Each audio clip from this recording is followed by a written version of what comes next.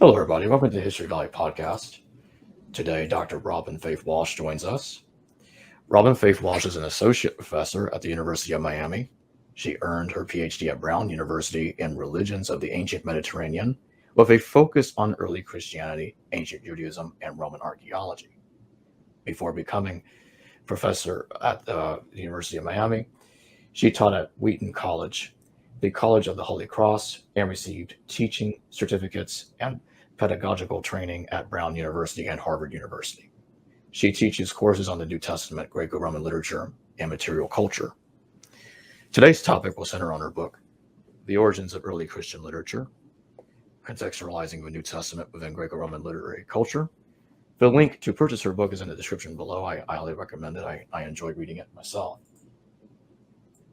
Okay, so thank you for joining me, Professor Walsh. Thanks for having me.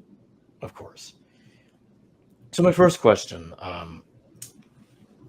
what were the central points that you could summarize for the audience that persuaded you that an elite class within the Roman culture, in the context of Greco-Roman culture, had written the Gospels, and not just some poor guys in Galilee somewhere, like a lot of other people tend to think?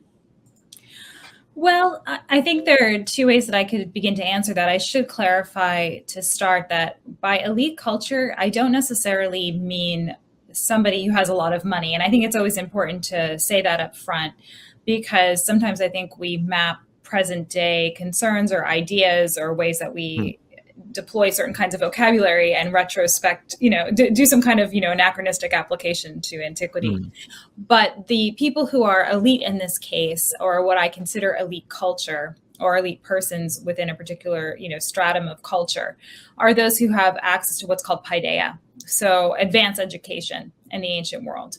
And the number of people who actually had that kind of advanced education was really, really narrow. And, scholars disagree on numbers, and some of it has to do with what do we mean by literacy. If you can sign your name and maybe kind of, write graffiti on the wall outside a brothel, are you are you literate? Or somebody who can actually write complicated prose narrative, which is what we find in the Gospels. The Gospels are certainly not the highest level of elite writing in the ancient world. Anybody who has read them can see they're fairly simply constructed sentences, even in translation. Although the concepts are really complicated, but there's still a really good effort by somebody who's had a pretty advanced education. So someone who's culturally elite in antiquity could come from a number of different places in terms of those, those strata of antiquity that I'm thinking about. So somebody, say, who was enslaved, who was educated, could, for the purposes of educating children, say, in a household, that's somebody who could also be elite. So the reason I thought that we needed to revisit the question of who wrote these Gospels, because we do, as you say, have kind of this image in our head of, these Galilean peasants, kind of huddled in the attic after the death of Christ, trying to preserve stories about his life, was really because of that statistic that I just referenced, this idea that this was such a limited number of people in antiquity who had this kind of education, who had these means. Even on a practical level, to get paper and pens, or what we would consider paper and pen, papyri and ink, and to circulate these writings. Coming from a classics background, which I did, there are so many other kinds of what you might call imperial literature written around 1st, 2nd century, with similar themes, similar ideas in them as the Gospels. The Gospels seem very much like the kind of Greco-Roman literature produced in these centuries. And in other fields, we know that they were produced by people who are part of that kind of elite class. So that's what I wanted to look at. What would it mean if the Gospels were produced like any other kind of ancient Greco-Roman literature, produced by people who were more culturally elite, more highly educated, and maybe, the influence of the content of the Gospels might be, the more formative influence might be that kind of elite class of other writers who are producing, reading, circulating works than the oral tradition of an early Christian community. Do you think that Paul's letters are written by a highly educated person, the authentic letters of Paul? Well, Paul is certainly highly educated. He's often considered what's called a Middle Platonist. That wasn't a term from antiquity. but he's somebody who's steeped in Greco-Roman philosophy. He's reading the Septuagint, which is the Greek translation of the Hebrew Bible. And he's using his knowledge of paideia, of, Platonic sources. And also he seems to be imbued with certain Stoic physics. He's aware of that as well. And he's combining that Platonism and Stoicism into what's sometimes called this middle period, this Middle Platonism, to describe things like the word we use for spirit, how the Spirit, Holy Spirit functions, and his idea of how, one can, as he puts it, participate in Christ. So he's clearly highly educated. He clearly is, I think, someone of some means. He often talks about, at points in one of his letters, he'll say, see, I'm writing in my own hand, and I use these big letters. There's a scholar named Canada Moss who has worked on this recently. It seems as though he may be using scribes or other kinds of, maybe even enslaved workers to help him write his letters, which is the activity of elite persons of means. So on the economic level, he seems to at least have access to elite mechanisms for writing and producing his letters, and individually, given his the education levels that he displays, he's certainly culturally elite, and knows quite a bit about Greco-Roman philosophy, not to mention the Hebrew Bible, of course. I remember that in the book you also talk about Greek literary parallels to the New Testament with writers like Pythagoras' golden verses, and also other Stoic ideals. Did they take that and did they try to were they basically retrofitting Hellenistic ideas such as what I just mentioned and trying to fix it trying to fit it into some sort of Reformed Judaism in that way? Well, there's a big tradition in this period, and I'm thinking here of Josephus and Philo, especially, who take some of these Greco-Roman materials that are so popular across the ancient Mediterranean. And there's a little bit of competition going on. You can see in some of these other Jewish writers and first and second into the second century and beyond, really. This is not exclusive to them, but I'm thinking about Paul's context. A little bit of, oh, well, you think, Plato's so great? Well, Moses said this way, way before. So there's a little bit of, just competition and trying to figure out, where did these culturally important ideas or intellectually important ideas, if you're trying to locate their genesis, I think that that's certainly a factor among some Jewish writers who, again, are being educated in that traditional Greco-Roman way and familiar with all of these philosophers, with Homer and with these other, and with, as you mentioned, other kinds of literary tropes and training. I think there's a little bit of competition going on, a little bit of one-upsmanship, you might say. Now that you bring up Josephus, I have to ask about the dating of the Gospels. I know that in the book you don't really talk about the dating, but because of that, I wanted to ask if you're open to the idea that the four Gospels are second century, because there are some people that argue. Well, many argue now that Luke Acts is Josephus, but there are some scholars, as I'm sure you are most likely aware, that they say they take it to the next mile and they say actually all four of them copy Josephus in the second century. Yeah, I've heard that. There are further arguments that are starting to develop in the field. And I'm sorry, I'm blanking on the name of the one scholar who's written on this most recently. If it comes to me, I will say it to make sure I give people adequate credit. But there's been more of a movement to say, well, could these have been written in the second century to satisfy debates among the church fathers or, the later church about the origins of Christianity or about, certain theological issues that are raised later on. I'm not sure about that argument. It's something I'll have to look more into. So I can't say that I can speak. It's not something I've researched in depth, just, things that I've been reading. But I am open to the idea of looking at the gospel dating again. I think that at minimum, when I have to teach Intro to the New Testament and I have to teach, well, Mark is exactly 70, and Matthew is exactly 10 years later, and Luke is exactly 10 years later. And then I get into the debates about where does John go. Certainly, my students struggle with that more and more over the generation. And maybe that's my own skepticism starts to kind of leak through. I try to be very neutral when I teach, but maybe they can kind of detect that I don't have as much passion as maybe I should to defend that idea, that like, oh, well, Mark 13 means that this is written basically, while they're watching the temple burn.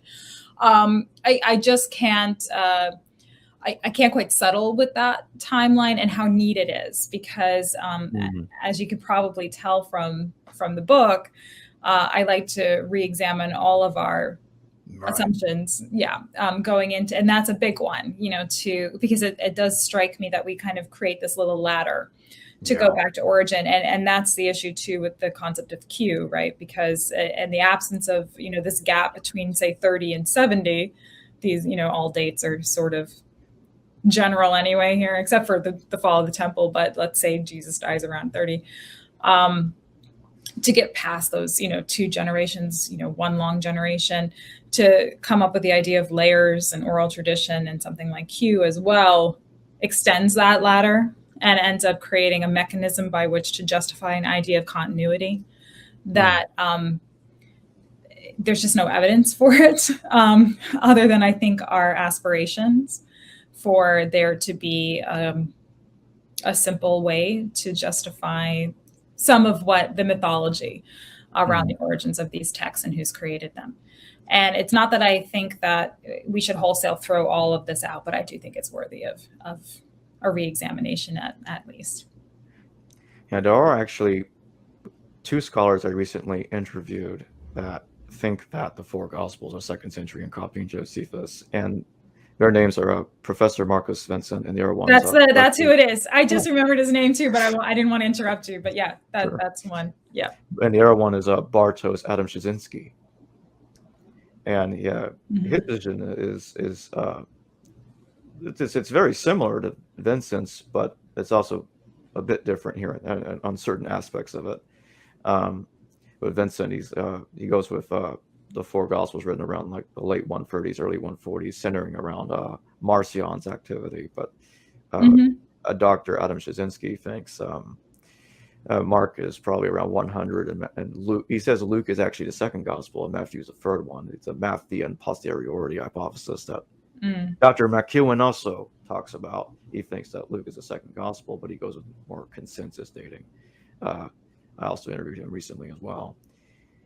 Now, this is one question I'm definitely want to ask you about, and in the context of what you're saying about the New Testament fitting in the idea about the elite culture of highly educated people.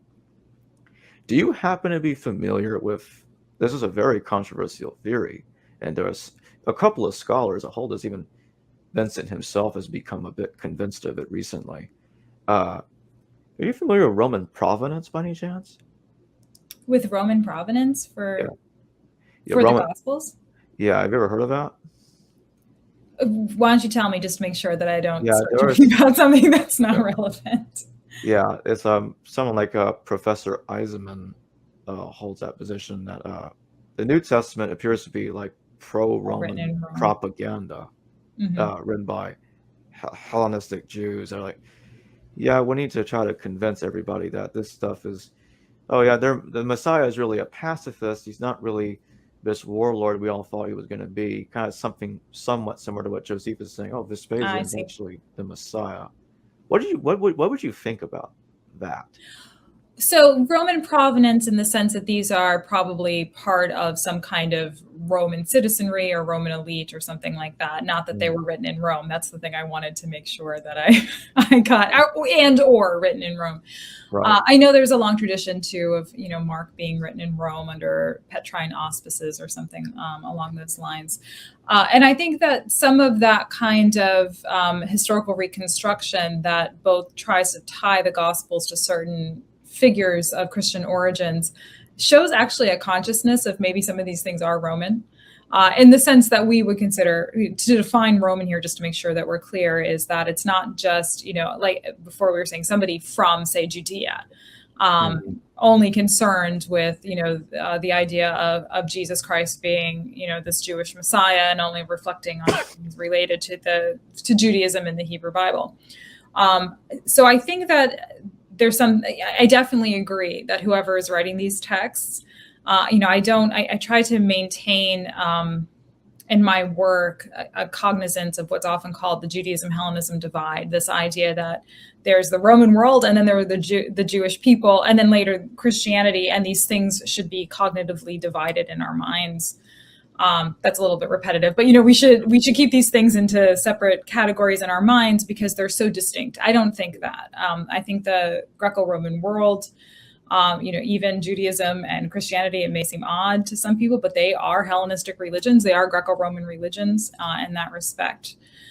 So I think that when we talk about something like Roman provenance for the Gospels, what we're really saying is that we can recognize that these are normal Greco-Roman texts that have an interest in Judaism. That's not unimaginable, especially in the first century, especially in the aftermath of the Jewish War. There's good reason to comment on the relationship between, or a relationship in these texts to Rome. But I do think that there is, whether it's Roman sympathy or something else, I am sympathetic to the idea that these texts are themselves what we might call Roman, in the sense that, again, they're displaying Roman education, Roman themes relating to Roman literature. They're just also interested in Judaism, which is itself also under the auspices of Rome. I know you also talk about the Q document in the book, and there are some scholars like the late Burton L. Mack that thinks that, okay, well, Q went through like 3 stages, so in the context of that, do you think it started out as a very lower educated document that was eventually modified by highly educated people, or do you think it was always elitist from the get-go? That one's really hard. There was actually a chapter in this book about Q that I removed. And in that chapter, I argued that there wasn't a compelling reason to divide Q into layers in the first place. Because in my experience, at least reading around literature, and you cite one scholar here, there's a tendency to say, well, here's one theme. That theme is representative of a community. And so this one community wrote everything having to do with this one theme, right? So if there's something about, so each individual Q community represents one discrete interest, and that this text is layered with those interests, and that by identifying those communities, you can then, again, date the text by saying that there are these layers, you date them backwards, and then next thing you know, I think I sort of quip somewhere in the book, you're at the foot of the cross, like if you can go back far enough with the oral tradition. My problem with that is that it very much looks like the critique that I bring to bear in chapter 2 of the book, which is that our tendency to both imagine communities as so cohesive and discrete that they only would think to write about one particular topic is problematic. And this idea that also text can represent communities or represent oral speech, that assumption, I think is also problematic, and an approach to the Gospels that I think has been influenced quite a bit by scholarship of the 19th century, which we can talk about later if you'd like, but I'll leave it there only to say that Q, I think, as an artifact of many of the critiques that I have about not assuming that these materials are being written by an author, that is an issue. There are scholars who have argued, and I don't think it's gotten much traction, that Q is, because we don't have it. There are many scholars who just don't even want to talk about it. This thing doesn't exist, so why are we talking about a thing that doesn't exist? Yes, we've put it together and reconstructed it, but it's still just a theory. So I'm not quite in that camp fully. And not to sound like I don't like to make decisions, I'm kind of keeping us in each camp, but I found compelling some scholars who were playing with the idea that, Q in a way is sort of, maybe what you might call like a romantic fantasy about how to reconstruct early Christian history on the basis of oral tradition. because by reconstructing this text that's missing and then claiming it's from communities and from oral speech, then you've translated that nebulous category of oral tradition into something concrete that can be discussed and analyzed and compared. And so again, kind of fall into the methodologies that we're most comfortable with in the field. So I think there's a good reason to also be a little hesitant to automatically accept the idea that Q can be layered, that there are multiple Q communities. I know scholars like Bill Arnell have argued that there may be evidence that Q is written by scribes, maybe somewhere in Galilee. So just enough education to be able to maybe put together a saying source. I don't want to misrepresent his work, so you should have him on to talk more about it. But I am a little bit skeptical of the idea that scribes would also construct a text like this, like the one that we reconstruct in Q, only because that's a lot of work. That's a lot of steps for me. And maybe I'm just not imaginative enough, but it's a lot of steps for me to imagine reconstructing Q, imagining communities behind Q, layering Q, ascribing it to scribes, assuming the scribes have a certain education, and there are reasons to think about, my idea, back to your first question of, who is elite, right? Who's elite enough to write these things? There may have been scribes who were educated enough, and we see this in what's called scholia. Sometimes we have scribes kind of, writing little notes on the side of their work to say that many of them are, have an advanced literacy. But there are also many scribes who are just trained to copy what they've been given to copy. And so it's really hard to kind of project onto those figures a certain level of education without, I think, a lot more research. What led you to the conclusion that it's possible that Christians actually didn't write the Gospels? Well, this is something that I've been a little surprised that people have taken away from the book. Because what I say in the book is that I'm interested in what's the most formative group that we can attribute the content of the Gospels to. And by content of the Gospels, I mean a few things. I mean the genre of the Gospels, the source material it seems to draw from, including, I argue, elements of, say, maybe even the Greek novel. This is more obvious in something like the Gospel of Luke, where you have like shipwrecks and that kind of thing. The genre of biography in the ancient world. And so those genres are very well defined in antiquity, in the sense that, you have certain expectations, genre expectations that you have to meet. And the Gospels do that. And so, long story short, the thing that I'm trying to say there is that from content to genre to even form, the way that it's written in Koine Greek, that these are, and then again, the idea of how is it produced? What are the practical elements? Who has enough training, money, resources to even get papyri, to get ink, all of those things, and then to publish? What does publishing look like? We often talk about these things being written and then poof, they're just out in the world. And we don't think about what are the practical aspects for these things to circulate. By positing something like a Christian community circulating them, that does a lot of work. By just saying these are written by and for communities, we never have to think about how these things are circulated as published works, right? Because we just assume they're in that kind of intra-Christian bubble, and that bubble just takes care of it, right? So that's how it's preserved and passed along, and nobody else is reading it. And I'm trying to challenge that by saying the more formative community is not that Christian community, but the community of people who trained whoever wrote this thing to write. So other writers.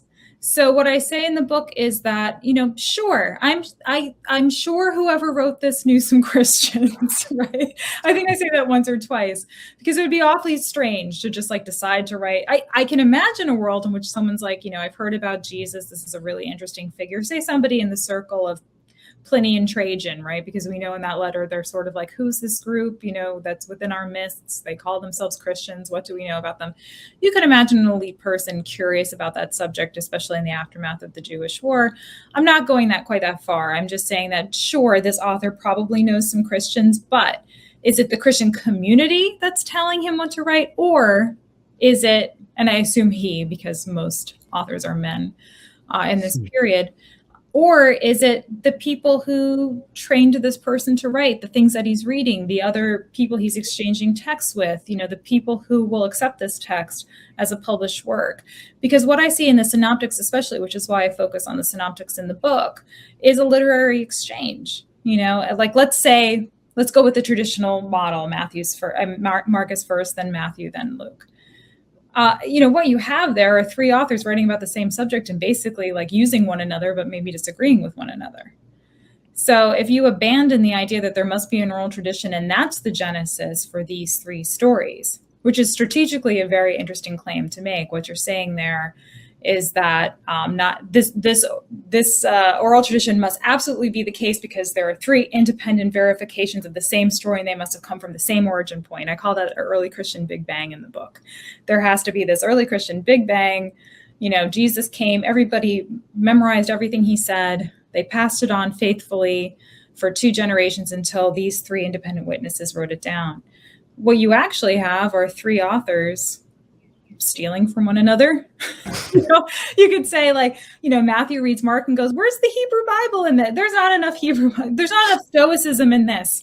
There's not enough, evaluation. Jesus, this character, he's too esoteric. He's the new Moses. Let's put, you can see how these authors just acted like authors. And so that to me seems to be the more formative way to imagine a community, if you want to use that word, inspiring the content of the Gospels.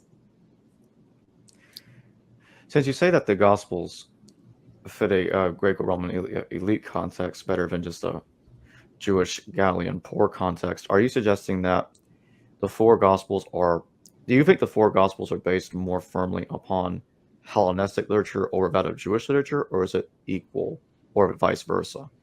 It's hard to do kind of a percentage. I focused in the book on Greco-Roman only because I feel like, it's really quite practical. I don't have a lot of evidence as a historian for education systems within, say, how Pharisees are educated.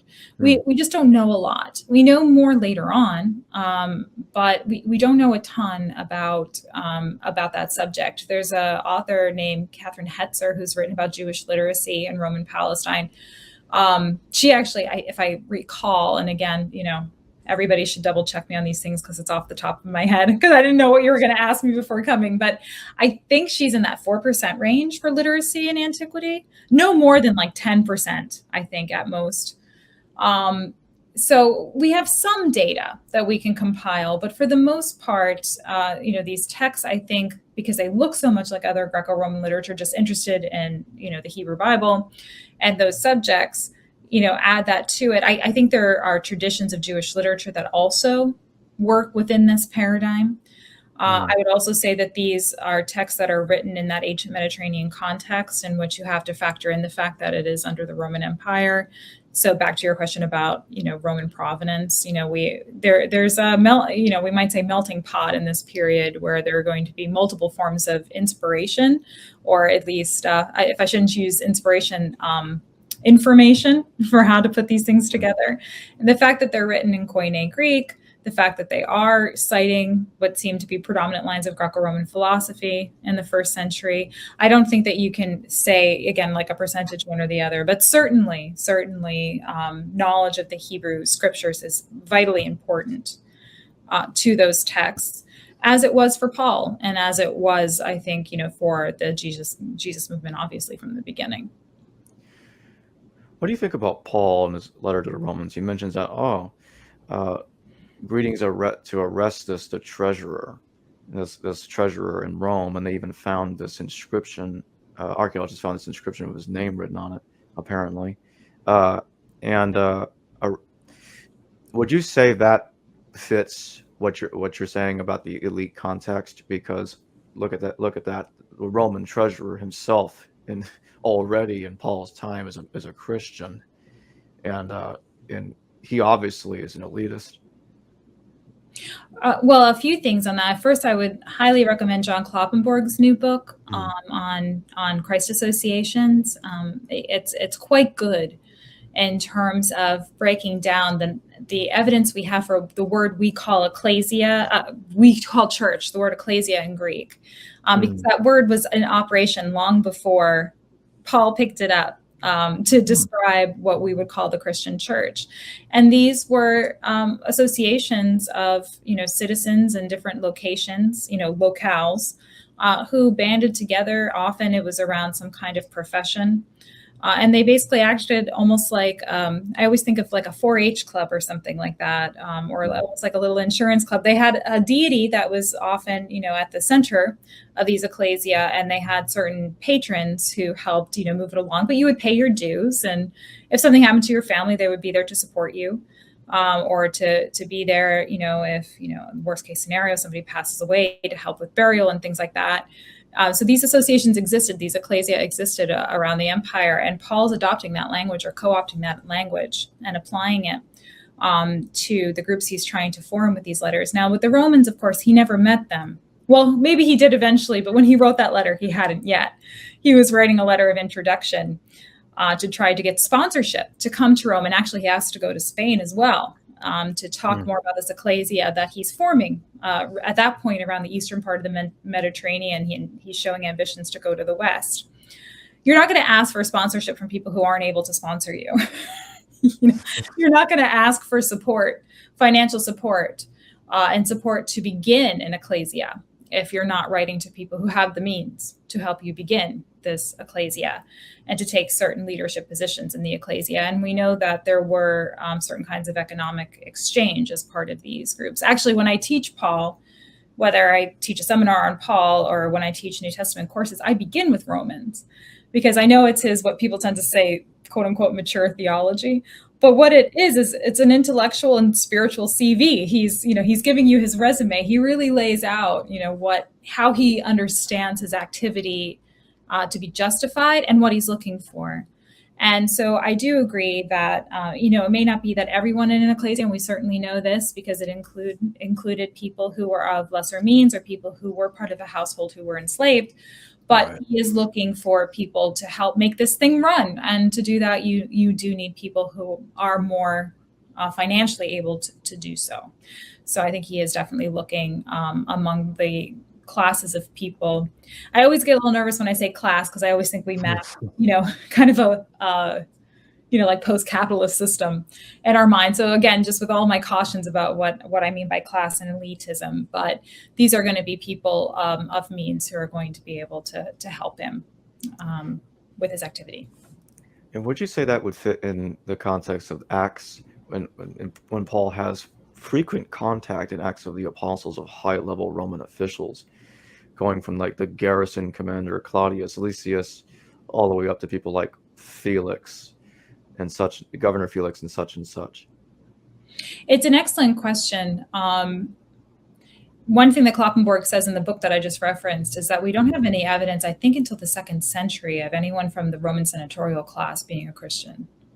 So there's this interesting gap where you don't have anyone of the, let's say, native aristocracy, or this truly elite class, both in that case culturally and economically, who are ascribing to this new system of Paul's, or to any Christ associations later on. Now, that may just be a paucity of evidence. It's hard to say. And we do know that there are, other, like sometimes I say to my students, other games in town. Paul's not the only person going around looking for sponsorship for his ideas. And not the only person claiming to have divination experiences of deities and looking for sponsorship for that. Jennifer Isle has written a great book on this, on Paul and divination, most recently. And I think also an interesting source to compare, to think about the social situation you're describing is, although it's satire, so it has to be treated, carefully, is Lucian, because Lucian often talks about, Peregrinus and, other kinds of, self-styled philosophers. There's this one man, Alexander, who says that he is basically a steward of the god Glycon, and, he actually is fairly well educated. We know he can write in verse because he sometimes writes, little predictions in verse and like hides them in like a serpent egg. And then, but he is a Roman senator sponsoring him. So the idea that, like, would we call that Roman senator who's sponsoring him, a Glycon worshiper? Maybe, or an Alexander worshiper? Maybe. There would be some terminology, but the idea that you could have these people who are claiming a certain authority because of their connection to a god or their interpretive abilities, looking for sponsorship among the senatorial class, I think that's pretty common trade for the 1st and 2nd century. So I don't think Paul's quite outside of that. And just to be certain, that's you're referring to Lucian of Samosata, right? Yeah. Okay. And speaking on senators, do you think that it is possible, and I know you pretty much stated earlier that we really don't have evidence of high-level Romans being Christians, with the obvious exception of Orestes, the treasurer.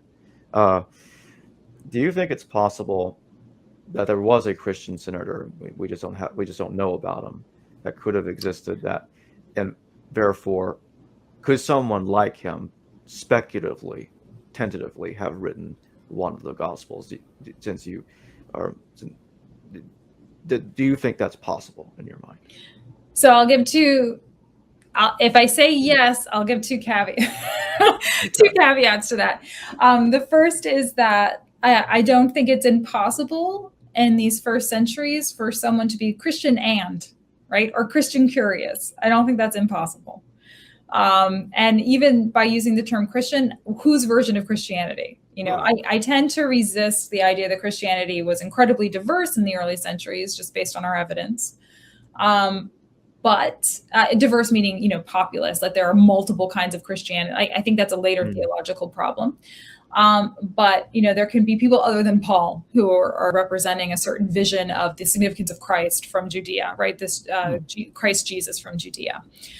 So I think there could be some people who are curious about it, but still maybe are going, they're worshiping the emperor the way that they should, because if they're a senator, they want to stay alive. Or, so they're participating in emperor cults. They're participating, like best barbecue in antiquity was to participate in, an animal sacrifice. So they may still be eating meat to idols, we might say. They may be still doing their thing. But also are interested, like sampling something maybe from this other interesting new cult outside of, coming from Judea. I think that's totally possible. So I think we have to move away from this idea that once someone became a Christian, it was a wholesale conversion and that's it. Because I don't think that's sociologically how people tend to function, right? There's a transition period, right? To maybe going into a wholesale conversion, to use, our turning, in English, we say conversion to another kind of religious affiliation. So I think that that's totally possible. And then if we say that a Roman senator, quote unquote, wrote the Gospels, I'm not sure the guy's doing it himself. I think in that case, again, I'll cite the work of Candida Moss, who's been working on this and has published a couple of recent articles on the subject of enslaved workers, producing some of this literature. And I think that's important for us to keep in mind. While some elite people who, spend their time being philosophers and writers in antiquity describe themselves, going to the library by themselves and poring over books and writing, it's actually quite a physically and, laborious process. We're not talking about like typing on a computer or, like writing in a notebook. We're talking about, large scrolls and codices. And so this is something that Moss has worked on. This is a lot of physical labor and not labor that these rich senators are probably likely to do themselves. So it brings up a question of authorship to some extent, if you're thinking about who's actually producing these things in that respect. And so I recognize that. So that would be the only, but there's still, authorship going on. There's still an author in that case to the text. And so I think we just want to be really, again, conscious of when we think about processes, what those processes may have looked like. So I wouldn't say that Roman Senator Bob, converted to Christianity and wrote a text. So I'm just trying to trouble that a little bit to say, if we make that, there wouldn't have been a Bob, like Bobius. That's not a name. But you see what I mean. I don't think somebody like that would have done the labor themselves, but they may have dictated the labor. Are you also open to the dating of Paul's letters possibly being later as well? Because I think, if I remember correctly, in the book, you also seem to be, you don't really get into the exact dating of Paul's letters as well. I ask because I've been noticing there's a slow growth of scholars, movement of scholars that are growing. Like, the dating of Paul may be wrong, and that, by the way, also includes Professor Vincent, who I mentioned earlier. He thinks that. I think that the work of people like Brent Nongbree too has been helpful in this area, because I think we need to think quite a bit about what we mean when we talk about the texts that are compiled into the New Testament as texts. When were they put together? Because the texts that you read in the Bible, we don't have what's called autograph copies. This is not something that, it's not like we have like the original one, the original version of the letter to the Romans, and this is what it said. What we have in our Bibles is a Frankenstein's monster of different passages that have been taken from multiple papyri and other sources that have survived antiquity, and then based on a series of criteria scholars have put together to say this is our best bet for what it probably looked like, right? So that brings up a question of all of these texts that we analyze. We don't have the original, so how much can we say about them? Now, one thing that I try to be careful about in the book, two things. One was saying, acknowledging this fact still doesn't mean there wasn't some text that we call marked, that did exist, that then was copied, published, and then, because of scribal error or, human intervention, changed in various regions or over time, right? This is why I'm interested in the book too, in the concept of authorship. And I talk quite a bit about Roland Barthes' Death of the Author, actually, because I fear that as a guild, when we start to say that, oh, well, if, there are multiple versions of a text that we then compile into one version of the text, then there is no author, or if there are multiple people who had to be involved in the publishing of a book, it would almost be like saying, like the book that you held up at the beginning, like, well, somebody else bound that book. I didn't do it personally. So am I the, like there's a copy editor who changed some stuff in there, so does that mean I'm no longer the author because, somebody, right? So I worry about that sometimes we get a little too extreme when we say, okay, well, there was a process here. There was more than one person involved. We don't have the copy in their original handwriting. Therefore, there's no author. I think that's a mistake that we make with these materials that we have to be careful about, because then you allow that slippage of, so then it must just be oral and therefore there's nothing we can say about this text, right? That's an extreme caricature of the situation, but it's one that I'm worried about. So with Paul, I think that there's definitely a concern. I mean, we know we don't have all the letters. We know that there's a good chance that something like 2 Corinthians did not look like that at all, that might be multiple letters that have been put together to seem cohesive. We also know that there were forgeries that, what we might call forgeries that circulated in early codices and early quote unquote canons that were letters that were impersonations of Paul. So I think Paul's writing before the war, personally, just based on my reading of his, again, quote unquote, theology. So, but that's kind of a separate question from, when were these letters compiled in the way that they were and circulated? That's an interesting question that I'm glad people are questioning, but I'm not quite ready to put Paul, I don't know, super late. I think he's before the war. In the Epistle to the Philippians, Paul references his apparent access to the imperial guard of some kind at Caesar's household, or he mentions greetings to Caesar's household, and he also mentions Epaphroditus. There are some, such as Professor Eisman, that think that the Epaphroditus that Paul mentions is the same one Josephus dedicated his Antiquities to. There are also some other early Christians that seem to think that Titus Flavius Clemens and Clement of Rome are also the same guy.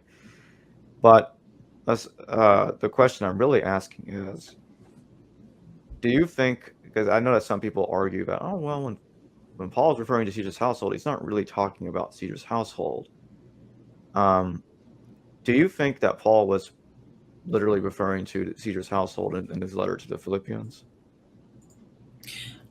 I think there's, again, good reason to look at this for a particular reason that I bring up. I think it's in chapter 3 of the book. It might be later. I'm getting further away from the book now, so it's harder for me to remember. It's in either chapter 3 or 4, where I talk about the shared motifs and themes between the Gospels and the text called the Satyricon. And in that discussion, I point out that there are scholars, and this kind of fits what we've been talking about the last few questions. There's a long tradition that the Satyricon was written by a Petronius who was in the household of Nero. And then in recent years, there's one scholar named Ulrike Roth who had published a couple of articles in the Classical Quarterly pointing out that there are a number of people named within the letters of Pliny that are also named in the Satyricon. And this is the same Pliny writing to Trajan about Christians.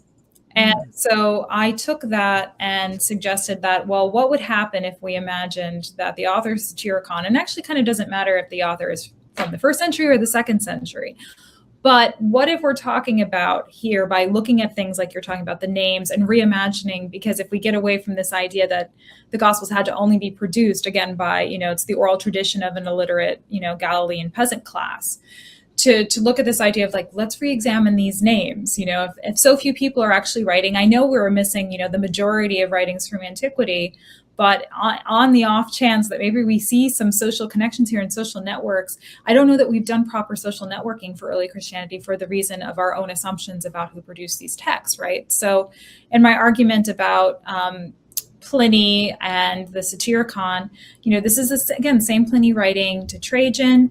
Some people in this particular social network, they're thinking about Christians, and curious about them, or at the very least aware of them. Who else can we add into that social sphere of those particular elite Romans, and that can connect you back to Rome. And so then if you start to look at these networks and these names, I think it could do a lot of interesting work to see that this is something that is impacting not just these lower rungs of society as we've traditionally imagined. So I know I'm not directly answering your question, sidestepping it a little bit, because I haven't read it in a way towards that particular kind of conclusion that you're asking about, but it's something I've touched upon, and I do think it's a worthy endeavor to look at those things in more detail. So, I mean, there are a lot of different ways that I can approach that question. On the level of, let's say, just call it cultural influence before we even get into political influence, I do see the Gospels, if we're talking about the canonical Gospels, and Paul as being cut more or less from the same cloth, in the sense that I think they are coming from a very similar milieu. And I know that that term is kind of fuzzy and can mean a lot of different things. But what I mean by that is I see the exact same interest in, obviously, Jewish holy books and scripture. But I also see the same interest, particularly in philosophy. And what usually it gets classed as Stoic philosophy, sometimes called Middle Platonism, but this period in probably, the 1st century, but the empire, the early empire going into the 2nd century, where there's a lot of interest in sort of eclectic philosophical ideas that stem from Stoicism as well as from Platonism. And of course, a lot of this gets lost in translation, but I don't think you can quite understand what's meant by terms we take for granted, like spirit, and I've talked about this before, that concept of pneuma. I don't think you can really understand those things the way that Paul and the gospel authors intended them. And I'll put it even more distinctly, I don't think you can really even understand the physics that they understand to be taking place in the ancient world. It's really an idea of science for them without knowing some of that kind of material. As for political interests, I think one thing that Paul puts forward is, and this is going to seem a little funny, and maybe I'm being a little unfair, but I almost think it's sort of like for Paul and maybe let's say Mark, I'm not sure that they think the world as we know it's going to continue for much longer. I think this is particularly the case for Paul. I think as time goes on, by the time you get to his letter to the Romans, he has a little bit of a different line on this, in part because he has to, because I think people have started to ask him, so-and-so has died. So, like, what's going to happen? You said, that Christ was going to come back. Yeah, exactly. Where is he? And so he's had to kind of finesse things, and we can talk about why as the conversation continues on. But I don't think he's as concerned with what we might call earthly authority at his time as we see in later texts. And there's a school of thought that you can make the argument that, let's just say, go the traditional dating, Mark, Matthew, Luke, John, that as time goes on, you see a little bit more of a concern with the political situation, a little bit more of that pushback to what's going on with the empire. But I also think that these authors, again, given their milieu, are engaging in empire in the sense that they are engaging Stoic ideas, which by the time we get to the 2nd century, that's the philosophy of the empire, right? So they're intricately tied. It's a kind of a bird's nest here. And so then our task becomes asking questions like, can we tell, given the posture of these authors, the relative posture of these authors to the Roman Empire, anything about how apologetic is this text? Like how much do they see earthly authority? Do they see earthly authority, in this case, the Roman Empire, as a threat? Those are other questions that we can ask. And does that start to answer your question a little bit? I think it does. When you look at what Paul says in 1st and 2nd Corinthians, and also what's going on in 1st Thessalonians, like, okay, at one point it's like, okay, archons in league with the devil or behind the death of Jesus, or it's actually Jews in 1st Thessalonians that they were behind the death of Jesus and the wrath of God came upon them for what they had done to Jesus. What do you think about that? Do you think that he's kind of contradicting himself, or do you think that he is kind of saying that there are the people that killed Jesus are in league with the archons who are in league with the devil?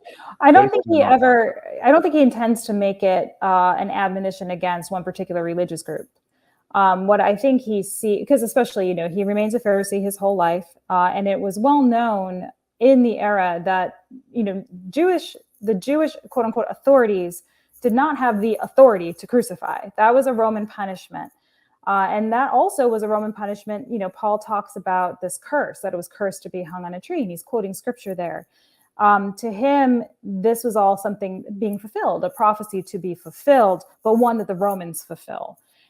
So I don't think he's particularly interested in naming the Jewish authorities as responsible for that death.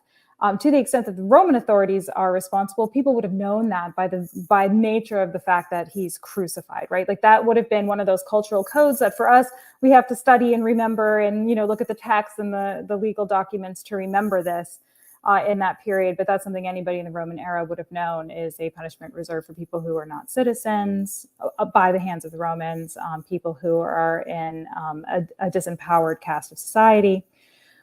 So I think with that in mind, we just have to hold that in tension a little bit with these other ideas. Does that answer your question, or was there another part of the question that I'm forgetting?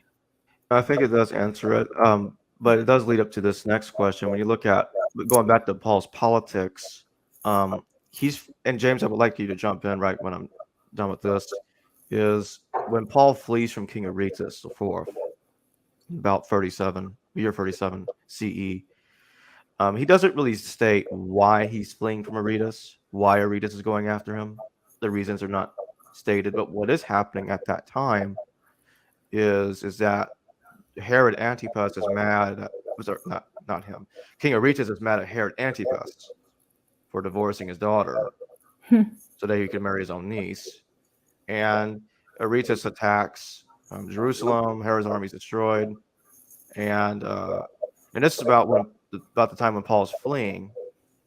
And in Romans 16, Paul makes a brief comment about being a kinsman to somebody called Herodian. Do you think that Aretas' attack on Herod Antipas could be connected with Paul's flight? And if so, would that appear to shed some light on Paul's politics, or potentially being politically affiliated with the Herods?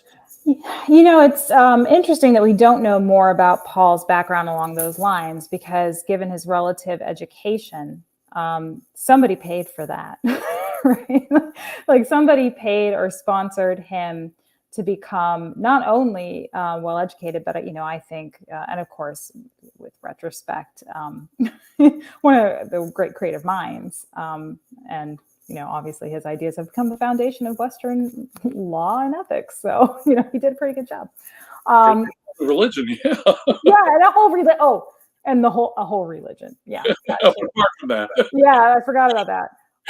So he did an excellent job. So not only was he a skilled mind, but was given the time and space to cultivate that, particularly his creative readings of scripture and his knowledge of philosophy, as we've been talking about. So his education level as revealed through his letter writing. We can talk about how the actual practical elements of how that comes about. But the relative skill he demonstrates shows that we may have mentioned this before. You've talked to other guests. He's had paideia, and he's had pretty advanced education. He's still willing to be pretty eclectic in the philosophy that he deploys. So he's not exactly following what we might call a canon, in a developing canon of the Greek and Roman philosophy that he's citing.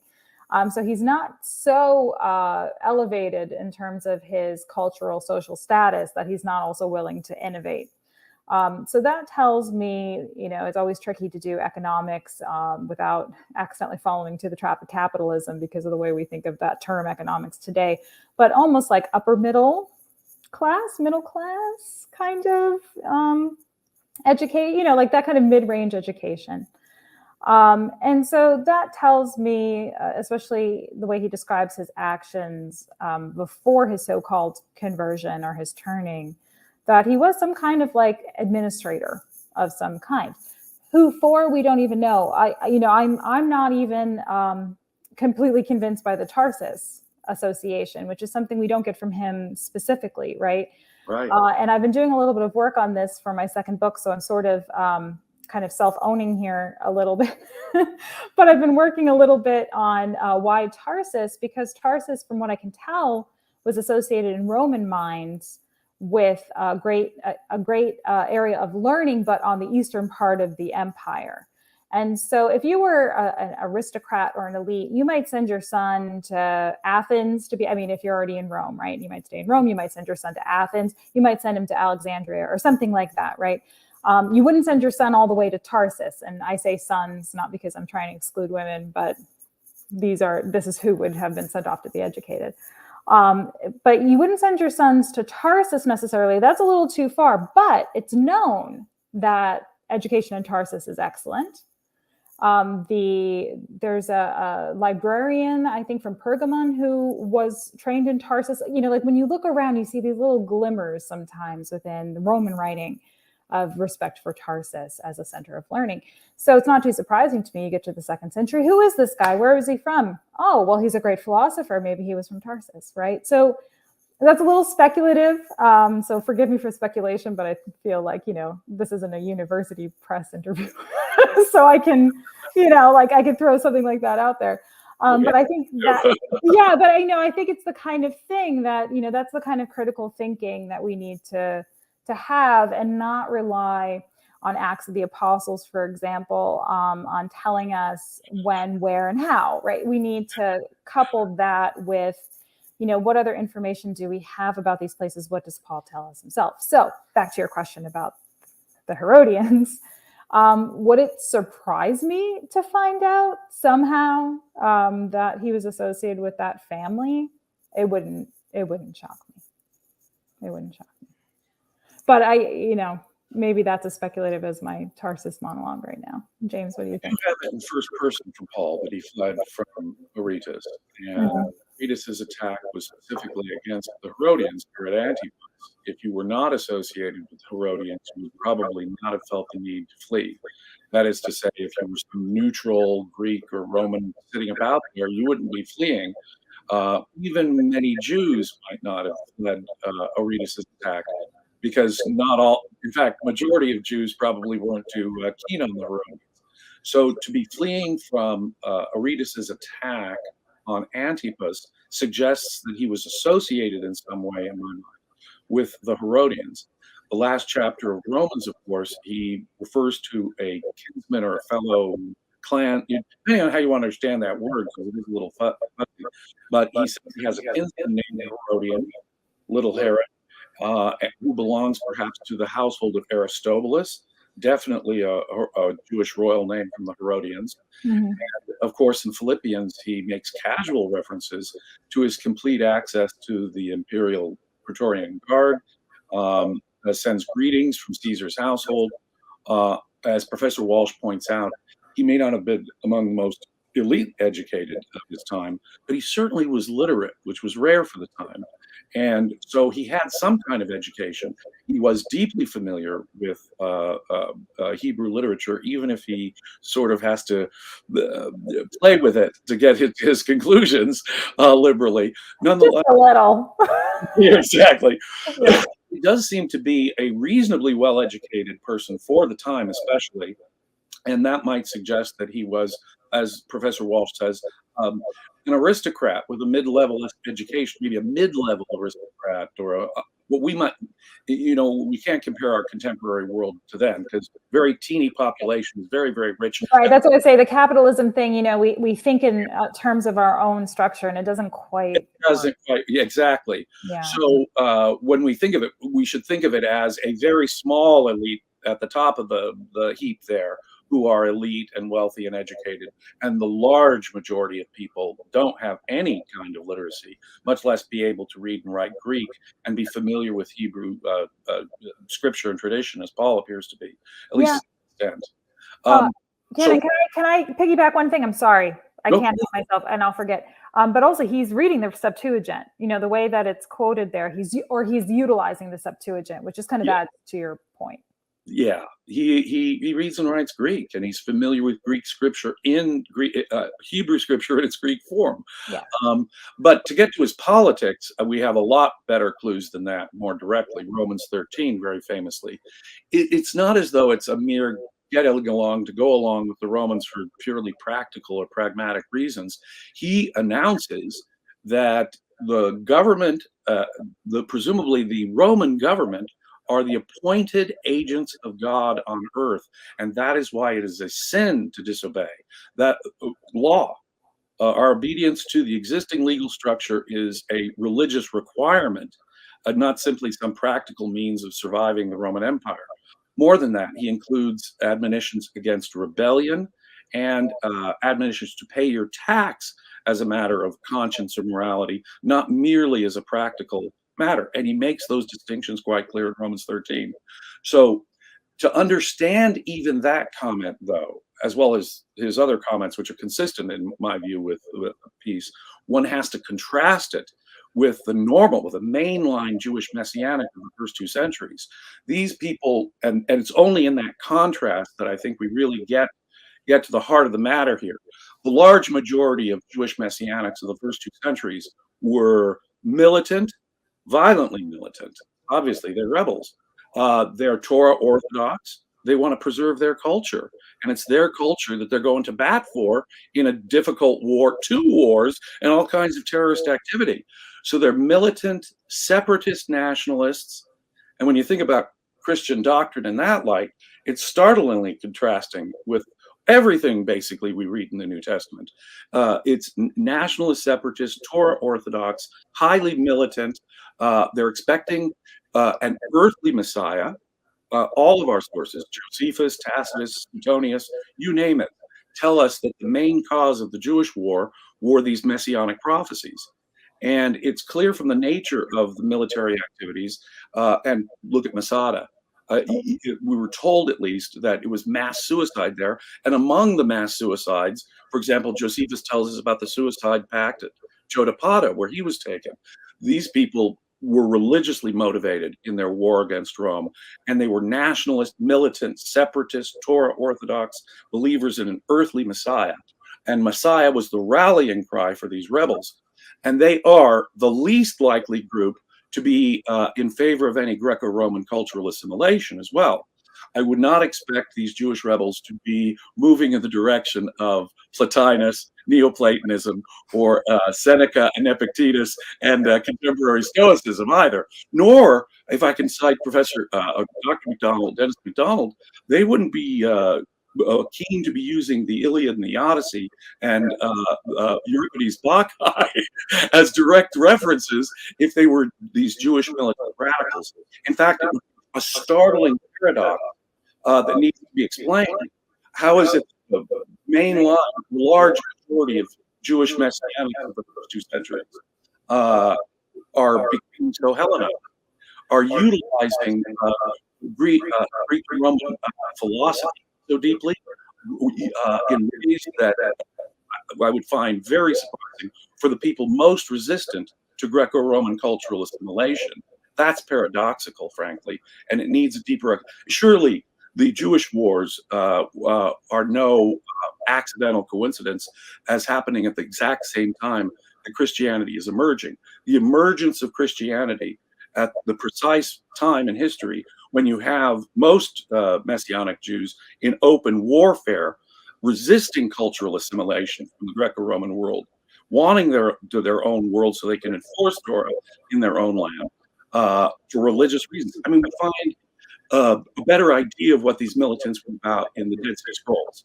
I disagree with Professor Eisenman. I think most of them were written much earlier, but in a Hasmonean context. But on the other hand, they give us a better sense of what Messianic Jews at the time must have believed. Again, apocalypse, these Messianic prophecies, militant. Yes, angels would come down and help them in their war, but it was an earthly Messiah that they were seeking. And I've got to believe that, and they're highly resistant to Greco-Roman culture, even if some of Greco-Roman culture is seeping in by osmosis anyway. So it's that contrast that I find so interesting. The whole Jewish war began as a tax rebellion, we're told by Josephus, around 6 AD under Judas the Galilean, who objected to the Roman census. And so Paul's politics in Romans 13 is carried out very consistently in the Gospels. Jesus not only says, render unto Caesar, but he befriends tax collectors. One of his disciples is a tax collector. In the Pseudo-Paulines, they go out of their way to say, slaves obey your masters, even harshly. In the Pseudo-Petrines, honor the emperor. Honor the emperor. Nothing could be in greater contrast to the mainline Jewish Messianic in the first 2 centuries, who were militant, separatist, Torah Orthodox nationalists, as if the Greek New Testament is a critical response, specifically to them, both in its political call for peace, but also in its hugely assimilative nature. It's challenging monotheism. In effect, it's imposing this probably misnamed Orphic mystery cult. It's imposing that sort of Greco-Roman religious form of a suffering savior god onto Judaism in an alien way, which would be strikingly paradoxical for any separatist Jewish messianics to be engaged in. So it's this bizarre blending of things at the time. Anti-assimilation ideas are being the basis, foundation for what turns out to be highly assimilated ideas that utilize Greco-Roman literature that fit in with Greco-Roman culture at the time and are profoundly using Greek philosophy, for example. That's striking and needs an explanation, it seems to me. And when we add to it, as you point out, Paul's specific potential connections with Herodians and upper crusties in the Roman Empire. I like that. I'm going to use that, upper crusties. I like that. Well, if you think about it, in the book of Acts, it's astonishing. It's Roman authorities.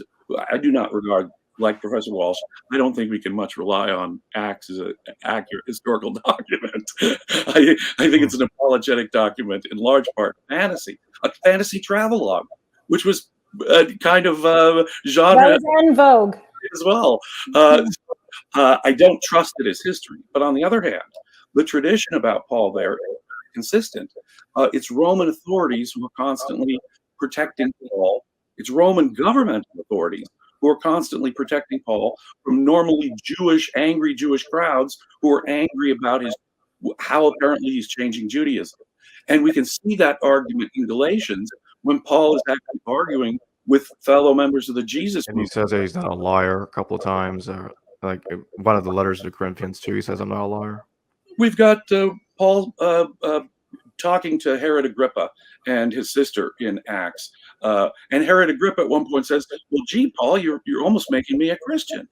Now that's an extraordinary line, it seems to me, that where you've actually got a Roman client king there saying, "Paul, boy, we wouldn't have had to do this if I'd only known that this was a mere religious dispute. We wouldn't have even sent you off to Rome. We'd have let you off the hook right here," is the implication.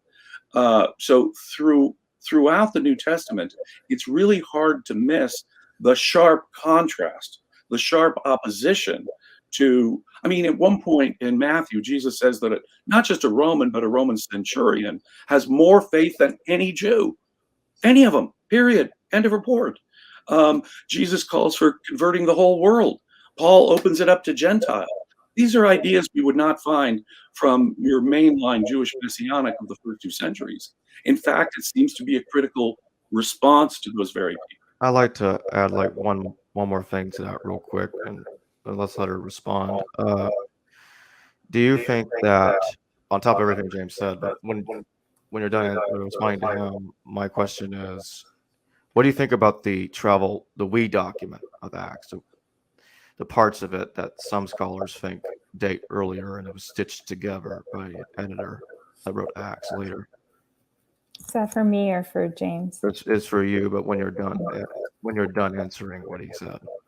Yeah, I mean, the only thing that I would add to that is, I guess the key word in what you're saying there would be an idea of some kind of mainline position among Judeans at the time under Roman authority, except that, Paul is a Messianic Jew, at the same time, right? So while his approach may seem, and this may be an accident of preservation to some extent too, we actually probably don't know how many other voices there might have been. What we can extrapolate are, some of the conflicts and things like Josephus tells us, right, about later conflict. And we have to understand that as its own kind of apologetic too, given the auspices under which he's writing. So I think that what you generally have in terms of output from Judeans in this period are the same kinds of forms of resistance and discourses that you tend to see with any occupied peoples, coupled with different factions within Judaism, of which Paul is one, that sees these things and has its own rationale for both the present moment and for the future. And in Paul's case, there are a couple of distinctions that I think are important. One is that in this period, not all Jewish sects, which is the term we tend to use for, Pharisees, Sadducees, Essenes, Sicarii, etc. Not all of these sects believe in resurrection, but Pharisees do. So within the Pharisaic movement, it's not strange for him to also have some idea of a resurrection, right? And so because of that, I think that gives you, which leads kind of to the second thing I would add, just again to nuance some of what you're saying, which is that when you factor that in, then I think Paul's ideas become more sensible within the scope of Jewish thought within the first century and Messianic thought within the first century. Because unlike some other groups, he does have an understanding of resurrection. Therefore, he can postulate that the reason that there have been so many failed, and I think there's no other way to put it, but failed Messianic movements to that point, or hope in certain figures who proved not to be Messianic. I think John the Baptist is probably one of them at the time. And, you have these figures who over and over again resist the way the earthly Messiah is supposed to, and then get killed. Resist, get killed. Resist, get killed. Have their heads cut off, violently executed. May I ask, are you aware of any peaceful Jewish messianics apart from Paul and the Christians in the first 2 centuries? Isn't Messiah, in effect, a political point? And the way the prophecies understand it is from Isaiah, say, we're talking about Jews coming to world political military rule. And that seems to be, obviously, the expectation of the militants. And in terms of numbers, I think it's pretty obvious that the majority were on, we have 2 massive wars, not just the first one. Reading about Masada too. Terrorist activity throughout. And so I would suspect that it's probably your wealthy elites who are working with Rome who are going to be the pro-peace ones, whereas your ordinary your ordinary Jew on the street is who's messianic is probably thinking in terms of politics. Messiah means king, and for them it meant earthly king. And so Messiah as such, outside of Paul, seems to be a pretty political. You'll notice what Talmudic Judaism does in the wake of all this. It downplays the whole concept of Messiah or spiritualizes it. Furthermore, we know the Romans used Jewish messianic religion for their own propagandistic purposes. Josephus makes this perfectly plain when he says Vespasian is in fact the true Jewish Messiah, when he in fact says that Daniel's army in the clouds, like a Son of Man vision, was seen over the siege of Jerusalem. Mm-hmm. So we have Josephus, a Roman propagandist, actually utilizing messianic religion, which is what you'd expect them to use if that's their enemy, but turning it around to Roman uses. But apart from Paul and the Christians, the concept Messiah appears to be a political one. But we wouldn't have even known about Paul if Paul's letters didn't survive. Well, this is true. And Paul is talking about super apostles. We don't even know what those are. He talks about his opponents. We're not quite sure who they are, although you can tell, like if you want to use the word theology, there's a little bit of a different theology there in terms of,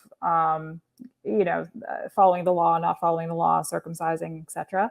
So it shows that it's also Jewish, to some extent, or at least, is in understanding itself as a Jewish movement at that time. Yeah. And had Paul not written anything down, had those letters not circulated, had they not, in my opinion, made themselves available, at least in part, to an author like Mark, who I think has read Paul based on how he structures everything we've been talking about earlier in terms of philosophy, etc., you wouldn't have had evidence for Paul either. And frankly, there are debates within scholarship about whether or not Josephus is actually talking about Jesus or whether or not that seemingly peaceful movement, although we can debate that, right? Depending on how you see the swords and clubs that he and his disciples are armed with, depending on how you read that or whether you consider it historical. But those passages about Jesus and Josephus have been disputed as well, about whether or not they're interpolation, right? So without those, again, accidents of history, you wouldn't have had knowledge of Paul, the super apostles of which we barely know anything, the opponents of which we practically know nothing, or Jesus, right? So that's why I think we need to just, think about, usually the warfare gets recorded, but the peaceful movements don't, or peaceful resistance doesn't. And I think you have some evidence of what was perceived to be the activity or intention of the Son of Man as a militaristic figure in something like Revelation, which, once you get past the beginning saying, hey, this is all about Jesus, and then it switches to Son of Man, it's incredibly violent. And it is a military conquering, all of that language is conquering language.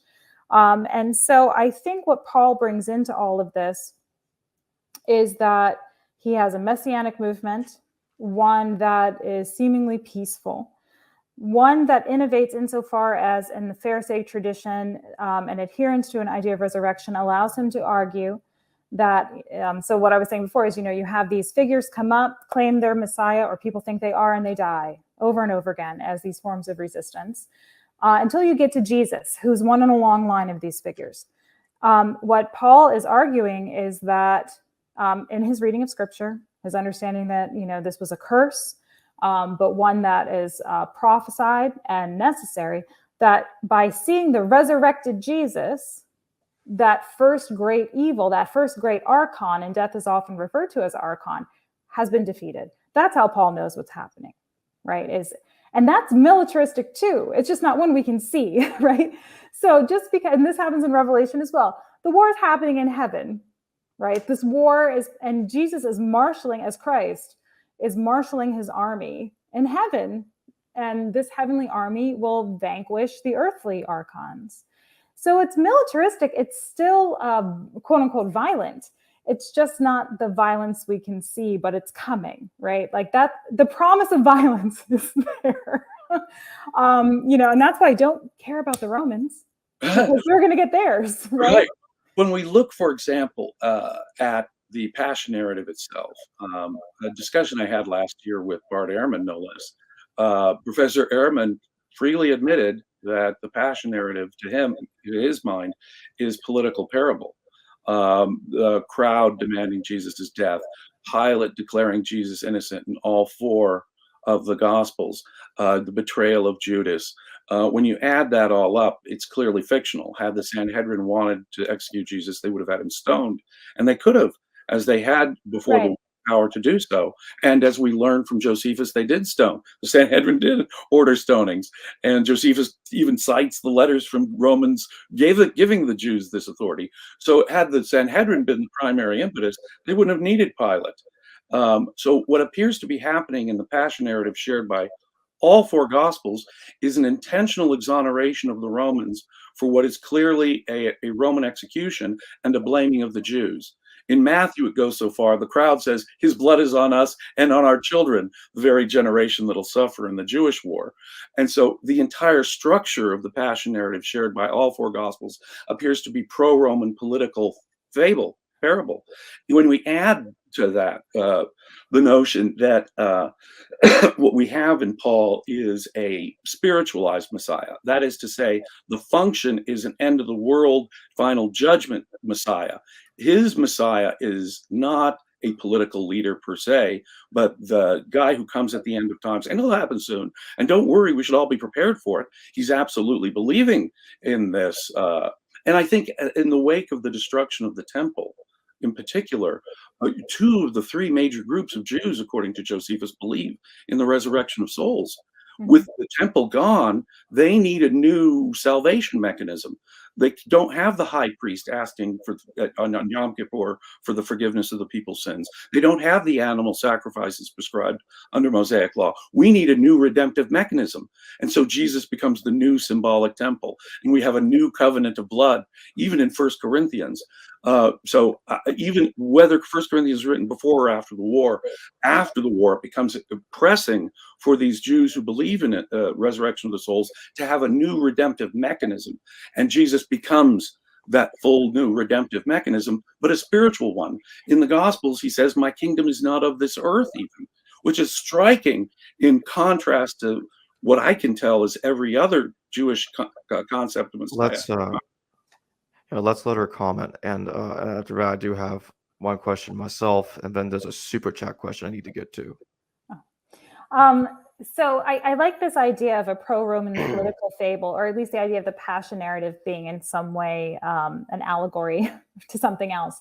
But just I would always want us to keep in mind a couple of things. You know, we don't know in this period with these gospel writers whether or not, though they're apparently writing in Koine and aware of Greco-Roman philosophy, whether we're still dealing with people who are Jewish, right? So I want to make sure we don't create a false dichotomy that imagines, you know, Christians, Greeks and Romans, and Jewish people as separate categories, that we can rely on those categories being separate. Because the thing with the Romans, and there was one thing I've been sort of, you know, debating, should I say it, should I not? But I'll say it because I've already foregrounded it. But I mean, the one thing about the Romans, and actually all of the authority, it's not just the Roman authority, to take my own criticism that I just leveled about making sure we're conscious of categories. All earthly leaders in the Gospels are sort of, it's almost like a tidal wave, you know, like they perform these actions and they're either not aware of what they're doing, or they're sort of, I mean, Pilate's a facile leader in a sense, because he's just like, well, I don't know, you know, like that is not instilling confidence like your authority figures, right? Like, crucify him. Oh, you want this murder to go, you know, like, fine, you know, like these are not respectable leaders. And also the Herodian family, whether or not it was still in the imagination of readers by the time the Gospels are written, but at least it is the case. I mean, they were converts to Judaism. These people were not, you know, Judeans in the first respects of being, you know, they had to convert to that religion, that family. So whether or not people are remembering, well, these Herodians are client kings, but they converted in order to rule over Judea. They're not actually, you know, part of the fold. Let's put it that way, at least in terms of local leadership. That's something I wonder if we should keep in mind here as part of it. So when you have these kinds of discourses that could be very much intra-Jewish discourses in a time of upheaval, you know, I do subscribe to the idea of the Gospels being written after the war, in part because I think there was a desire, you know, after that war to start documenting things, right? Or at least come up with a narrative that goes back to a period before the war in order to understand the Jesus movement and all of its political implications, but to use that, as scholars often say, to think with about the current political moment after the war. And one reason I think we know this is because this, other than the Jesus going to the temple as a child, because it was there, other than something like Mark 13, which predicts its fall, which prophets often do, there is no temple. And so whoever's writing this doesn't know what it's like to go to the temple anymore, right? Like there's a cultural memory. But Jesus is a Jewish figure living in this period who otherwise the temple seems to not be there, even for Jesus. And so I think that that's an interesting... It sort of like look like it's not part of Jesus's own context. No, he's there when he's 12, right? Right. He follows the law, obviously, but it's not dominating the narrative, which anachronistically we think, well, these are Christian documents, so there is no temple, except it's a document that I think it was used as a Christian document later, right? We do not know who these people were when it's written. We can make some educated guesses. Based on education level, things we've been talking about, we do not know. So what they are documents that are describing a place and a people at a time that no longer exists, right? And so that's why, when you say this word fable, that sort of jumps out at me. What was it like before that temple fell? What was it like, leading up to this cataclysmic event that is cataclysmic, not just for the Judeans, obviously, but the Romans can't stop documenting it, talking about it, building monuments to it, stamping coins, right? That they can't stop reveling in it. So there is nobody whose hands are clean in that respect. That's the wrong word to use in light of Pilate. Sorry. There's nobody who is not thinking about this, right? There's nobody who's not mulling this over at some level. And the story of Jesus as a figure, again, to think with and think through that conflict and to retrospect back to that time and place becomes a really interesting mechanism. I think that's an interesting prism to think through all of this. And Paul's letters then come in as, maybe one of the only things that were written down to give us an idea of how the messianic piece of this could have worked. But all of that, I still see, at least for Paul, within Judaism. What do you make of the super apostles and Paul? I know you said earlier that there's not much we can say about them, but would it be logical to suggest that they're likely Torah orthodox, since Paul mentions that he seems to be in conflict with people that were in Christ before him, and we get to see an example of that play out in Galatians, confronting Cephas to the face over circumcision. I know, I was thinking about that. The Herodians, we're told by Josephus, are constantly having problems with Torah orthodoxy.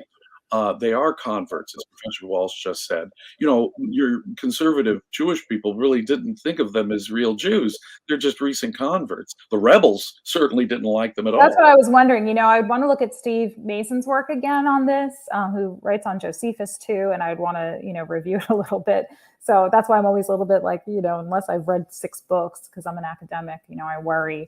But I do wonder what the imaginary would have been about that family. We're specifically told that, for example, daughters of Herod Agrippa I would have their pagan husbands circumcised, and then later, when they got married to a pagan husband, they didn't make him get circumcised. So it was an issue.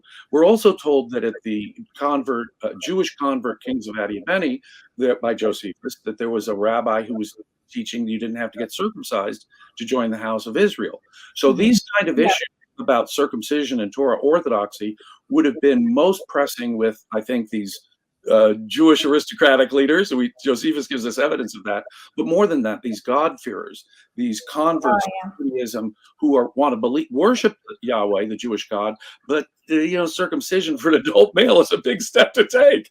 And so Paul's Gentile mission, or among these Jewish elites, that I think Paul's very issue with the law would come up. But you're right, in the opening chapters of Galatians, Paul is having a fierce conflict. He's condemning outright, he's damning outright people like Cephas and James for being more Torah. Not eating, Yep. Then you know. Yeah, and I imagine, I mean, it's funny, sometimes I give my students actually kind of a trick question. Maybe I shouldn't say it so I can't use it, but they won't watch this maybe. So I never tell them I don't want them to see me on YouTube, because I found out they run these things at 1.5 speed or 2 times speed to go faster. And I don't want to sound like Mickey Mouse, you know. So I don't let them know. I won't let them know, Professor. But sometimes I give them, you know, a quiz question, like what are the kind of the same question, you know, but I do it based on what do we think Paul is doing, because we're also in the position of having to kind of reconstruct that too, because he keeps talking about these displays of power, or, you know, these pneumatic demonstrations, these demonstrations of the Spirit. And you're like, what on earth? But, you know, as far as we can tell, and I'm sort of, you know, putting a bunch of like Corinthians and Galatians together here a little bit, but obviously we have Corinthians and Galatians on the mind today. But it seems to be some of these pneumatic demonstrations, which may be characteristic of super apostles, are things like speaking in tongues, prophesying. Healing seems to be one of them. Whether or not we're going to the extent of saying that these people can resurrect, I don't know. I tend to think that the miracles attributed to Jesus in the Gospels are allied to whatever these spiritual demonstrations were, in part because Jesus does them with the Spirit in the Gospels. So I think they give us a clue to what might have been going on here as demonstrations of you know, their sanctification as, you know, representative figures of some either messianic movement or holy person. So I think the super apostles are probably doing something along those lines, like Paul, but I think the distinction is what you've highlighted here, which is Jewish movement. Therefore, circumcision and the law and dietary restrictions remain the order of the day. Paul's thought seems to be that there's a new covenant, that the law, he says, is still spiritual. The law is still, as I've said before, operational as a covenant between the Jewish God and his people. But then you have this new covenant through Jesus's faithfulness with the Gentiles. And this new covenant, this is why in Galatians he talks about Sarah and Hagar, and he talks about the adoption of sons and that kind of language, because this new covenant allows, he uses this language of grafting in. So he grafts the Gentiles back into that family tree of Abraham. And in doing so, the covenant between God and the Gentiles involves, it seems to me, things like baptism and Eucharist, right? So if you are in Christ through baptism, through Eucharist, and you have the Spirit, which is the thing that through the adoption ritual, which seems to be the baptism ritual, you are now baptized back into that line of Abraham. What seems to be going on with the Corinthians is they're like, oh, well, I have the Spirit now, so I'm going to speak in tongues. The Corinthian women, right? You know, there have been books on the Corinthian women prophets. I think Wire wrote a book about this several years ago. But he seems to be particularly frustrated with, you know, the speaking in tongues and the interpretation of speaking in tongues by certain members who claim that they have the Spirit. And then, of course, you know, I seem to always go back to this. We don't have to talk about the prostitutes today, but you know, there's definitely a concern about including the prostitutes in Christ, you know, by accident. So that's another interview. But, you know, all of these things as a piece sort of give us an inclination of what's going on here in terms of what might have been on offer by super apostles, by Paul. And, you know, the opponents, it's a little bit clearer that the law, you know, I hope if you listen to these people, the knife slips the next time you try, you know, think about circumcising, you know, that harsh words. Let me get to the super chat because this has been waiting. Okay, sorry. It's okay. It's okay. Mark Bilby, thank you for your super chat. In Vincent's forthcoming edition of Apostolicon, 90% of the biogeographical details about Paul and the letters are absent. Might the Apostolicon be earlier in your view? If so, what implications ensue? Boy, I can't wait for that book myself. I get the feeling that this question is more aimed at Robyn. Yeah, it does connect to what Professor Walsh was saying earlier about the Tarsus connection. All that stuff could be later. Yeah, I mean, I think a lot of the details we have about Paul are increasingly interesting to me as matters of what we might call apologetic, or just sort of filling in the blanks, right, of this figure. And I just remain unconvinced, although, I still have time to continue to mull this over. But this construction we tend to have of the Pauline churches, and that Paul establishes these churches and they're faithful to him and they continue to go on and they communicate with each other. And that's the beginning of this network of Christian community. And, I just don't see as much cohesion as we would like to see. I guess you might say it as like from a sociological standpoint in these letters. I think we have, what's the word I want to use? And I'm going to get back to the question. Don't worry. But I think we have sort of idealistic notions about how these kinds of processes of conversion work. And so we have an idea that, people will decide, well, I'm what we might call a Christian now. Therefore, I'm not going to talk to my neighbor who's not. I'm going to disassociate from family members who say I'm crazy.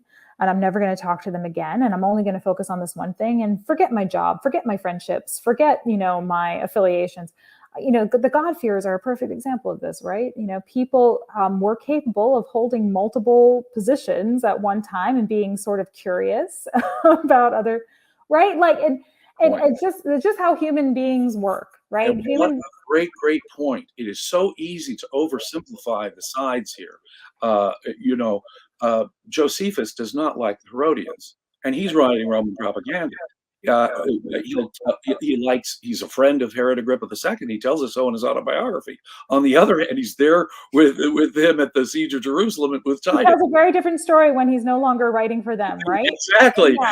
And he'll ascribe to his great-grandfather, Herod the Great, a terrible, gross death, or to his father, Herod Agrippa I, this divine punishment death. So Josephus, although writing Roman propaganda, has no problem being critical of Pilate. I've got to butt in this for a second. The Herod Agrippa I, he died of like worms and in his gut, something like that. Josephus' like the explosion of Judas and Luke. It's not exactly the same. What it does remind you of within Josephus, though, is his account of Herod the Great's death, his grandfather's death. There seems to be a divine punishment that Josephus is pointing to there, and a divine punishment of Herod Agrippa I, who I think was claiming to be a god in Josephus's description right before his death, and therefore Josephus gives him a horrible divine punishment as well. But more than that, Josephus I shouldn't laugh at that. And more than that, Suetonius isn't big on Caligula Nero either. Romans could be anti-Herod, could be anti-Roman emperor, could be critical of Roman governors and Roman governments at the previous time. That's absolutely no problem. So we shouldn't look at the Roman side of that in a simplified way. They're critical of Pilate in the New Testament, therefore it couldn't have any connection with Roman elites. Not at all. Roman elites were critical of Pilate and the Herods and so forth. That I think is important to bear in mind here as we go through this. In terms of the super apostles, Paul gives us the first clue in Corinthians. He says, Jesus had these post-death appearances. He appeared to James and Cephas, the 500. Lastly, he appeared to me last. Right? So one of the real tests of being an apostle is having one of these visions of the risen Christ. Now, I'm not sure that the original people who had these visions of the risen Christ thought of him as the world's savior, the redeemer of all sins, or changed our relationship to Torah, making these arguments that Paul makes. On the other hand, people before Paul had similar visions of a risen Christ. And I think that may have been the first ticket for admission to being an apostle. And I think that some of these, to the super chat question, biography, biographical elements, that we have of Paul, many of these are 2nd century. Yes. Or many of these come not from Paul himself or from extrapolations from things Paul has said. And I don't think we can presume success. I don't think we can presume that, I think that there's a concerted effort, certainly, later on to make Paul a foundational figure.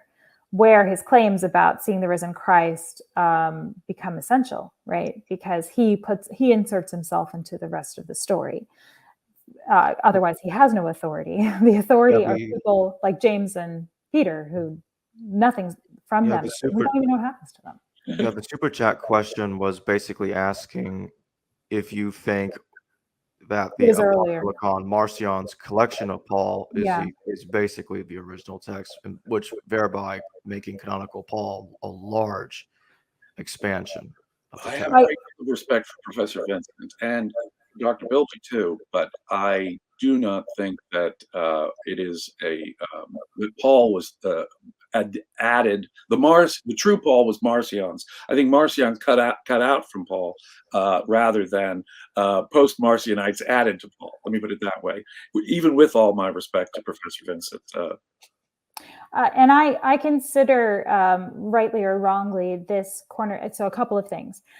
This corner of the field kind of the purview of Dr. Vincent at this point, although I've been reading his work and sort of dipping my toe in, trying to figure out my own position. I'm convinced utterly that we have neglected Marcion in the field to our own detriment.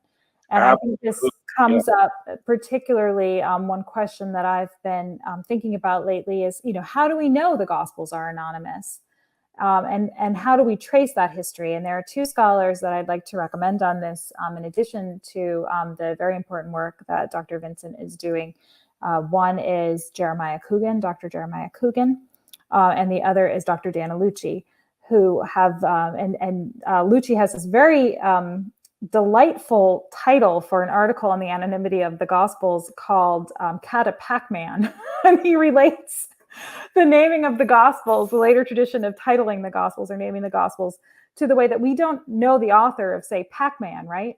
But we consume video games nonetheless. And so he thinks about that question of anonymity from that angle, which I think is very, very clever.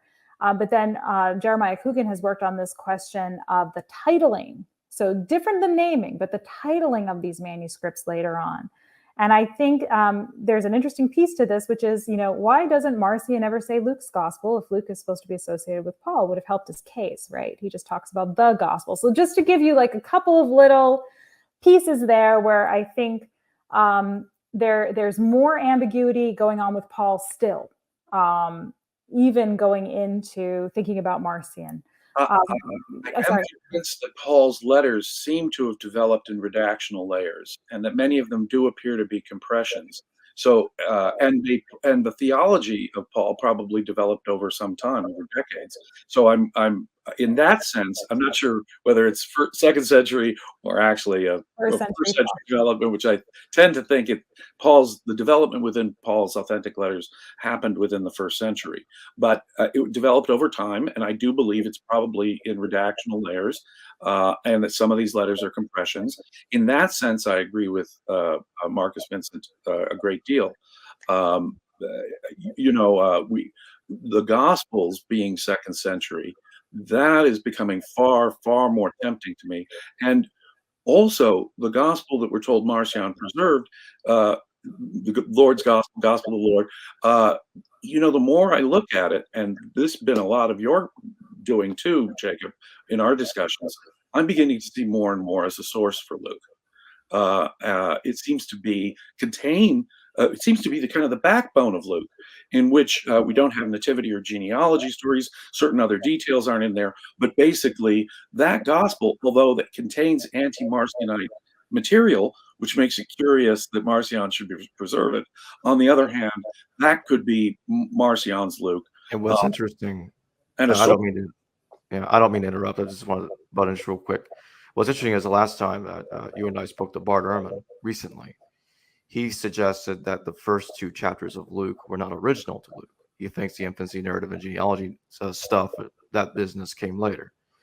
But it made me think, well, Bart, you're making it look like the Lord's gospel now, especially when you take out the first two chapters of Luke. So I had to ask him about it, because at the beginning of the Lord's gospel has Jesus. It just skips over him having parents. He doesn't have parents at the gospel.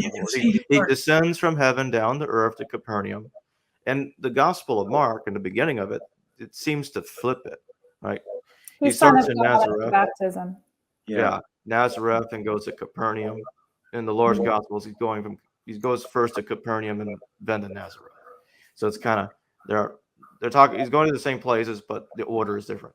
Well, that whole logos introduction to John is there, and then it starts in, this is the testimony of John, like it's the beginning of the book, and then the last chapter sort of ends with the very same formula that the end of chapter 20 contains, suggesting it's added on too. And it contains a huge aspect of Luke's triple tradition and double tradition in the text.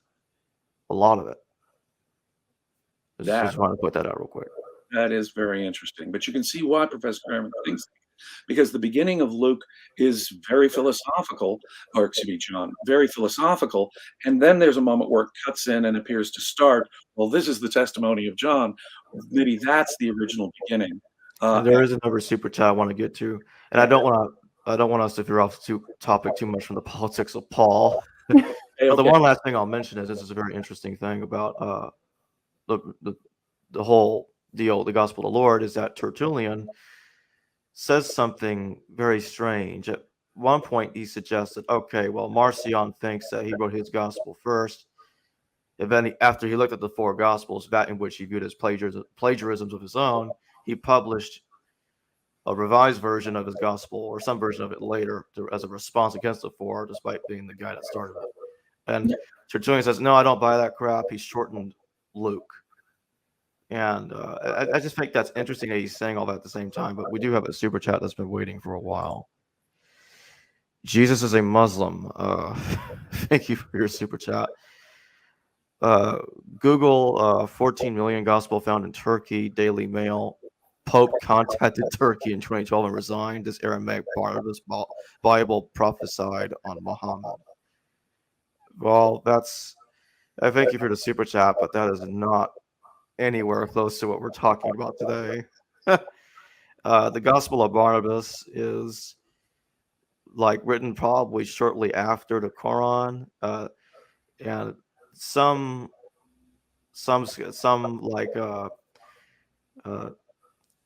think, like Dr. Blackhurst, for example, that Barnabas was written in several layers over many centuries. In either case, I think that there's no relevance here. I doubt either of you want to even address this. As no fan of Ratzinger, it's kind of rad. Yeah.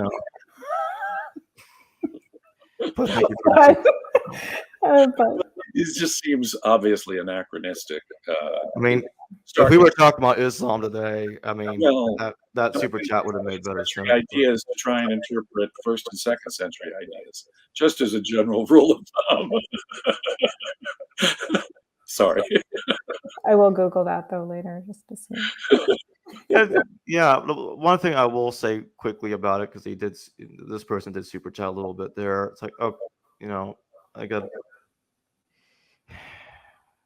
it looks like it's based on Irenaeus to a degree. Not what Irenaeus says directly, but what the sect, the Simonians, or whatever Irenaeus is talking about. Simon of Cyrene was crucified, not Jesus. And later on, somebody else says, actually, Judas was crucified, not Jesus, which is in the Gospel of Barnabas. But I think there's an earlier text that talks about Judas being crucified and not Jesus, or alludes to that, and Judas being made to look like Jesus. But it looks like it starts with Simon of Cyrene, and then some other sect replaces him with Judas being crucified instead of Jesus. But it's essentially the same story. But that's all I'm going to say about that. It just seems to me that we have a central fact here. A guy named Jesus was crucified under the governorship of a guy named Pilate. And until I'm given a good reason to believe that someone would make that up, or how they'd make it up, or why they'd make it up, that central fact seems to me, obviously the New Testament gives a highly, highly mythologized view of Jesus. I don't take it as history.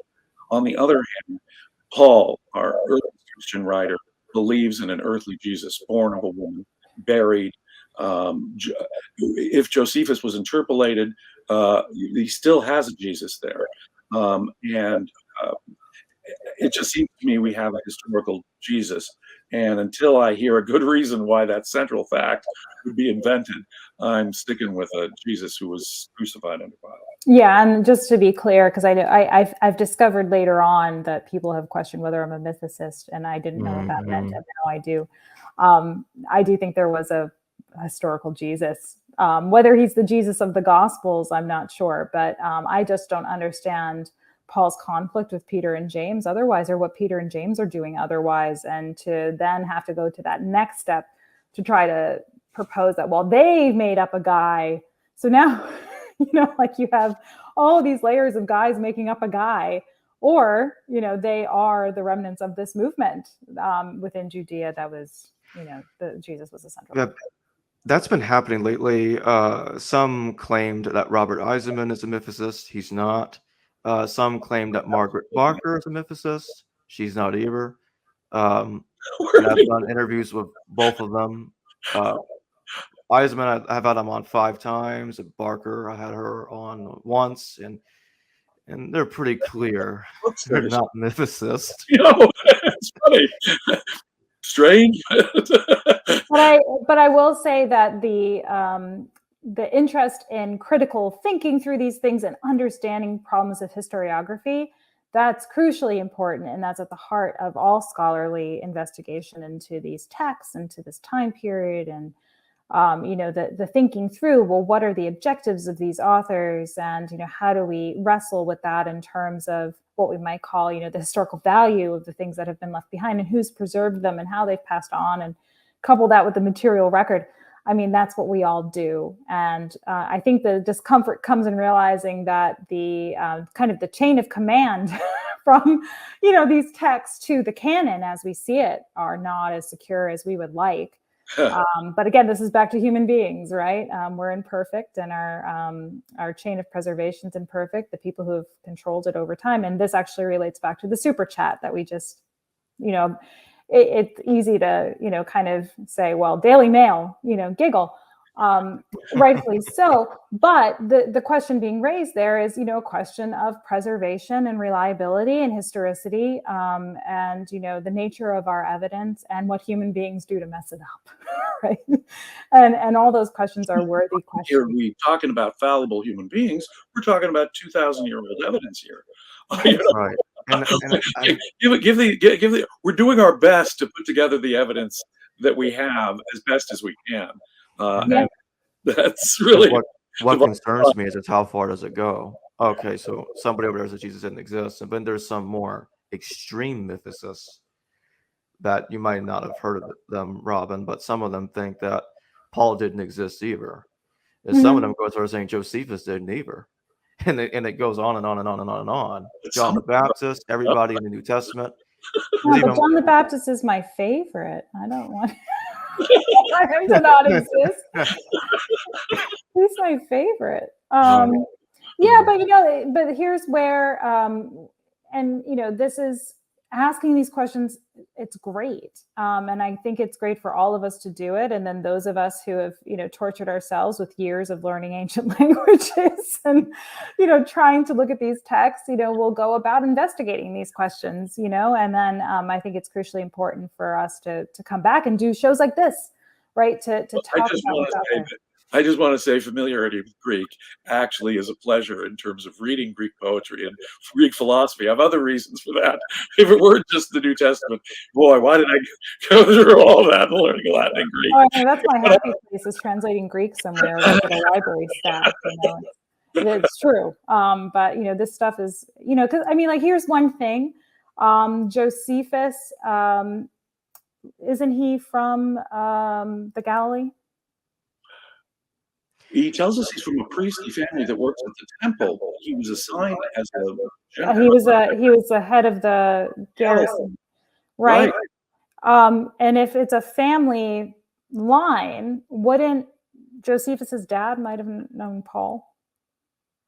You know what I mean? Like, when you think about it, like, these are questions we should ask, though. They both claim extraordinarily similar backgrounds, in a sense. Pharisees who seem to have some Essene messianic leanings, which is strange for a Pharisee, but it's a sort of like they're in that same intellectual milieu. And the astonishing overlaps between Paul and Josephus are many. Josephus was a critic of circumcision. The Jewish rebels demanded that even their pagan allies be circumcised if they were going to come fight the Jewish war. And Josephus boasts in his autobiography, I am opposed to forced circumcision and I wouldn't make our allies do that, ... Or Josephus talking about other aspects, or just right on all four. And one thing Josephus says as well that I've always found interesting is I think this is Josephus. And this was, I think, from Elizabeth Rawson's work, but that he mentions that in his day, Platonism was no longer in fashion. And, this is when everybody's turning Stoic, right?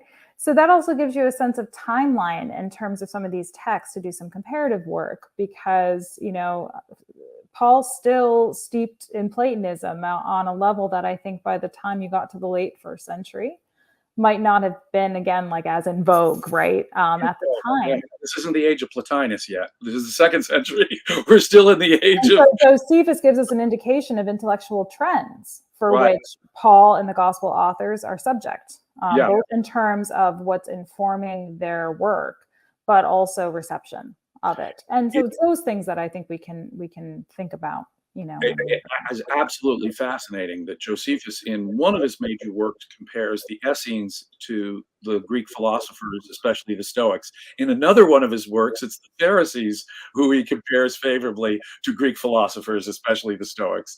And so Josephus is, in effect, attempting to, and you got to see it that way too. I mean, even though he's a Roman propagandist, he's trying to rescue the Jewish people to a certain extent and their traditions. He's defending Jews against slanders and against Appian, for example. And he's writing this whole history of the Jews in the Antiquities. He's trying to defend Judaism in effect in the wake of the Jewish war, even if he's writing Roman sponsorship. And so what's interesting is that he will attempt to impress his audience by saying that Pharisees in one work, Essenes in another work, well, they're just like the Stoics, don't you know? They're just like Greek philosophers. He'll very much, just saying that the rebel philosophy is a fourth philosophy, and these innovators. I think what he's trying to do is whitewash the existing mainline, the Pharisees and Essenes, who may have well been part of the Jewish rebellion. He's trying to whitewash those standard groups and make the rebels an entirely different, new innovation, when in fact they were probably ultra conservatives within Judaism who were the rebels. It's interesting to think too about how Philo plays into this as well, which is why it's so important to look at Josephus and Philo, but also think about this is why, again, back to accident of preservation seems to be at least a theme for me today that I'm sort of harping on. But, they're preserved largely by, we think, later Christians who reflect back on Philo and Josephus as giving contextual information about the era of which we're talking about. And I think Josephus and Paul might be the only two Pharisees for whom we have any writings at all. I think that's the case. Like Pharisees from the era. Any writings at all. I think you're right. Yeah. I'm not aware of any other self-identified Pharisees from that era that we have at all.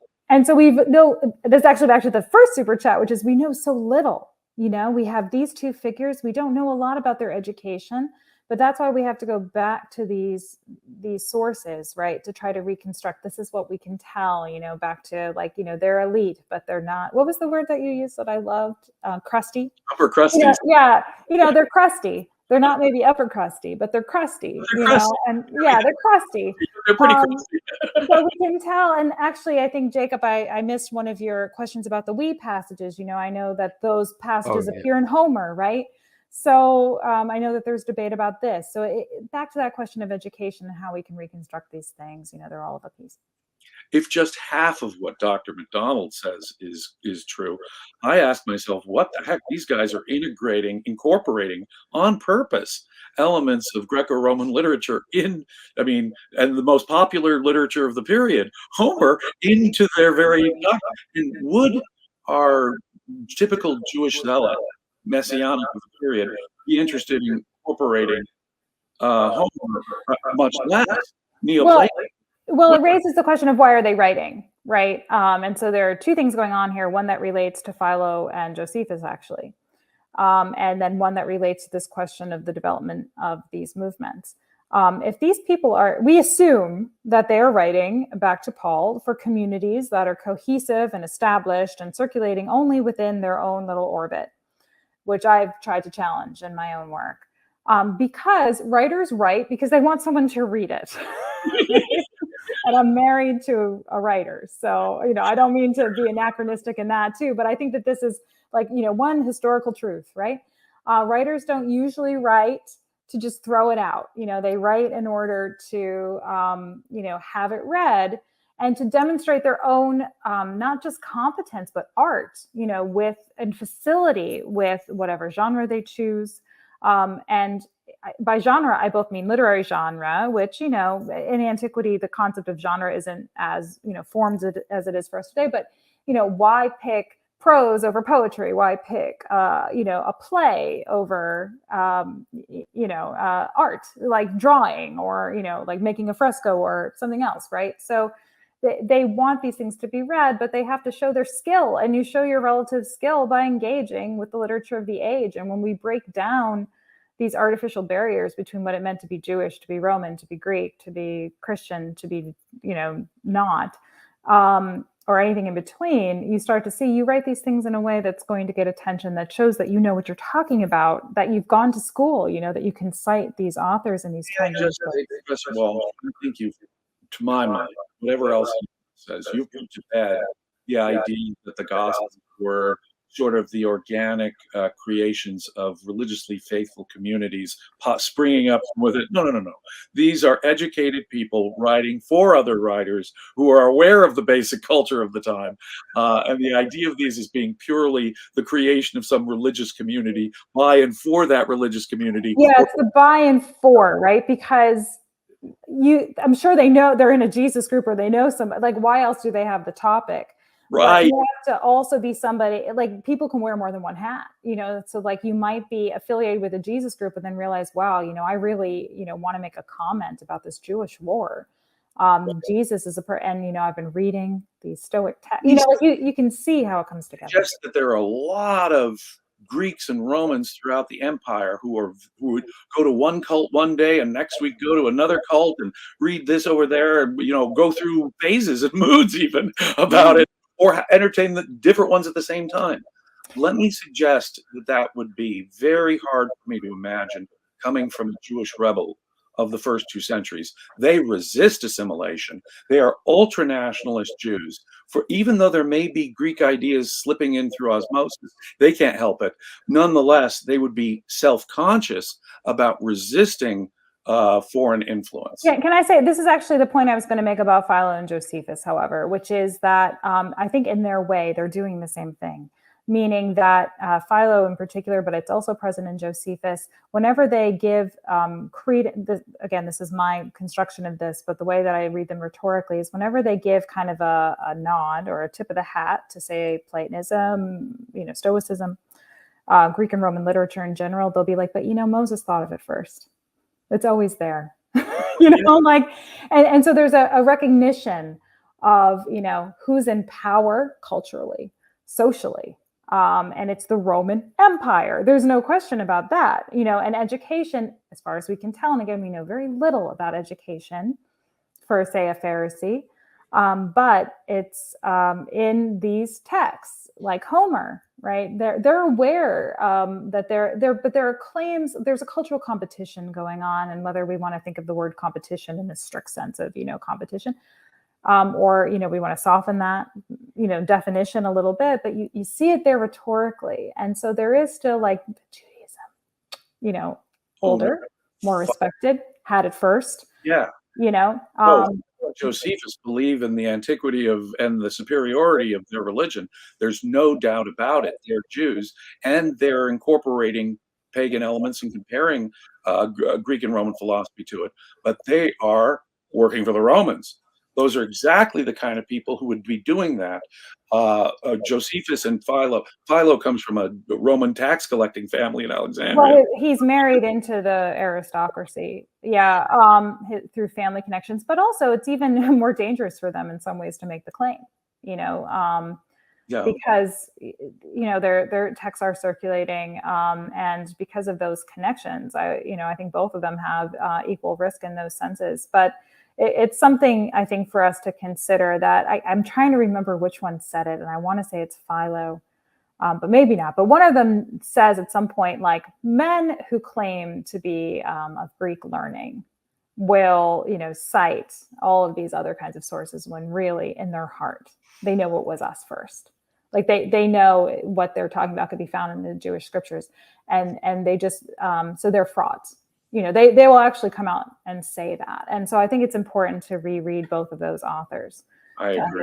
Understand some of what we've been talking about in terms of even We're politics. behind on the super chats. Let me take this one. John D, thank you for your super chat. Dr. Walsh, could you speculate wildly about Mark for a couple of minutes? Who he was, his goals, his audience, his sources? Yeah. You want me to speculate wildly? Wildly now. Wildly.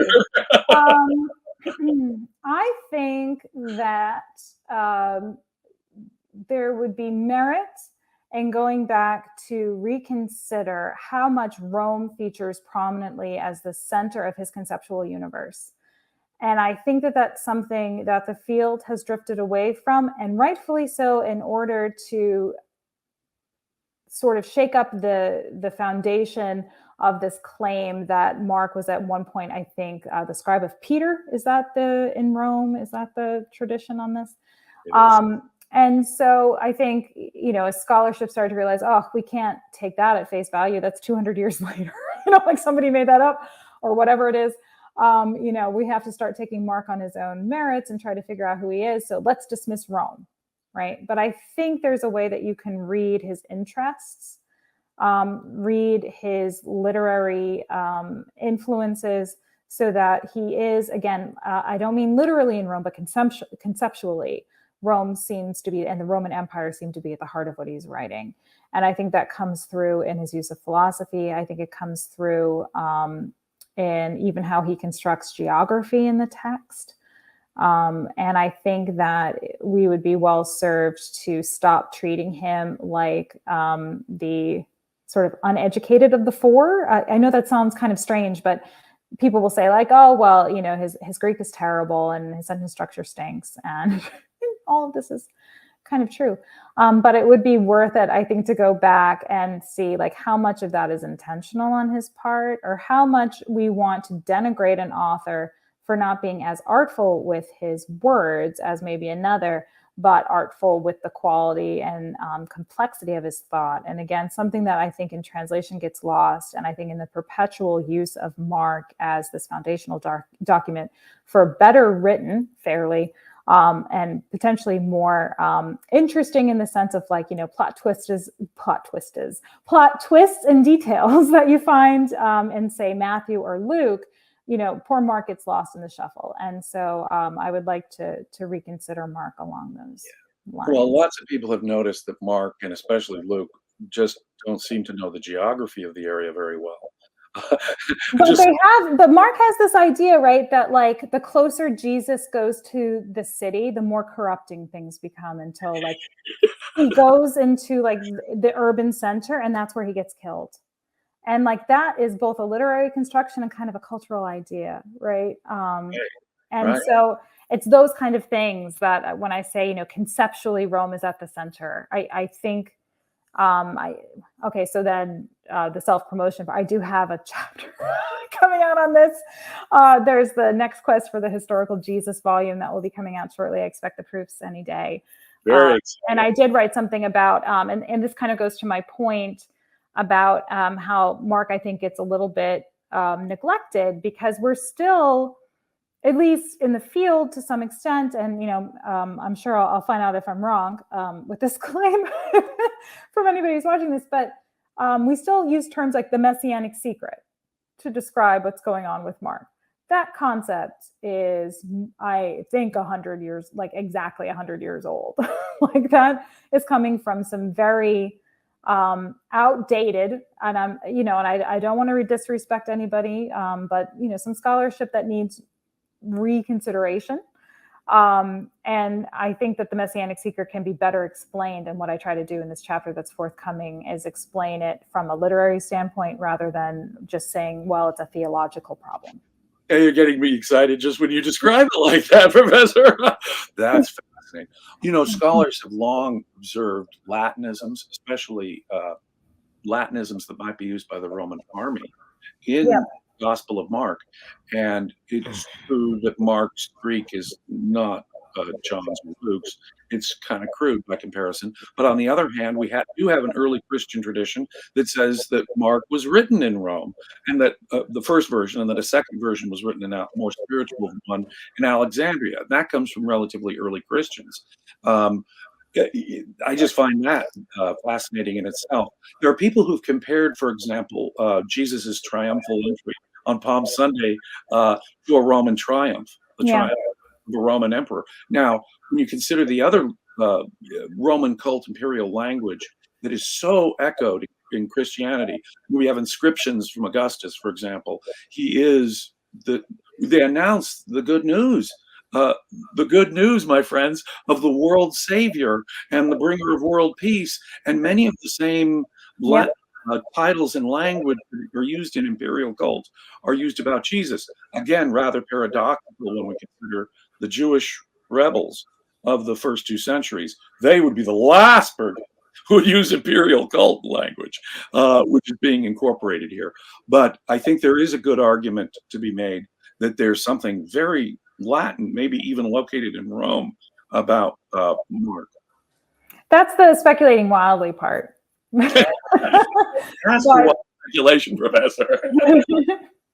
No, I really like a little carrot. I can't, honestly, to be fair, I cannot say where Mark was written. No, I can't either. But just the idea to dispel with the 19th century constructions of theology to explain, who he is. Yeah, I think that's right. Yeah. But it's an interesting suggestion, this other evidence, isn't it? Mark might have been written at Rome. It certainly doesn't seem that the person was too terribly familiar with the Jerusalem area. And if you think about it, Mark 13 is a big fat warning against rebellion. Don't do it. You're going to lose. The temple will be destroyed. Not one stone left on another. Yeah. The temple's going to be wiped out. Whoever picks later on or earlier on when he's arrested in Gethsemane, whoever whoever uses or picks up a sword will die by it. Well, literally that's false. Lots of people who use weapons or initiate physical force die of natural causes. So what he's meaning in that context, though, is a warning against rebellion, pretty clearly. It's hard to miss the aspects of political statements that are all over in the New Testament that are very surprising when you consider let me put it this way, the non-elite Jewish messianics of the first 2 centuries who would have very big objections to any of this. Dr. Bilby, thank you for your super chat. How might you map out Parthian versus Roman imperial conflict in Josephus and the canonical New Testament texts? Are there New Testament texts on the Parthian side? Ooh. Parthia was an ally, a very passive ally. The Jewish rebels wanted to elicit Rome's great rival in the East, obviously. The only ones who would really put up a challenge to Rome in the East were the Parthian Empire. And so the Jewish rebels were reaching out to the Parthians to be allies. But much to their disappointment, Parthia never really joined in with the Jewish rebellion. And I, for the life of me, can't find pro-Parthia stuff in the same sense that I can find almost directly pro-Roman stuff, where, like Jesus' praise for a centurion or his pay your taxes to Caesar, line, stuff like that. There's no pro-Parthian politics, let me put it that way, in the Greek New Testament as far as I can see. But certainly, Parthian religion had long been an influence on Judaism. Since the return from exile 500 years, 600 years before Christ, the time of Ezra and Nehemiah, I think there was a tremendous Persian Parthian influence on Judaism at that time. Robyn, did you want to address the super chat? I'll defer to my co-interviewee here on that. Although I was just looking up two scholars that I want to recommend for your point about Roman military, which are Mark Letney and Matthew Larson, who have worked on incarceration and on Roman military. So I'll just, if I don't mind, if I can use my time to refer to those two. And I'm sorry that I had to look at my phone for a minute, but and it's because we've been talking about the Gospels. I couldn't remember which one was Mark and which one was Matthew. So I wanted to make sure I got the names right. But Mark Letney and Matthew Larson. Myth Vision podcast. Thank you for the super chat, Derek. Can we all just admit Dr. Walsh is the best by saying amen? Grab her book and get ready for her lectures. Hi, Derek. Derek, you and I both know that she is the coolest thing since sliced bread, okay? Yeah, I recommend every word that Professor Walsh has written. I think it's critically important to this discussion, and I can only echo the amen from friend Derek Lambert, okay? Thank you. Go out and get her books and look for the next one. Yeah, I should. I'm trying to get my grades in so I can work on it, but hopefully I'll finish it this summer. Myth Vision, another podcast, another super chat. Thank you, Derek. What if the earliest Jesus groups were educated? Yeah. It's kind of my point. The earliest Jesus group. Yeah. Well, I think to be especially on the religious side of any of these movements, you do have to have some kind of education. I mean, you look at for example, let's take the Dead Sea Scrolls sectarians themselves. They were literate. They were educated in their own traditions. As I say, Greek ideas were already by osmosis filtering in even in the Maccabean period even. So in the 2nd and 1st centuries BC, even there we can see that our hardcore militant separatist messianic Jews were literate, educated. So we're talking about compared to what situation? And we're talking about, I think with Jewish rebels of the 1st and 2nd century, we're talking about the mass movement and what you might expect there. But I would ask you to contrast the Dead Sea Scrolls sectarian documents with the New Testament, because we don't have 1st century, alas, documents from the 1st century rebels, but I think the closest approximation to what their positions would have been can be found in those sectarian documents. They're militant like the sectarians of the Dead Sea Scrolls were. They're nationalist, separatist, messianic, apocalyptic. It just sort of checks off all the same boxes, and it makes sense that they would be part of the next step in that developing tradition. And it's sort of the nature of the evidence. And I think that's something we have to pay attention to. And one thing that I have tried to argue, I guess is the way to put it, but one thing that I've thought quite a bit about in doing my work is, why do we have an idea of the opposite, or at least why do we have a predominant idea that these are groups, people who are producing these materials are, in groups and communities, are, not educated despite the nature of what we're seeing with these documents. Where have we come up with that construction, that historical construction? And it seems to me to be something along the lines of what we receive in Acts or at the end of the canonical Gospels, this idea of, these fishermen huddled in an attic. And I think sometimes we make a little bit of a well-intentioned but historical mistake in assuming that the people that Jesus ministers to in the Gospels, those must be the original Christians, right? And so the Christian groups must have sprung from those groups of people he's talking to, that he's healed, that he's performed miracles for. And what that does, though, is disaggregate the nature of the evidence, right? These Gospels are later. Paul does not emphasize that Jesus, he tells us a couple of, or one teaching of Jesus's from the historical Jesus, but his emphasis is not on the kind of stories that you then get from the Gospels. So our earliest evidence for Jesus groups are not the Gospels and the people that Jesus is surrounded by in the Gospels, the fishermen, the lepers, the people who are from caste society that do need love, attention, healing, compassion, right? And that's an important part of Jesus's message, and one I'm not trying to take away from. But the earliest evidence from a historical perspective for Christianity is Paul, an educated Pharisee. That then by the time you get to the Gospels, you have these texts being written in Greek. And the only people who could have done it are people who are educated. And then here I'd like to note the fantastic work of Candida Moss. And she has some articles on this in a forthcoming book this year about, the people who, so take Luke's preface, who are the sponsors or the patrons of this kind of writing. They don't have to do the writing themselves. They can pay for somebody to do it, but still take kind of credit for it as the person who's sponsoring it, right? Those are elites as well, right? Both cultural elites, educated elites, and possibly more economically elite than we traditionally associate the early Christian movement with. And of course, that's challenging because of what the Gospels tell us, right? Or because, it's central to the Christian message that there's redemption for those who are downtrodden, who are not wealthy, who are not, the elites, whether, again, cultural, economic, societal. And that's a message I think resonated with people rightfully. I think it's an ethical message that is crucially important today as much as any other time in human history.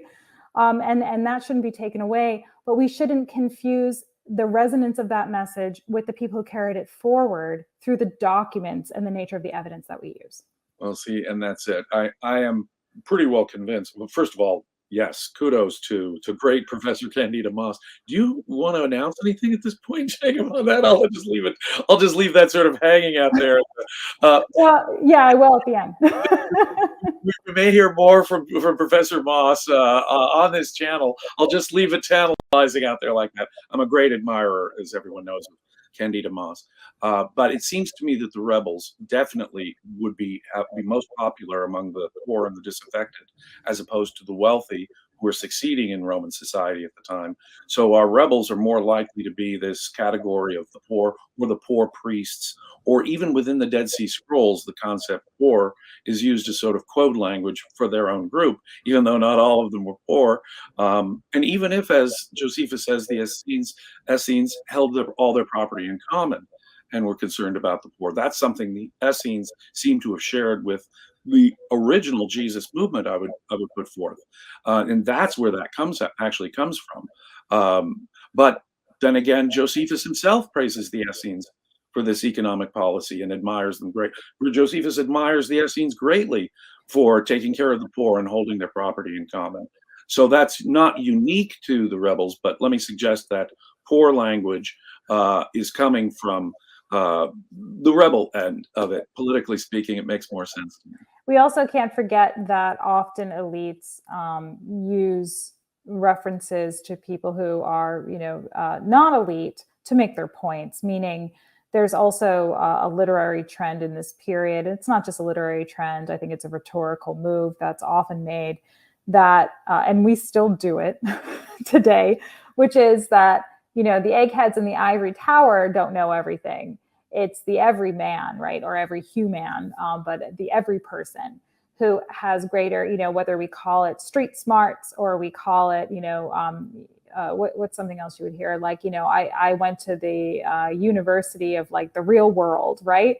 Yeah, of hard not, right? So we still create this dichotomy, and perhaps, it is earned in some ways, but my point being, in this period, there was very much, you see it in the Greek novel, the idea that the true person of faith, and this is Greco-Roman religion, including Judaism and including what we might call Christianity or any other tradition from the Greco-Roman era and the Roman era, that, somebody who grew up in the country, never went to school, spent their days, out in the fields, are more in commune with nature and with the gods or with God than somebody who went and studied it for their entire lives. And so to have those people both at a time when that is a dominant discourse, I would say, among elites themselves, but also to have that featured in texts that are trying to talk about the Galilee of Judea, which is a place where you're more likely to find people of that ilk, than say within Judea, I'm sorry, within Jerusalem. It fits, right? And so, but we should not mistake, especially when you see the activity of Paul. Paul is not going around Judea trying to find Gentiles, right? That's not what he's doing. And so when we're talking, again, historical versus literary constructions of history, what we have is Paul going around the eastern part of the empire, talking to people about his idea about this movement with Gentiles who are curious about Judeans and about Judaism. That's what he's doing. And he's teaching them about the Jewish scripture, and he's coupling that with the Greco-Roman philosophy that makes him kind of, plugged in. I think you used the word popular before. He's plugged in to popular ideas at the time. And then the gospel authors pick that up, but they know the region they have to talk about. And this is back to the mythicist thing too, right? Like they know the region they have to talk about. They have to talk about the Galilee. And they reconstruct the people there. And I would say that there's a social justice aspect to this that I think is important in being attentive to these reconstructions of the poor and the downtrodden and Jesus himself, and remembering that we have to think about these persons and what they represent as more than just fodder for understanding, a conceptualization, an idealization of the early Christian movement, and to think about those. It's a huge part of contemporary Roman literature. Vespasian himself plays up his humble origins. He's a country bumpkin. And he does the same thing, actually. He plays up his humble origins. He came from poverty. Vespasian's a self-made guy. He jokes around about his countrified accent. And in Latin, plaustra, plaustra, that kind of thing. Not only that, his son Titus was born in this humble little shack in lower class Rome. And when he became emperor, became a pilgrimage site for the cult of the Flavians. They'd go to the humble place where Titus was born in miserable poverty, only to become the emperor of Rome. So Roman emperors were using specifically that kind of propaganda. We too come from the common guy. We too are the best for the poor. If you read Pliny the Elder's dedication to his natural history, which was published in the reign of Vespasian, his friend, he compares Vespasian to God. What makes Vespasian godlike? His father-like love and compassion for all of his people. When you read Suetonius's biography of Titus, he stripped all of his mansions of all of his wealth so he could help the poor who were suffering from fires and disease. So it was a massive, being pro-welfare and being pro-poor and being from humble origins was an important part of contemporary Roman political propaganda at the time, as well as Christian ideology. Yeah, Augustine actually does the same thing where he says, I didn't have any friends because I was just smarter than everybody. So no one could keep up with me. So I just stayed at home. And just like, I was a homebody who's self-taught, but I just kind of naturally knew all these things. With the idea of like plugging in, not because you're coming from like, you're not, you ignore the fact that you've got, like your father's the emperor. Ignore the fact that, somebody left to, like a trust fund. Like forget that. Like I'm a self-made, but people don't change that much, to be honest. So you see that throughout. I mean, even when people start speculating that Nero has resurrected. The Nero. I mean, there were at least 3 phony Nero. They're all like rural dudes. Like there's a guy who played the flute. Right. He's kind of hot. He reminds me of Nero. He's a really good lyre player. Like. I think I made a joke previously, like he's like the Justin Bieber of this region. So. Right, but how fascinating. Nero, we think of as this bad guy. We think of this movie Quo Vadis. No, everybody loved that guy. The evil Nero in our minds fiddling as Rome burns. But think of it, he must have been popular. Yeah. Otherwise, these, resurrected Nero things wouldn't keep coming up. And in the late 1st century, we have at least 3 of them. Yeah, there's sort of a coddling rhetorical move around the Roman emperors. I mean, like even Caligula, the name means little boots. Like, little boots. Like there's sort of this personalizing that goes on between empire and subject. That I guess made it more palatable to be ruled with an iron fist. I don't know. But you can kind of see that construction. The whole deal, the fake Neros and Nero's supposed to come back, it kind of reminds me of the idea Jesus is supposed to come back and those people are going to pretend to be him. Many will come in my name and deceive many is what Jesus is Well, but Let's, there certainly were yes. many rebel leaders who were obviously claimant messiahs. Mhm. And I think that the false messiah warning is referring to these violent rebel leader messiahs, like the Egyptian or Judas the Galilean or Theudas in the 40s. Those are, or Bar Kokhba in the second Yeah, Bar Kokhba. But you even have it in Mark. Who do people say that I am? Well, some people think you're Elijah. Some people say you're John the Baptist. Like it was happening. This was something that was part of this. Elijah resurrected or what? Right. Yeah. Elias Almighty, thank you for your super chat. I take the position that the Gospels were composed post-Marcion.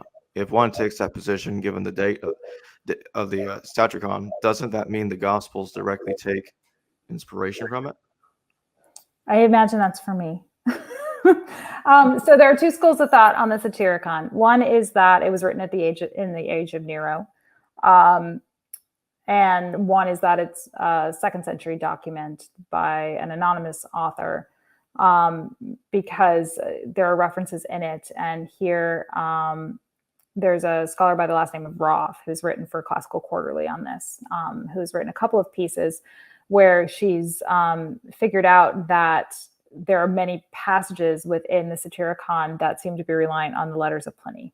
So it would have to be after Nero. And so I take that research as the brilliant work that it is, and tend to think that we're dealing with a 2nd century document. So actually, it's kind of a chicken and egg argument, whether or not you think the Satyricon is from the age of Nero or whether you think it's, Roth is correct and it's from the 2nd century. Either way, your question is valid.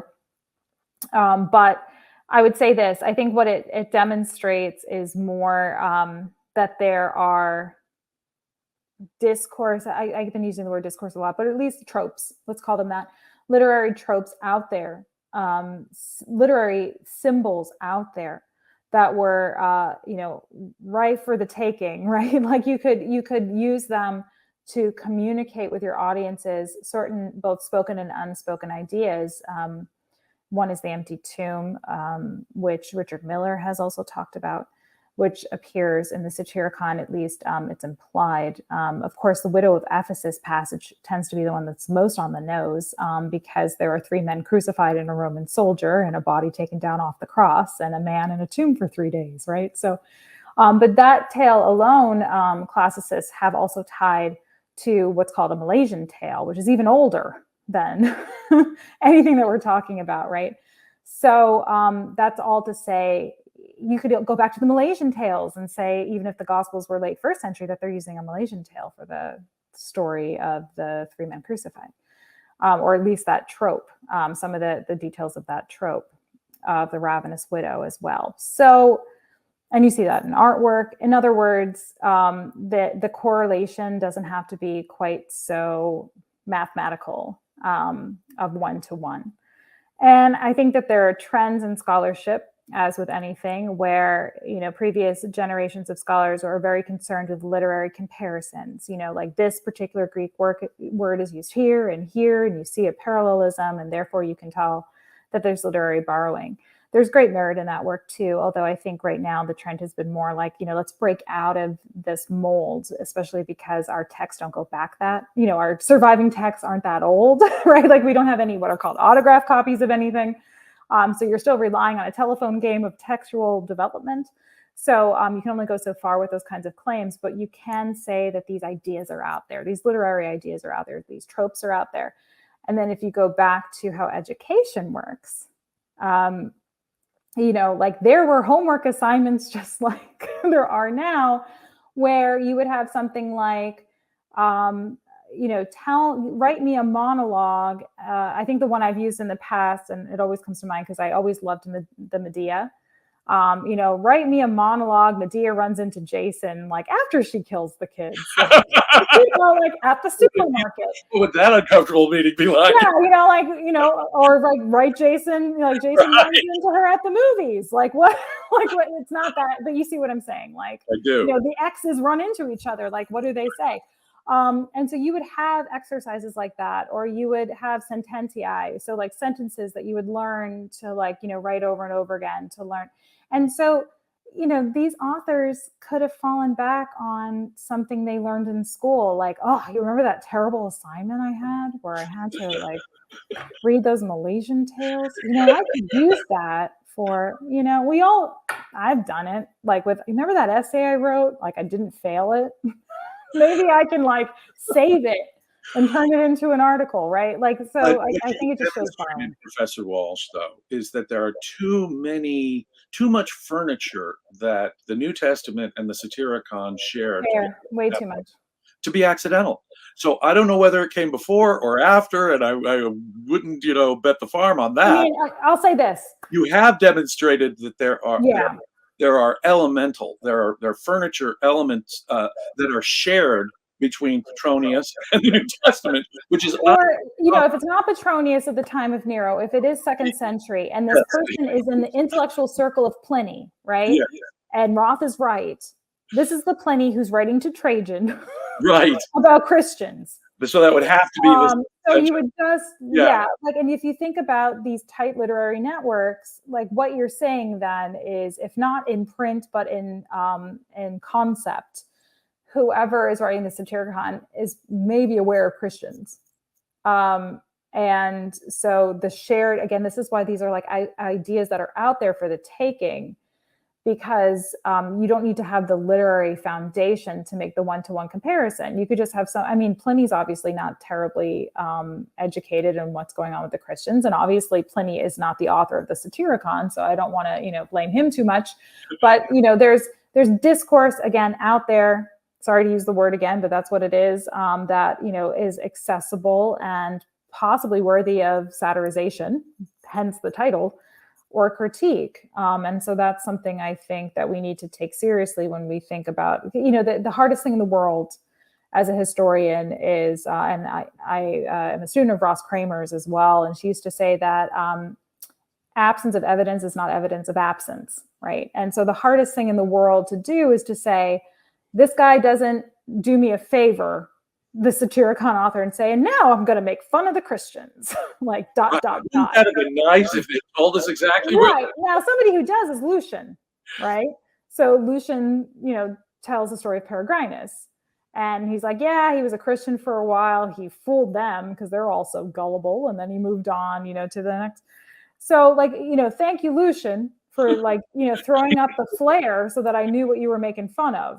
Right. But not everybody was so amenable or cooperative. And so there's another scholar, P.G. Walsh, who, no relation, although, he seems like he was an excellent scholar. So I wish I could claim him, but not knowing anything about his personal life, but just based on his scholarship, it seems that, he was really clued into these ideas because he tended to read Apuleius's Golden Ass, the Metamorphosis, as having some connection to Christianity as well.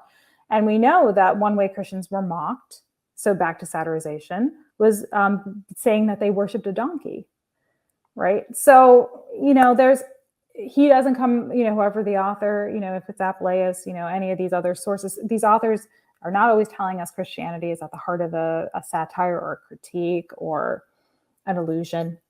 But it's interesting to play with those ideas. And some scholars, like Walsh, like Roth, although she doesn't link it to Christianity, it's in that same spirit of recognizing we need to reconsider these dates, these attributions, and think about how this literary borrowing happened. Fascinating. Teller Icon, thank you for your super sticker. I think Myth Vision Podcast, thank you for your super chat. Dr. Walsh, do you think Jesus' hidden identity in Mark is working off Odysseus and Homer or something literary in the Aeneid? I think both. So there's some implications here, the Aeneid being written in Latin and the Homer writing in Greek. But the trope in question is the recognition of the hero. So, Odysseus in coming home is not immediately recognized, except I think by the dog. The dog. I think I have that passage right. One of the more heartbreaking passages. He sees the scar on his leg too. The boar. Okay, all right. But there's a passage about the dog, right? Yes, the dog. I think that one made me cry. The dog recognizes his master and then falls over dead. That's really. I know. I can't. Yeah, read it. Oh, it's brutal. That passage is brutal. As a dog person. So there's that, and then it's a trope within the work a Virgil, where for example, Camilla. And this is in the chapter that I mentioned previously that will be coming out in the next Quest volume. That's edited by Crossley and Keith. In Virgil, when a character like Camilla comes into the scene, the word that's used in Latin is akin to the Greek word thauma, which means wonder. And so whenever a hero comes into the scene and is not immediately recognized, usually the crowds around the hero are described as awestruck, as dumbfounded, as confused, bewildered. They don't recognize the hero. They ask each other, who is this person? And then the person leaves the scene, and there are some words where, they're amazed or astounded to the point of just like being completely out of their minds. Like you see different variations on this concept of wonder. And it's the exact language you have in Mark. So the thing that I argue in this forthcoming piece is that what the author of Mark is doing is tapping into that same motif that you find in Homer and that you find in Virgil of epic, where the hero is not recognized. So the thing we call the messianic secret, Jesus comes in, he performs his miracle. People go, who the heck is this guy? He performs a thauma. He performs what we call a miracle. People go, who is he? What is he doing? They're dumbfounded, they're astounded, and he leaves. At least the reason I leaned on Virgil more than Homer, but here I think it's Dennis MacDonald's work that's being referenced. And I think it's a very strong argument to go back to Homer. I'm sure Virgil's using Homer, right? But the reason I lean on Virgil more than Homer. Yes, Virgil's definitely using Homer. He's definitely using Homer. Yeah. The reason I lean on Virgil a little more is just because the subversive figure. Camilla is a woman and a warrior, and she's not supposed to be that. And Jesus is a Messiah who dies, right? So this idea of the subversive figure causing confusion, or the hero causing confusion, and then couple that with passages about not being recognized in your hometown, etc. I think that that's a literary trope, but the theological argument about messianic secret, I think, has thrown us off that literary trope for some time. Well, there are parts in Mark where Jesus says to the disciples, I talk to everyone else in parables, and I talk to you behind the scenes. I tell you all the truth, but I tell them so that they won't be saved, and I'm going to tell you so you will be saved. Where there's other places where Jesus says he performs a miracle. He says, "Shh, don't tell them that I did this miracle. Keep it under wraps." And so that builds up to the point where someone says, "Well, is there a theme here of a messianic secret? Is Jesus keeping this a secret?" Yeah, no, and I understand that's a distinction in that particular argument, but I think that it explains.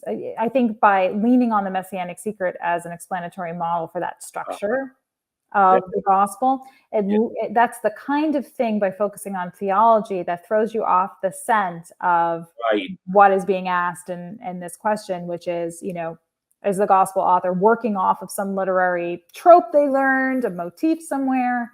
What are they alluding to, right? And so then you can start to ask more questions about, like, well, what's up with this guy? Like, why is he writing this in the first place? It can't just be about the community, right? And then it's back to the thing about, like, well, how do we reconstruct early Christianity? Is it the people who had no idea who this guy was and then he walked away? Like those are your early Christians. It's literary. Right. Yeah. It's literary. That's the answer. Yeah. Gettysburg, Dominiac, thank you for your super chat. Jesus' trial in Mark, he is accused of blasphemy. Is this a mistake Mark received from an oral tradition incorporating scriptures from the Septuagint? See, I wish I knew more about the actual historical trial and execution of Jesus. And the problem is that the Gospels, I'm not sure, are reliable in that regard. They I don't think agree. I wish I knew more. That there may have been aspects of that played a part in it. The thing I think I'm most confident of is Jesus tends to be an apocalyptic, and the titulus says King of the Jews. So I think, and we have this whole lineage from David being, even Paul says he's of the seed of David, which is early, which suggests to me that maybe the historical Jesus was killed for claiming to be the descendant and heir of David, the rightful king of the Jews, and may have been part of an apocalyptic movement, which was certainly associated with the rebels. I think that those are the things that may have gotten him in trouble with the Romans. But the priesthood was working with the Romans, and that kind of stuff would get you in trouble with the high priest just as much, maybe, or even more, because they're so afraid of the Romans, with them as well as the Romans. So. I think it's so none of the Gospels agree on this. I think it's Luke has both of them. I think he has blasphemy and like sedition, and then I can't remember off the top of my head. I made a chart once. I kind of wish I had my chart, but they don't agree, and sometimes it's political rebellion, and sometimes it's blasphemy. And so I think it's internal to the text and the understanding of the author in question what they're setting up, right? So Right. I'm not sure if it's a mistake from oral tradition as much as it's actually kind of I was sort of struck for a moment by saying, I have to look up the charge of blasphemy and what it meant historically. I think the gospel writers probably needed to too. Right? So I think it may be internal to however they structured their narrative. They picked one or the other, but it's not like we have, a solid tradition that it was one, or a solid oral tradition that it was one particular charge that was then altered by a gospel author or something like that. Maybe both were. But it's hard I mean, he wrote a little horse and a donkey at the same time in one of the gospels. So why not? There's one way to translate it. I'm sure. Maybe he was laying down, so half of his body was Well, I always picture him on one, the other half on the other. I don't know. But the truth is, we really don't have good historical reports of the trial of Jesus. The priesthood may well have been involved. I'm not sure what the exact charges were. I'll bet you it was for claiming to be king of the Jews or a descendant of David. That's all. Again, the death was a Roman execution. Right. The death was a Roman execution, and they perceived him as a threat. So when there's all this pro-Roman political cleanup, that's a post-event thing. That's going to happen decades later, in my view. Jesus' original followers wouldn't have been motivated to present Jesus in that way. Gettysburg Demoniac, thank you for another super chat. Where does Mark get his narrative outline, and does this obscurity shed light on what Mark knew about the historical Jesus? Papias. Oh, sorry, go ahead. It's hard to know. Papias indicates that Mark, we don't even know that Papias is talking about our Mark. But let's assume that the reference to Papias is about our Mark. He says he was aware of logia of Jesus before, oracles of Jesus written in Hebrew by Matthew. And there's a John the Presbyter logia, and there's an Aristion's logia. So there were written materials that existed before Mark, if that's what Papias is talking about. And let me suggest that it's to those written materials that we should look for sources for Mark. But without having those sources, it's hard to know how creative each of the gospel writers were, except by comparing their overlaps and their contradictions. So I wish I knew more, but there's a bunch of the question is I don't think we really have enough information to know. I would recommend everybody take a look at Dana Lucci's article that I mentioned earlier on Pac-Man and the anonymous source idea. because he does go through Papias and he goes through Tertullian later, and the nature of our evidence for when we first see evidence of the Gospels being referenced, and when they finally get the titling later on. Again, Jeremiah Coogan's work is important here too. But the thing is, it seems that there was just kind of a general statement about there's a gospel out there, and it's not exactly clear what that is. It's not clear that even if it's something that we would recognize as, say, Mark, or relevant to Mark, there's no way for us to really reconstruct that, which is a nuisance, obviously, for us in the field, but keeps me in a job. Employment for scholars. Yeah, so I'm not complaining. But I would say this, my recommendation for how to get at it is kind of twofold. One is, I think, as I mentioned before, I'm convinced that Mark knows some aspect of Paul's letters.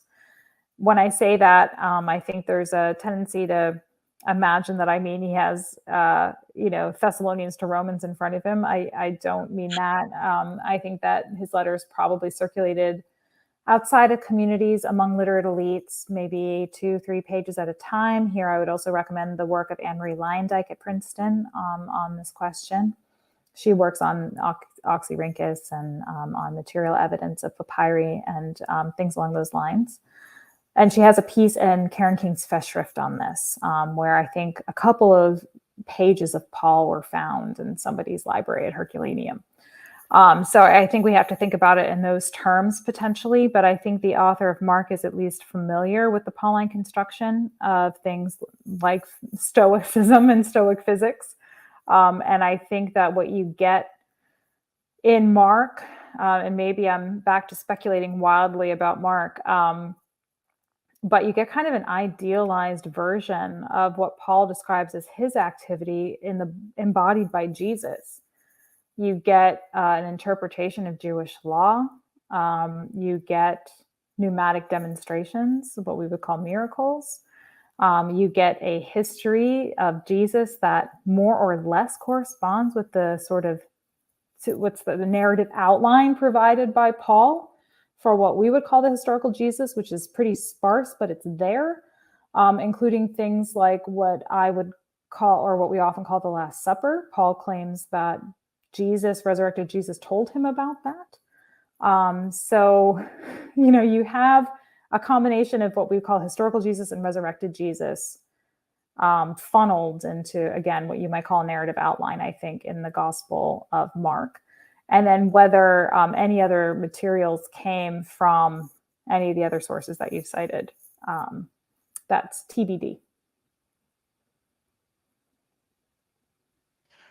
It's Bart Demani. I think if you're super chat, did the Gospels original readers understand the text to be fictional? And if so, why did the readers later believe these things literally happened?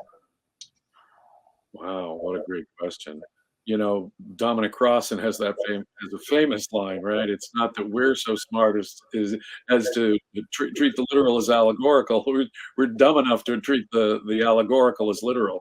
It could be that the gospel authors themselves, being literary constructions, and this reminds me of Jacob, our discussion with Bart Ehrman earlier this week, where he talks about forged and how much of the New Testament is just flat out forged, at least in terms of who it's claiming to be authored by and its context. So we have to bear in mind that there was pseudo epigrapha of Paul and Peter being developed in the 2nd century at the latest, and also bear in mind that there's what appears to be allegory going on within. Jesus taught in parables, and it does sometimes strike one that the stories we're told about Jesus are themselves parables. And so it could be that the gospel writers themselves saw it as true, but allegorically true, being influenced by Philo, among others, on allegory, for example. But I'm not sure that it wasn't intended to be taken as literal by listeners and others who might become aware of it, even from the outset. For example, the pseudoepigrapha was meant to be believed to have been written by Paul, and the pseudopetrine by Peter, when it wasn't. So there's some, I think, on purpose fraud, some allegory, and to what extent they expected the listener or reader to believe it to be true, I'm not sure. I think that our modern constructions of fiction and nonfiction and history are probably not great measures of reception or understanding in the ancient world. I think they help, but I don't think that there's a one-to-one corollary to how that would have been conceptualized. Meaning, and actually here I have the title of a book, and a book that I can recommend by Bowersock called Fiction is History, which I found informative at various points in my career. In antiquity, there's no way to confirm anything, really, in the strict sense. Small details about the far reaches of the empire are not going to be something you can Google. It's not something you can look up unless you have access to a library and the means for doing it. I'm actually thinking about, I saw a viral tweet where somebody said, like, before Google, how did you know something was true? And someone said, you didn't. Like, your aunt told you something that was crazy and wrong, and you carried that information for 20 years. Like, you just thought it was correct. Most families can't. Yeah, but it's true. So there was a little bit, the way that we, especially the way that we, we train our students. It's and how journalism is supposed to work. You have more than one source, and it's verifiable, and you write books with footnotes, and you can trace back the information, and you can prove it, or you get sued, right? Or you don't copy someone, or you get sued. Those structures just didn't exist. And so I think people had a healthy appreciation and were able to suspend, or at least hold in tension both things at the same time. Probably Alexander wasn't born of a snake. Probably the snake didn't impregnate his mother. But I get the point, right? And so I think that's, I think it's something we continue to do, although we don't always see it, but we see it sometimes in iconography and political speech. We are selective. This is actually one thing that the Me Too movement revealed. Like, for some characters, we are, willing to hold them to account. For others, it's not part of the narrative we want to remember, so we don't. We do that with founding fathers. We do that. John F. Kennedy comes to mind as someone from Boston, right? So we have to keep that in mind, that we sort of selectively, as just cognitively, we do these things still. We've put some controls on them in modernity, but those controls were not there in antiquity. So I think most people could have a healthy appreciation for the purpose of the narrative trying to convey one thing, even if in the detail it was not. Some of the more interesting literal discussions on this, Plutarch or Tacitus talking to us about historical method. Some people are so gullible they'll believe just about anything you tell them. Then there are other people, well, this sounds more credible. Just to hear those discussions by ancient historians like Plutarch or Tacitus within their work gives you a sense that they did have a distinction between this is all made BS, this is reliable, but there are, Professor Walsh indicates, there's a fuzzy line between the two. And it allowed them to kind of snipe at each other. This person just gives you fantasy. Listen to me, because listen to me, right? Yeah. I'll give you this story. Exactly, and So I think we just have, and Plutarch's a great example. So I think we have to keep these things in mind. That audiences, we have to do a couple things. We have to respect them enough to understand that they wouldn't necessarily take everything literally. Some might. But they might not necessarily have done that. They would have understood the purpose behind certain kinds of claims. But we also can't treat them all as a monolith. I was on a ride at Disney World once where a woman thought that the dinosaurs were real. So, like you just there's a spectrum. As we said earlier, ways people understand this material. Philo made a whole method of this. I mean, Philo would tell the story from Hebrew scripture, and he wouldn't deny the literal reality in most cases, but he would, in addition, give an allegorical interpretation to it. So there's an allegorical truth on something that he believes is probably true historically, and there's a fuzzy line in between. But he's using allegory as a method for understanding what was a historical report from his literature. And like anything, when there are multiple layers like that, some people will take some aspects literally, some people will understand the allegory, some people will want to accept certain facts about the biography of a character, some people will not. Some people will, understand certain more fantastic elements as real, and some people will not. And this is something that scholars have debated forever. Did the Greeks actually think that there was a guy throwing thunderbolts or not, right? Like, so this is something that we have been debating, and we cannot claim uniformity for the reception of these things, but we can understand, again, back to these literary producers, right? These elite literary producers, we can understand their objectives. Yeah. It does seem when I'm reading Josephus, and Josephus says, I had this prophetic dream that told me Vespasian was going to be the emperor even before he was emperor. Or he tells us in all credulity a story of how a Jewish exorcist performed an exorcism before the emperor Vespasian and himself. And he reports it with perfect credulity. And so you wonder, okay, here's a historian telling us that he had prophetic dreams. Now that seems to me to be probably a lie. I had this prophetic dream and I want you to believe that I had this prophetic dream, which is probably just propaganda. But then you run into the problem of Paul, right? Right. Which sometimes my students struggle with this too, because we'll read a variety of texts where they'll see that kind of prophetic dream and claims about, divination. And here I'll recommend the work of Jennifer Isle on Paul and divination as well. And so to a modern, audience, the idea of divination seems ridiculous, right? But usually one conflict that comes up is divination experiences. You can give, a plethora of information and accounts from antiquity of people receiving information from a deity through divination. And that will seem ridiculous, right? Or like, those ancients, isn't that quaint? And then you say, and then Paul told you about the Last Supper the same way. And so then, you can see the conflict there. And so usually what I say to students is like, well, then revisit your dismissal of the divination for other characters in antiquity. One's not more valid than the other, right? But then think about the nature of the claim in antiquity and how much distinction would there be between divination and a claim to historical accuracy, or what we would call, fact.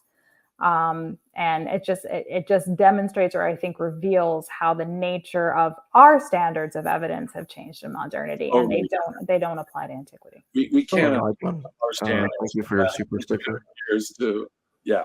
And it looks like that's the last of the super chats. Why should readers treat the ancient writings about Jesus just like one would with Greco-Roman literature?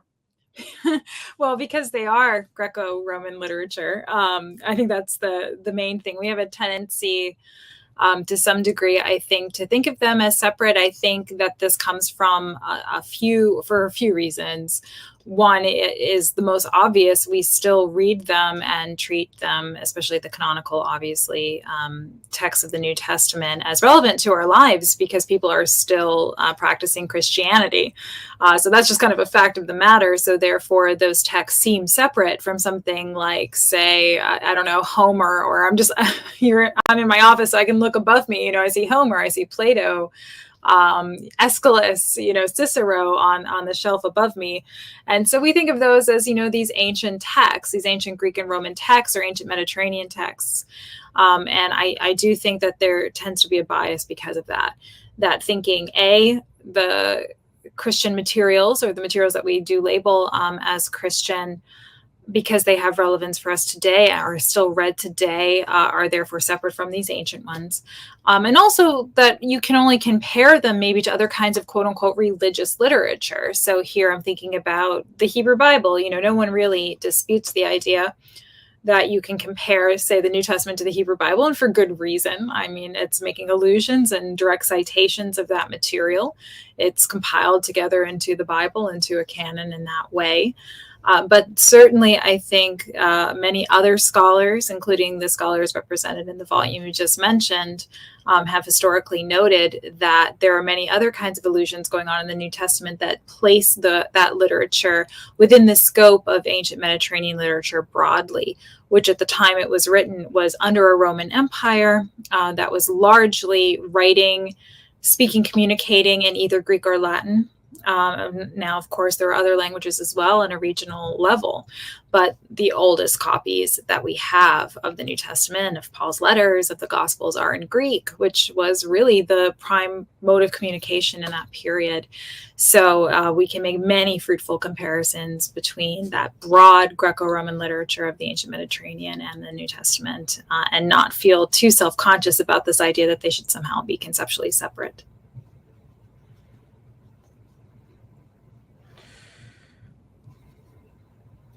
Can you talk about how the gospel writers and even Q demonstrate an engagement with first century politics that place these texts specifically after the Jewish war?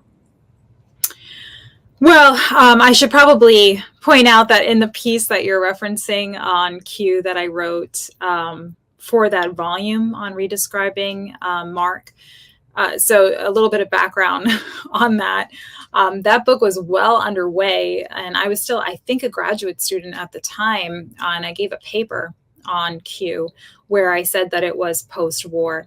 Now, some of the reasons I said that have to do with structure and content. And so if I divide those up, which I'll talk about in a second, I can give you some precise examples.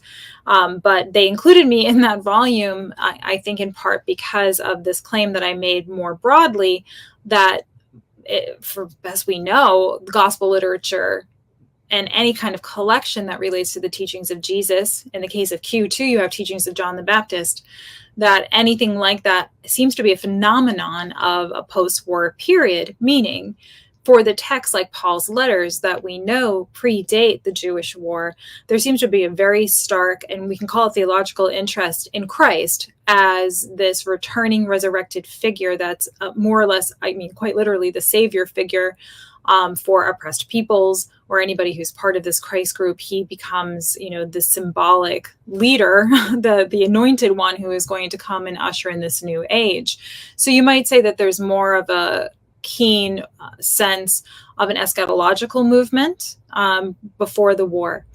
After the war is when you start to see these teachings of Jesus, biography of Jesus start to appear, for which I don't see why we would date Q or place Q differently than we do these other texts. Now, underneath that, there are a few things. Number one, I think Q tends to be dated pre-war most of the time, in part because by dating, say, the Gospel of Mark to 70, so the time of the Jewish war because of Mark 13, then seeing Mark as the predicate for Matthew, for Luke, and then, John, we presume to be later, although some of the church fathers thought it was first. This idea that there's this iterative process of building that creates a scaffolding to start to date early Christianity earlier and earlier and earlier in terms of what we might call authenticity or authority. So in other words, if we can date Q before the Jewish war and think of it as a source, for Q meaning source in German, if we could think of it as a source for the later gospel writers who are more securely dated post-war, then you could start to make arguments that those teachings are more or less reliable accounts of the historical Jesus, even though that flies in the face of, say, what Paul represents in terms of, again, a more eschatological movement, less concerned with the teachings and biography and narrative about Christ's life. So in that piece, I argue that Q, like all of the other quote-unquote biographies or teaching collections of Jesus, are more securely dated post-war. And I say this because now here's to content. Within Q, you do have plausible references to the temple already being destroyed, ideas about, kingdoms built on sand, that kind of thing. Those sort of references are sometimes isolated within Q as a quote unquote layer, maybe an apocalyptic or eschatological layer to Q that could be later.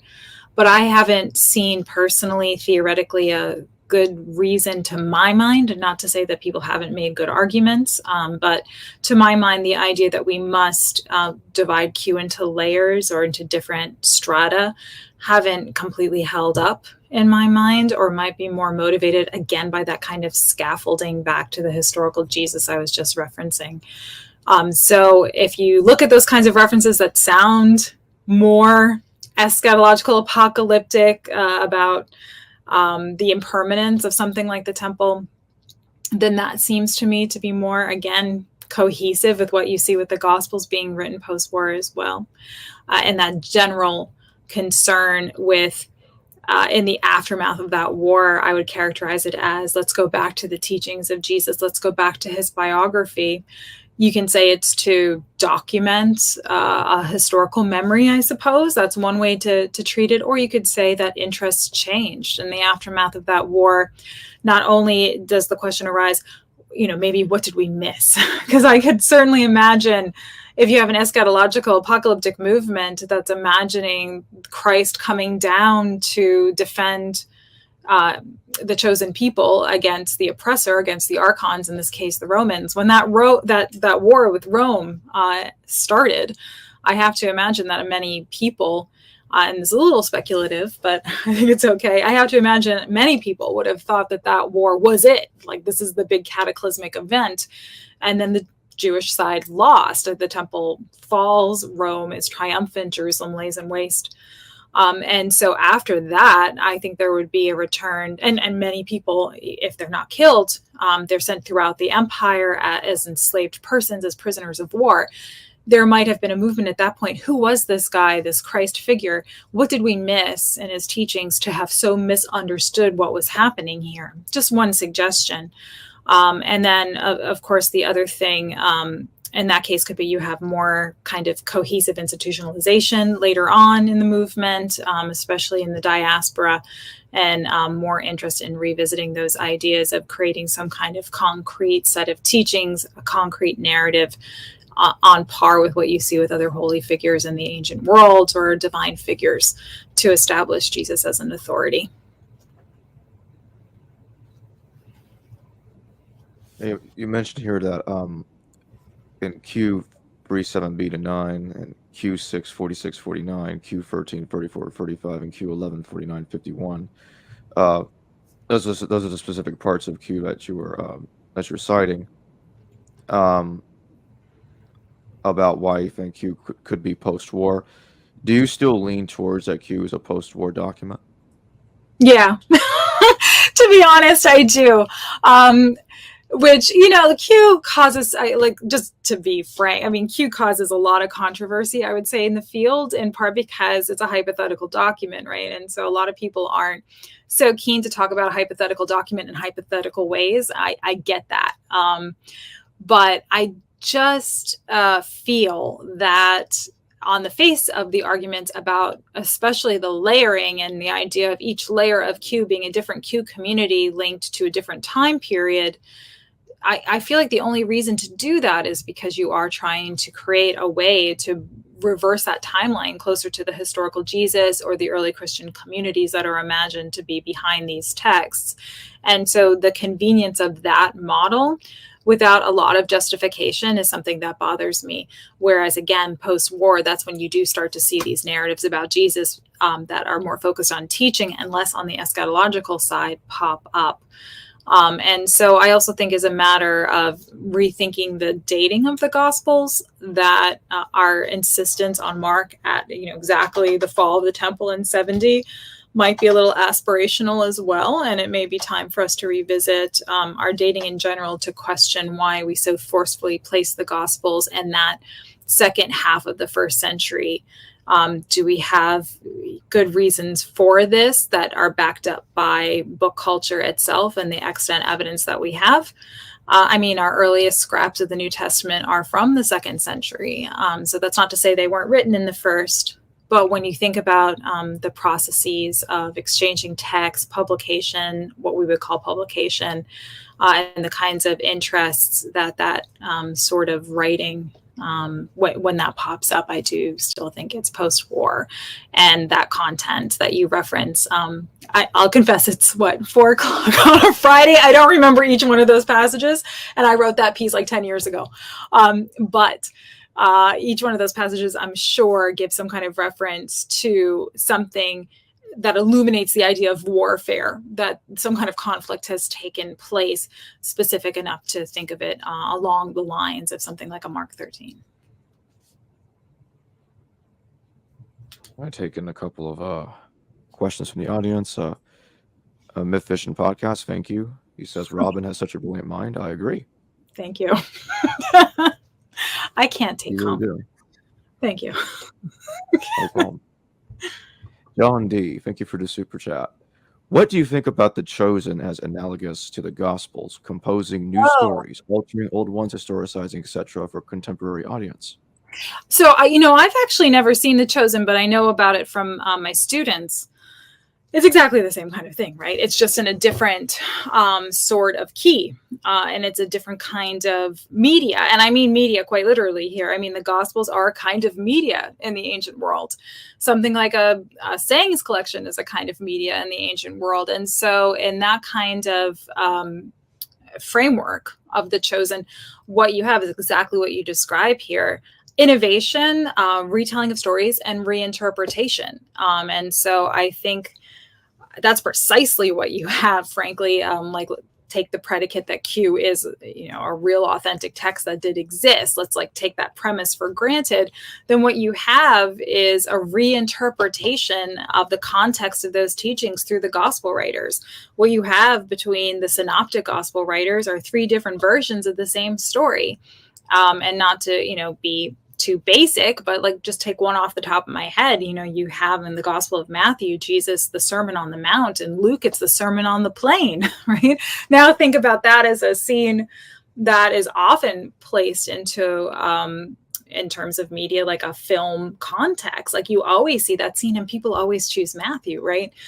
So there's different kinds of ways that gets interpreted and metabolized in these settings. So I think that that's exactly what you have here in terms of imagining audience as well.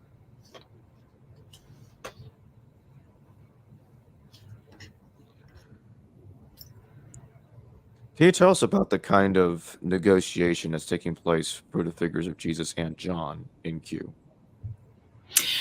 Honestly, it's a little hard to tell which one's being referenced at which time. And I know that sounds a little bit strange. And there are some authors who have written, scholars who have written about this, that you have there sort of a general set of teachings that occasionally are more explicit about, let's call it that eschatological layer that might be attributed to John. But there's a world in which you could say that the collection of Q is a sort of collection of wisdom and eschatological and other sayings by Jewish teacher types, by popular Jewish figures in the first century. When you think about the works of someone like Josephus, chronicling the figures that were well known in Judea at the time as, let's call them holy men, would-be messiahs might be another way to put it. We know that there were a lot of them.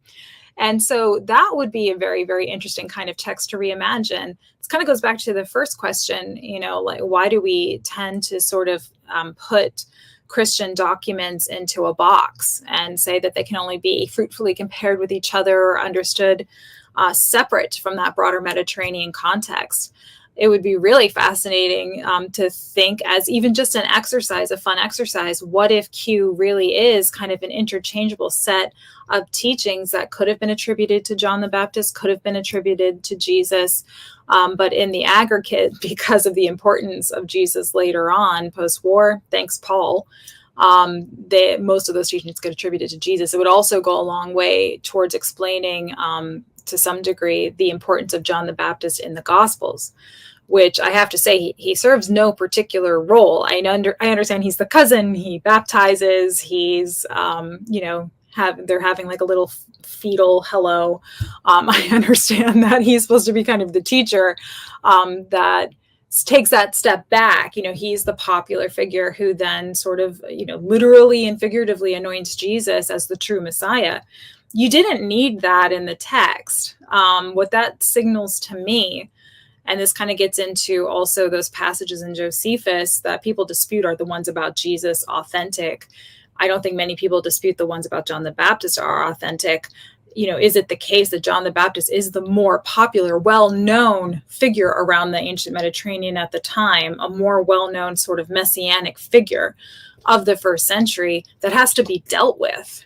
And so then with Q2, again, you have kind of this collection of sayings that may link us back to this figure who was important enough, if it is the case that there's a bit of contrivance about the historical John the Baptist actually being related to the historical Jesus. This is something we can't say definitively, but the fact that he has to get even his own death narrative in the Gospels, he had to be addressed. People were wondering where he was, and he even makes it into Q.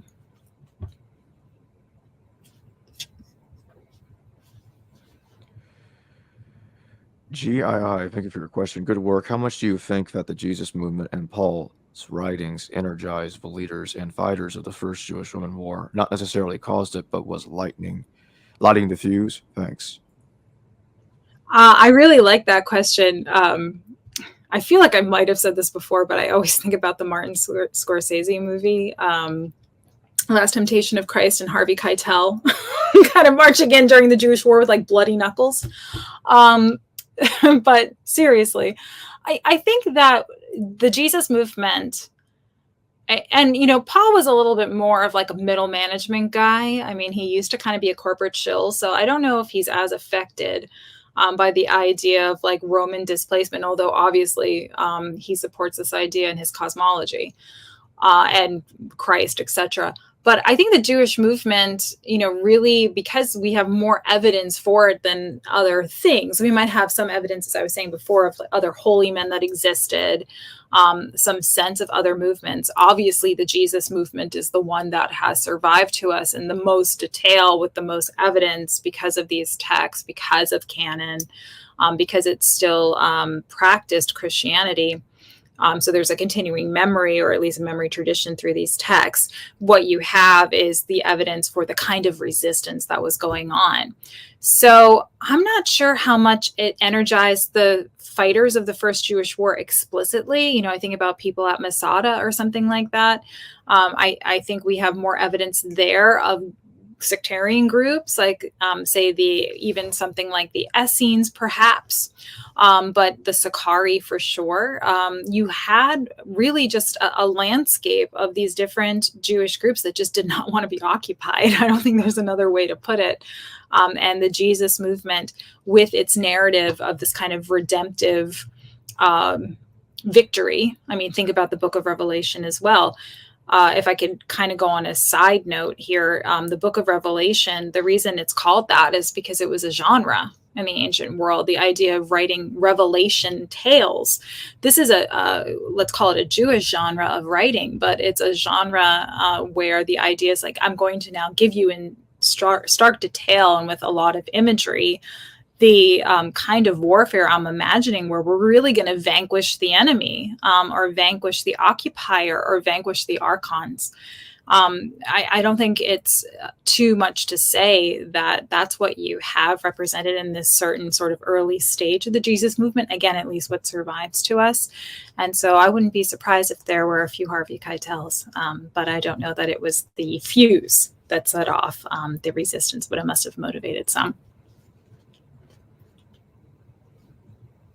What do you make of the Messianic secret? So the Messianic secret, you mean the theory in the Gospel of Mark? Yeah. Yeah. Okay, so this is a theory description that really came out of the 19th, 20th century to explain why in the Gospel of Mark, no one seems to know who Jesus is until the midpoint in the Gospel. Not even his followers seem to know who he is. There's the scene where Peter says, like, some people say you're Elijah, some people say you're John the Baptist, come back from the dead, that kind of thing. And then someone, I think it's Peter, says, I think you might be the Messiah. And Jesus is like, shh. So every time he heals somebody, every time he performs some kind of act of, let's call it wonder, he usually tells people, don't tell anybody what I did. Or he's like, tries to do it on the down low, basically. And he doesn't seem to really want to own the fact that he knows he's the Messiah until that midpoint. And the Messianic Secret argues that this is because Jesus theologically is aware that the second he is recognized as the Messiah, it's going to result in his death. And so he is delaying that recognition. Is he delaying it because he wants to do more good works? Is he delaying it because, in that gospel, he's not entirely a willful martyr, in the sense that he does show doubt, he shows anger, he shows some pain.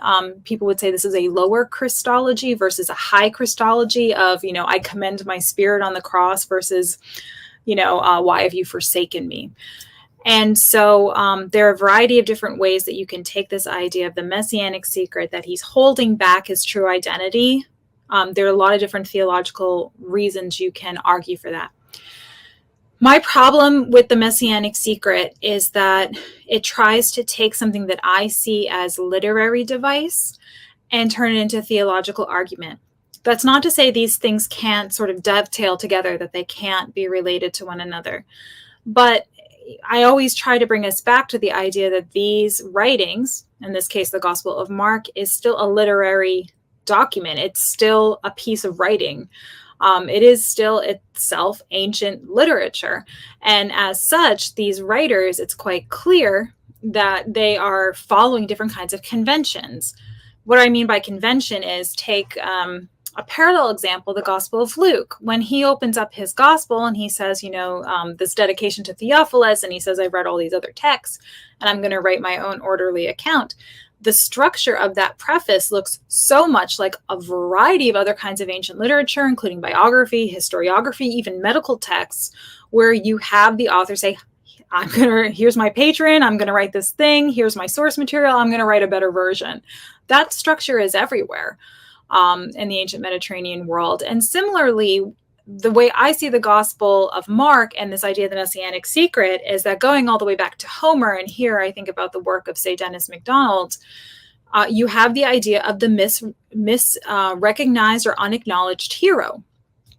So you have over and over again kind of that central figure, whether it's a teacher type, a hero of another kind, sort of like a semi-deity, some kind of wonder worker. You have this motif in ancient literature and I see it in Virgil as well, of the hero not being recognized immediately, and that misrecognition being a source of wonder.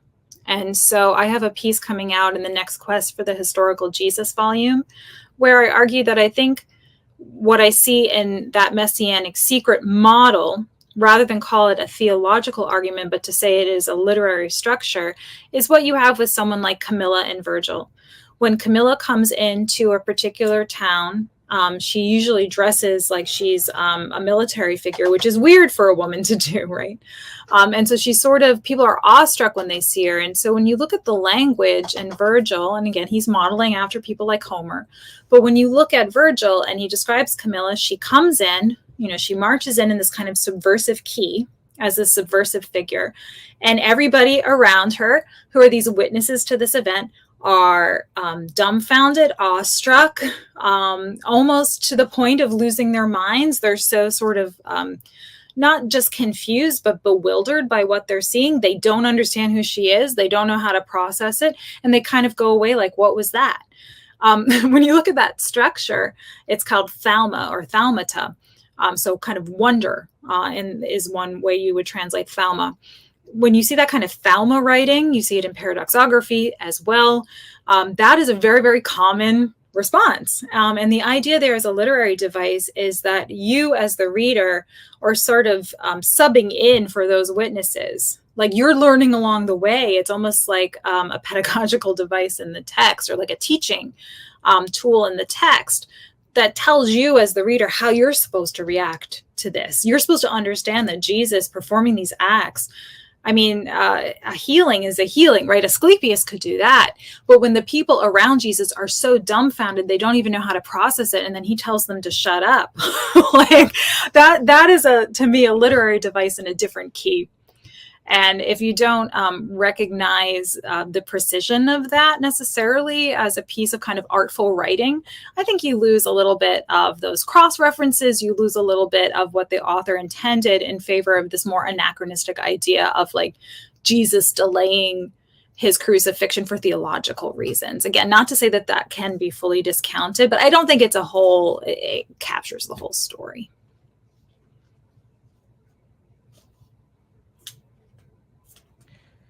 Is your argument that Mark can be thought of as typical literature, or just that typical writing practice should be centered? To me, it seems too fringe, subversive, absurd for a general audience.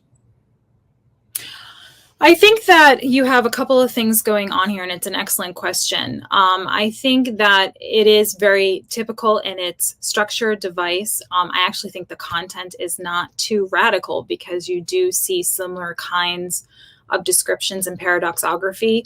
As I mentioned, in paradoxography, I'm going to make a very sloppy, again, because it's like Friday afternoon, I'm going to make a sloppy analogy to Ripley's Believe It or Not, which is kind of not fair. And people who work in paradoxography, if there are any scholars who work on it, will hear this and be very angry with me. But just as a illustrative way, the way to illustrate this, even the way paradoxography, for example, tells time, it's usually by like so-and-so was emperor or governor of Syria at this time when this XYZ thing happened. That's exactly what you see in the Gospel of Luke, for example. People loved this kind of literature. And you see a rise in it, of it in the 1st and 2nd centuries. So I see it as typical literature that, I agree with you, is relatively fringe and subversive. And I agree, also pretty absurd when Jesus is like, withering fig trees and things like that.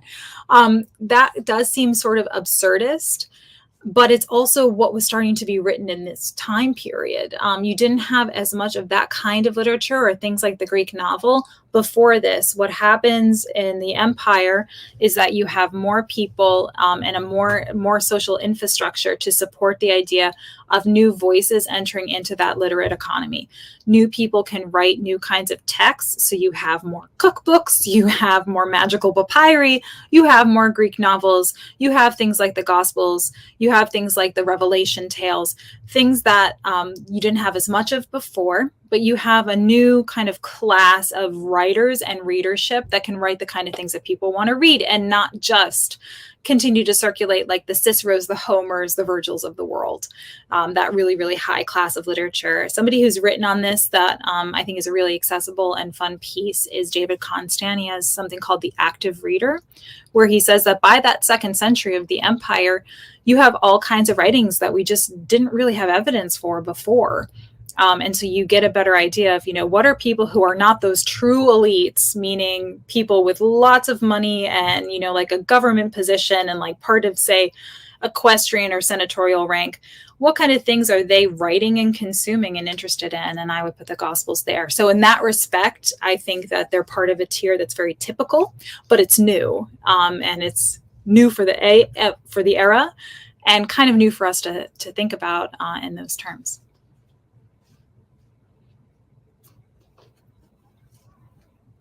Stephen Eastman, thank you for your super chat. Have you read David Trobish's On the Origin of Christian Scripture and Runar Forstenoson, Jesus as a philosopher? Great for your research. And I think I mispronounced one of them. I think he emailed me this question at 2:00 today. I've been in meetings since noon, and he did. And no, I haven't read either of them.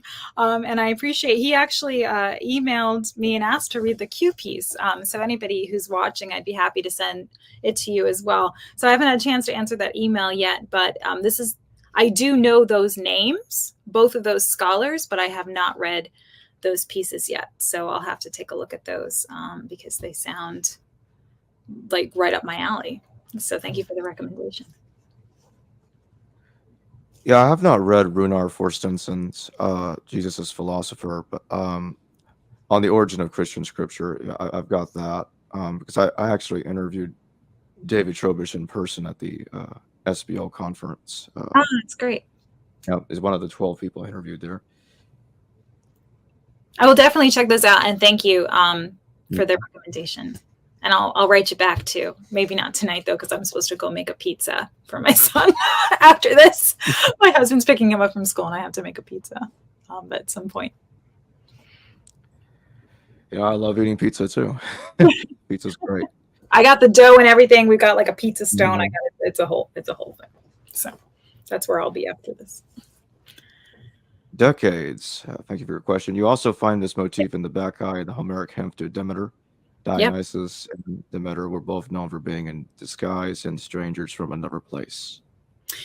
Yeah, and it's a really common motif. And I've given the paper a couple of times now, and every time I give it, somebody gives me another one of these cross references to just show how common it is. And I think too, Dennis MacDonald always reminds me that it's in Homer as well, and rightfully so.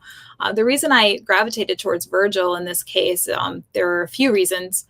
One is that the very specific example of something like Camilla and Virgil, where it's the Thalma, she marches in, people are so confused by the subversive figure. I think that fits really well with Jesus because he is subversive, kind of back to the question I just had a couple of questions ago about the Gospels being subversive. I mean, here is supposed to be the King of the Jews, the Savior of the world, who gets gruesomely crucified, and Camilla too dies. And so this idea of this wondrous Thalma figure who is subversive already in how they're presented, that causes confusion. In Camilla's case, again, like a woman who's a warrior. Jesus as this holy man who's supposed to be king, who can heal people, but again, will be crucified.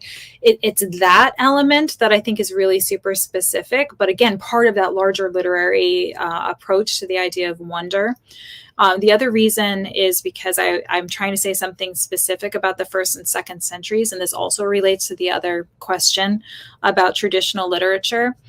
Because I'm trying to, especially in this book I'm writing now, be really precise about what is happening in the 1st and 2nd centuries, especially when it comes to things like who the gospel writers could reasonably be assumed to be. And we might say that's economically or socially, and what kind of things do they have access to?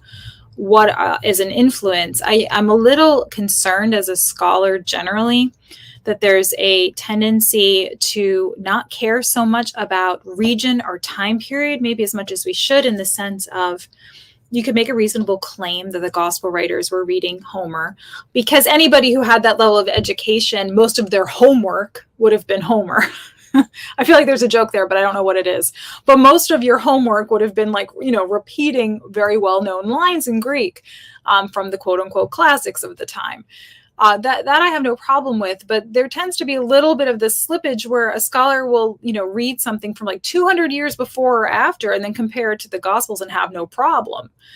Just saying that this is like all out there in the ether. I don't think you would do that necessarily today.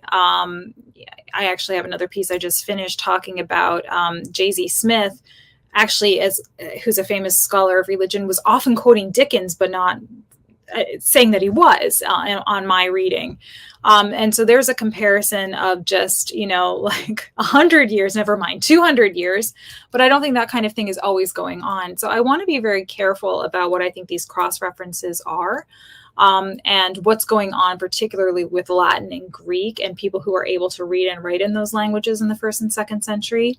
So yes, that motif 100% you see in these kinds of texts. These are the kind of texts you can reasonably assume somebody would have read coming up in school, especially somebody like the gospel authors who show that kind of level of education, kind of a mid-tier level of education. And they would have known that people love that motif. They would have known that it would get attention, that people are looking for it, that there's an appetite for it. And then to kind of put it in that context related to someone like Virgil, to get really more specific, Virgil's writing in the 1st century, right? So this shows us a little bit more concretely, without spanning too many hundreds of years, what is going on in the 1st and 2nd century Mediterranean literary world in that book culture, where not only are they, touching on this motif, but doing it in that subversive way that even Virgil does. I hope that makes sense.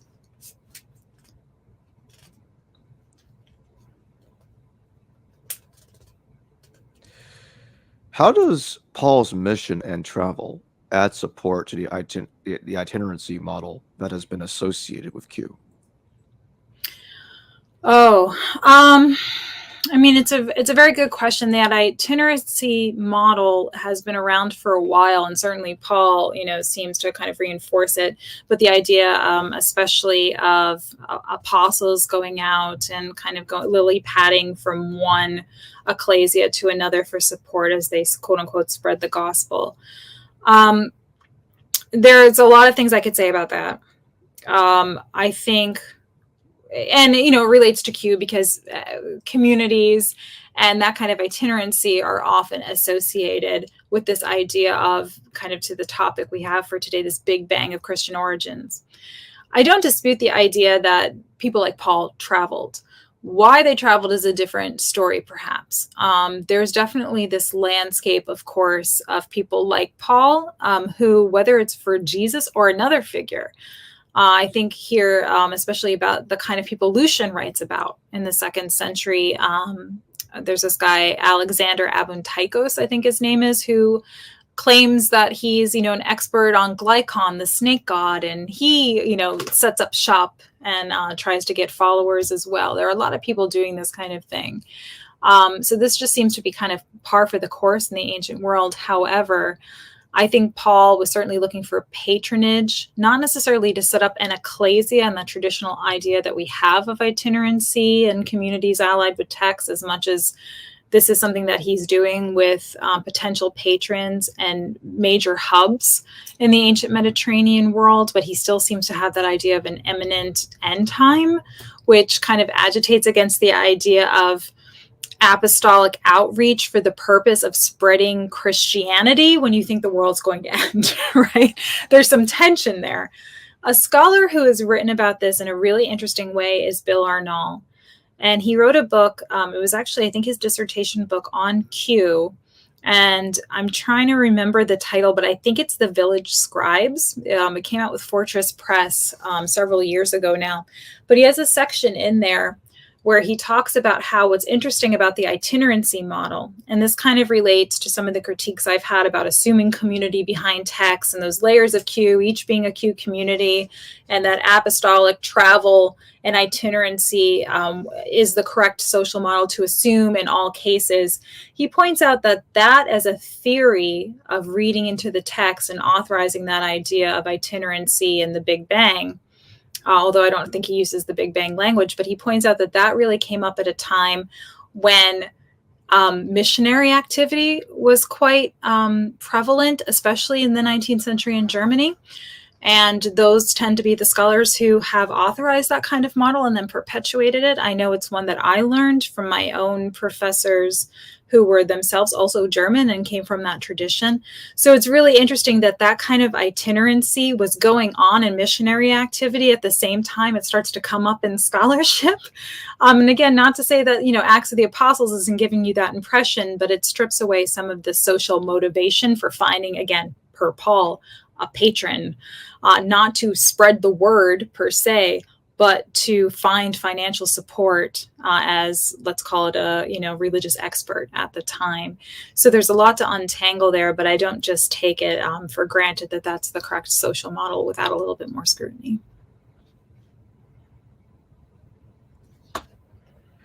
John D., thank you for your super chat. Read John the Baptist, do you think it's more probable than not that Jesus was not a follower of his, or just that polemical motivations should be taken more seriously? Am I allowed to speculate? Sure, I guess this isn't like a peer-reviewed publication, and we can have some fun. I don't think he knew him. I'm not convinced he did. I tend to think, and I've thought this for like 25 years, to be honest with you. So maybe I'm just too devoted to my own impressions. But John the Baptist used to be like my fave. When I was in grad school, like I feel sorry for my professors, the number of John the Baptist papers I wrote about him, like, ingesting wild honey and tripping in the desert.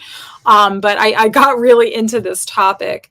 I think that he was a very well-known figure. I do think that he had kind of this, again, apocalyptic streak, but he also had this kind of wild, holy man kind of persona. How historical is that? Not quite sure. But I think he did go through these purification rituals and offer them. I think that too, I want to be as diligent about not speculating too much about the authenticity of a historical John the Baptist any more than a historical Jesus. But I do think, those elements we can probably take for granted, the way that you could translate John the Baptist would be like John the Dunker. So people would come get dunked by him, go through a purification ritual. He was kind of known as this, like, again, wild, like holy man out in the wild. The unrefined honey would have caused hallucinations. Like he's a really, really interesting figure. I think there was probably a culture around that. We can call it an oral culture, similar to what you later get with Jesus, but he was probably so well known and so popular. Again, when the Gospels come down the road, a couple of generations later, I think there's a certain apologetic there that could be going on in terms of like, well, what about John the Baptist? I've heard John the Baptist was, this messianic figure, or I heard John the Baptist was, like the biggest deal. Like, didn't Herod, behead him, et cetera, et cetera. Something about that story, whether it was because you had to deal with him and dismiss him, deal with him, and then, have Jesus supplant him in terms of popularity. So for some reason, you had to explain him away. And the reason I tend to lean on, more probable than not, maybe he didn't even know him, is just because in the text, the whole thrust of the text is that he is super popular and you have to deal with him and get rid of him so that Jesus can take center stage. And you have to create that authorizing strategy where he's the cousin and the teacher, and he's the one who's like, I'm not even worthy to like tie this guy's shoes. I'm just here to, anoint him. But think about the power he's granted to be, like, even just in the Gospel of Mark, to be the one who anoints Jesus so that the pneuma comes down and makes him the Son of God. I mean, that's incredible power that's given to John the Baptist in the story. And I think just saying that he's his teacher or his cousin doesn't quite cover it. So if John the Baptist and Jesus did not historically know one another, they never met, why is it that in the Gospels try to make it look like they knew one another? Well, to, like I was saying before, kind of explain John the Baptist away, I think. You can kind of contend with him as a popular figure that people have heard of, and then insert this other figure that maybe fewer people have heard of. And again, like, I'm wildly speculating and it makes me uncomfortable, but having a little bit of fun. I think, maybe they did know each other. I'm not sure. But certainly that model of, teacher student is one that was very common in the ancient world. But I just think as a literary matter, again, thinking about literary device and structure, what happens to John in that story is that he seems to be kind of the gateway. People seem to know who he is. He has this following right away. He has name recognition. In Luke, you go all the way back to him having a connection, creating a familial connection to this really powerful figure who, again, gets his own death narrative in the story, like extended, like cut to scene, in this gospel. That no other figure really gets to that extent. So as a political figure as well, he seems to have been quite powerful. And so you have to either piggyback on that popularity for Jesus or explain why don't follow John the Baptist, follow Jesus. I think something like that is going on.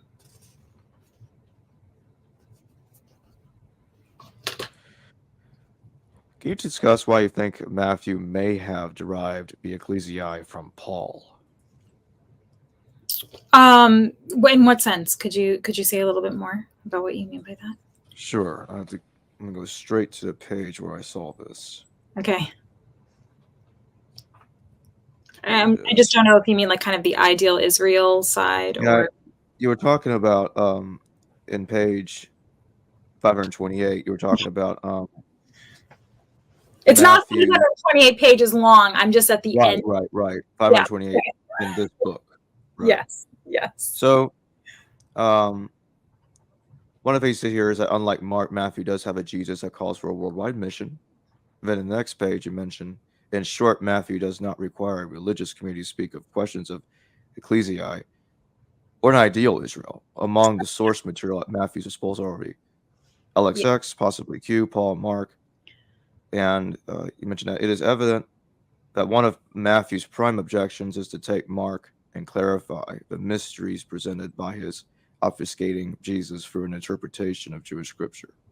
Yeah, so more or less what I'm saying there, and it's something I brought up in my book later as well, is so it relates to this idea of community, which you brought up with Q too, which is because you have representations, especially in something like Matthew and, I think Luke as well, of an ecclesiae, or ecclesiae, or on this idea that's just the plural form of ecclesia, so churches. So this idea of community, sometimes when that is presented in these texts, I think that a move that has been made in New Testament scholarship at times has been to say, well, there's a community in the text. This community must map on to the community that wrote the text.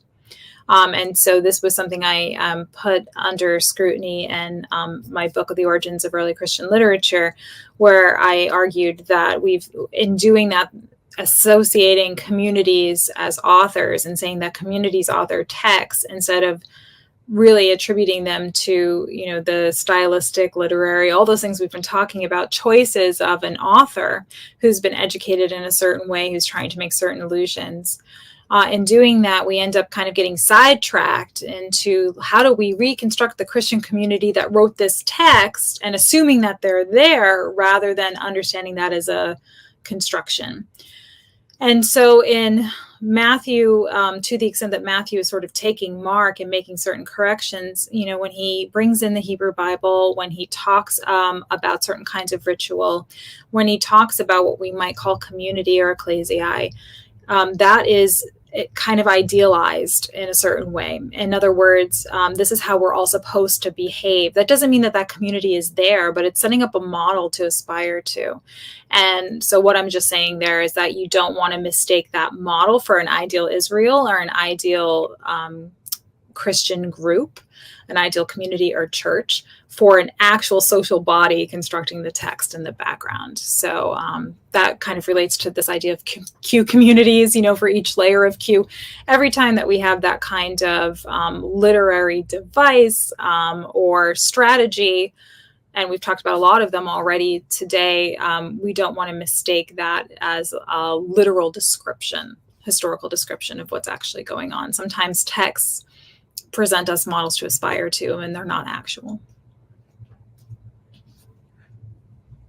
I'd like to return to discussing Q, the composition of Q. Do you think that, you mentioned earlier that you don't think Q was composed in stages, but do you think that Q may have had literary and or oral sources that provided the author of Q information about the authentic sayings of Jesus at all? I mean, it's certainly possible, and I actually kind of take more of a, like I actually think of like the emoji that goes like this.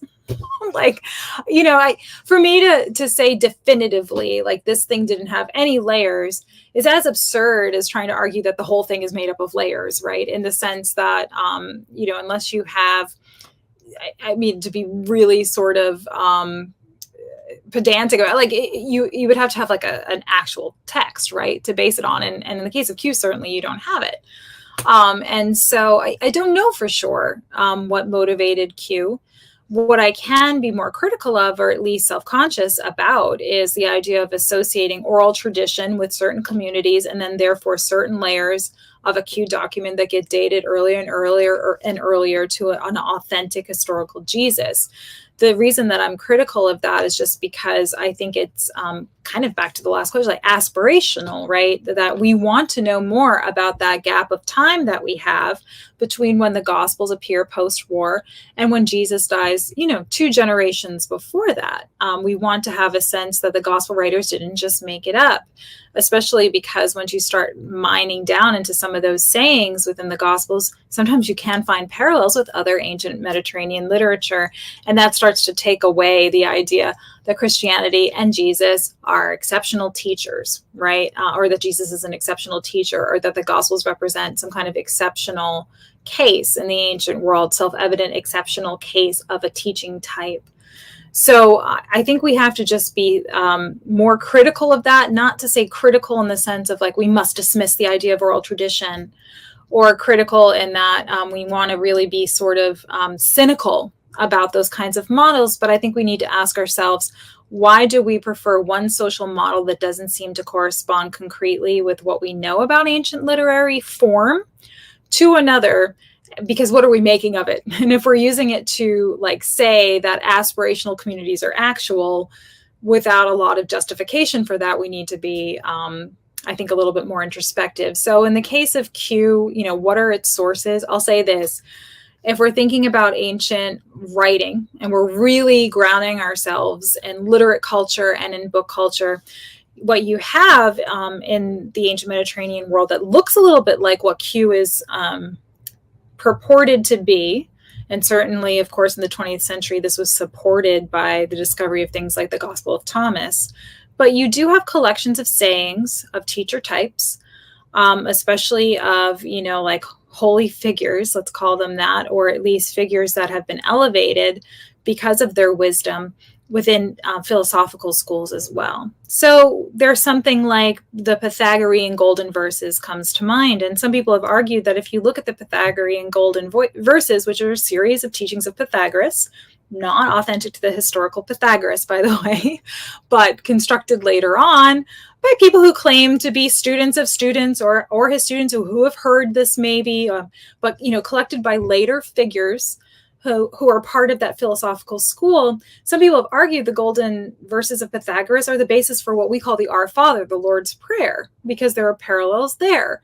So I would say what we imagine Q to be perhaps looks more like that kind of thing within a philosophical school, collections of sayings that are put together by students, followers, or just people who claim to be, but collections of these kinds of wisdom sayings, maybe composed all at once, maybe in certain stages, but collected, codified, circulated as representative of a figure like Pythagoras, representative of a figure like Jesus. That kind of function is a little bit different, again, than imagining Q communities and layers and groups and, a historical Jesus, right? We don't generally use the golden verses of Pythagoras to reconstruct the historical Pythagoras. So we just have to think about how far we can stretch these sources. But what I like about that model, too, is that when early Christianity is discussed outside of Christian circles, and even within them to some extent, it's called a philosophical school. And certainly what Paul does when he looks for a patron, the way many ancient philosophers did, by the way, to support him in his understanding and explication and engagement with different philosophical ideas, this corresponds very, very well with what we do know about that period pre-war. And so, this is what Paul is doing in his letters.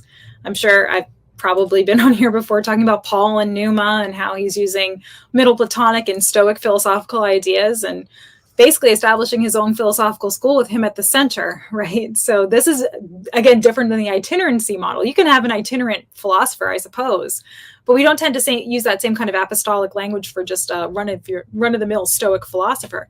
But we know that the ancient Mediterranean was littered with these people, including people who weren't themselves literate as well. And so maybe we could call that an oral tradition. But one person who's written about this, whose work I really like, although it's several decades old now, but I think she's underappreciated, is Elizabeth Rawson. So she has only a couple of books. Unfortunately, she passed away unexpectedly, but she wrote a few books about how you did have kind of a Stoic on every street corner. doing this kind of thing. So this comes down to an issue of terminology, what we mean by oral tradition, what we mean when we talk about Q as a collection of sayings, and doing that kind of comparative work that helps us really understand how to see something like Q as literature in its time period.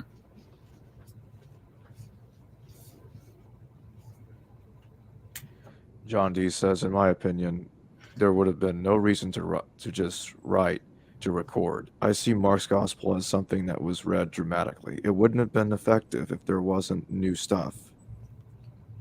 Well, there's certainly some new stuff. I mean, the idea alone of him being crucified, of Jesus being crucified, and yet still, resurrected would have been quite interesting. And, this is something I talk with my students about quite a bit. Why does Christianity make it when the other traditions do not? What's interesting about something like Mark's Gospel is that it's an interesting combination of a number of things. It's combining things like those healing stories, back to that messianic seeker question, in a key that is similar to what you find again in paradoxography, but also something like Mark 5, the hemorrhaging woman, the idea of healing a woman with that kind of ailment you see in Asclepius temples as well, like testimonies about healings at Asclepius temples. You see similar kinds of language about Jesus as, savior, etc., even in things that have been released about Augustus by this time. So Jesus is this really interesting subversive figure. And I wrote about this, the idea of Jesus representing a sort of subversive biography. I wrote a piece with David Constant that was an article, a standalone article, and also a chapter in the book that I mentioned before, because there is a tradition that arises in the 1st century and 2nd century of what I term with David Constant subversive literature, where even Alexander the Great gets this treatment at one point, where you have kind of this central figure who is smarter than everyone else, can heal his friends, has all these kinds of adventures and misadventures, but they're an underdog the whole time. For some reason, that literature rises up in the 1st and 2nd centuries. And I think the Gospels are kind of part of that tradition. And, it depends on what we mean by effective. But I think they had a nice combination of, again, paradoxography, biography, teachings, interest in Judaism at the time. We have to remember that Paul, Jesus, followers, gospel writers are affiliated, if not explicitly, Jewish. I mean, certainly Paul was. Certainly Jesus was. Whether the gospel writers, still considered themselves converts or whatever else is something we can debate.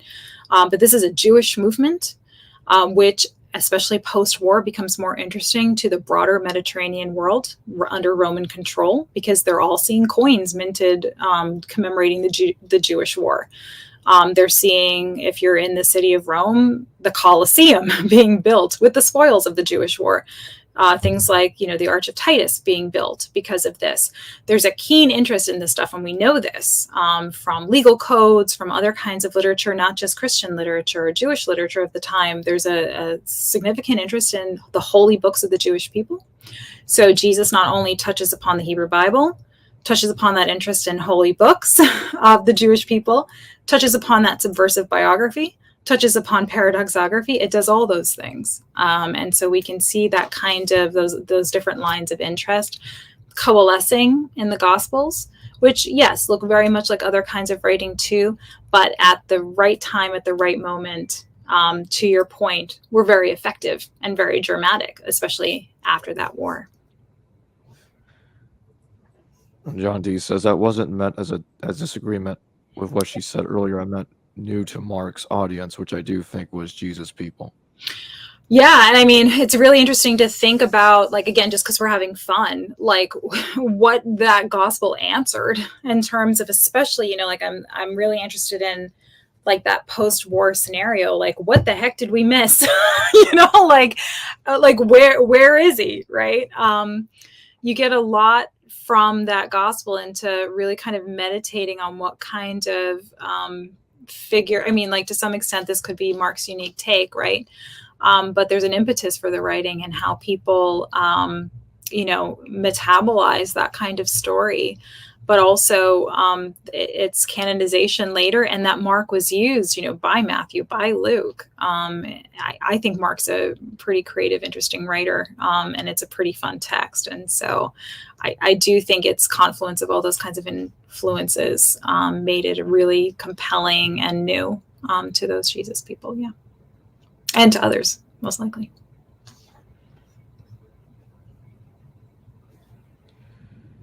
Can you talk a little bit about how the Gospels, when the way they talk about Jesus, how does it compare to texts like the Life of Aesop, or writings like from Socrates and others? Yeah, I spent a lot of time with this because it kind of goes back to the very first question, the exceptionalism question. I don't know that it's really that substantially different. I often try to read the Gospels in a way to see the difference. I work hard on that, actually. And I think the difference for me tends to be the addition of the interest for Jewish ritual and holy texts. I would say that to me is the starkest difference, because otherwise, Aesop is one of those kinds of subversive figures that I mentioned. The Alexander Romance, Alexander the Great, is a subversive figure. Even for many of the teacher types, there was a big movement, especially I think in the 1980s and 90s, maybe the 70s, to compare Jesus to cynics. So cynic philosophy in the first century, cynics, the dogs, is this idea that they'd live on the street and never bathe themselves and have sex in public and be these kind of like debauched figures because they were, I don't know, we could say trying to live in the moment or something like that. But as a philosophical school, really pushing boundaries, right? And there was a big interest in their teachings and figures for a while. But the idea of the philosophical school, of the holy figure, the healing figure, like in Asclepius, there are just so many parallels that when I look at the Gospels, they just fit so securely within that trajectory. Again, at a time, we sort of talked about this in the 1st and 2nd century, when literature is changing under the empire to some degree. We also don't know entirely all the things that we've lost, which is obviously a shame. But, there's more and more work, especially within classics, and trying to figure out, how do we restructure or recreate all of these literary networks? And, what tiers of society do we associate this kind of writing to? And, those literate tiers of society are pretty, I've called them culturally elite, because here, thinking about the work of someone like Candida Moss, we have to remember that just because you've gone to school and you're educated doesn't mean that you're necessarily, elite in the sense of money, because a lot of enslaved people did this sort of work. So she has a book coming out in March on this called God's Ghostwriters, about the enslaved persons who were probably responsible for much of the New Testament, which is a really interesting and compelling argument. So we have to keep that in mind. But it's a pretty narrow field of people writing this literature. I don't want to be overly simplistic and say that we have to imagine there are the people who are writing and the people who aren't, and they're doing totally different things. So there are people who are actually in ecclesia, who are illiterate, who are performing, speaking in tongues and baptism, and they're somehow different than the people writing. That's not necessarily the case. I don't want to make that too stark of distinction. But the number of people who are exchanging texts and engaging in that literate culture, it's pretty limited. And so when you do look at those comparisons, that the Gospels just fit within that scope of kind of like an Aesop and those other figures, because that's what people were writing about.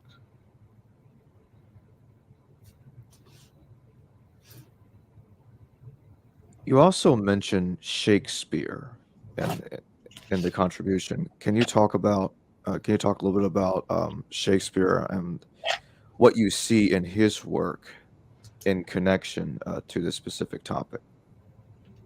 That's a great question. And I'm sure people are like, what?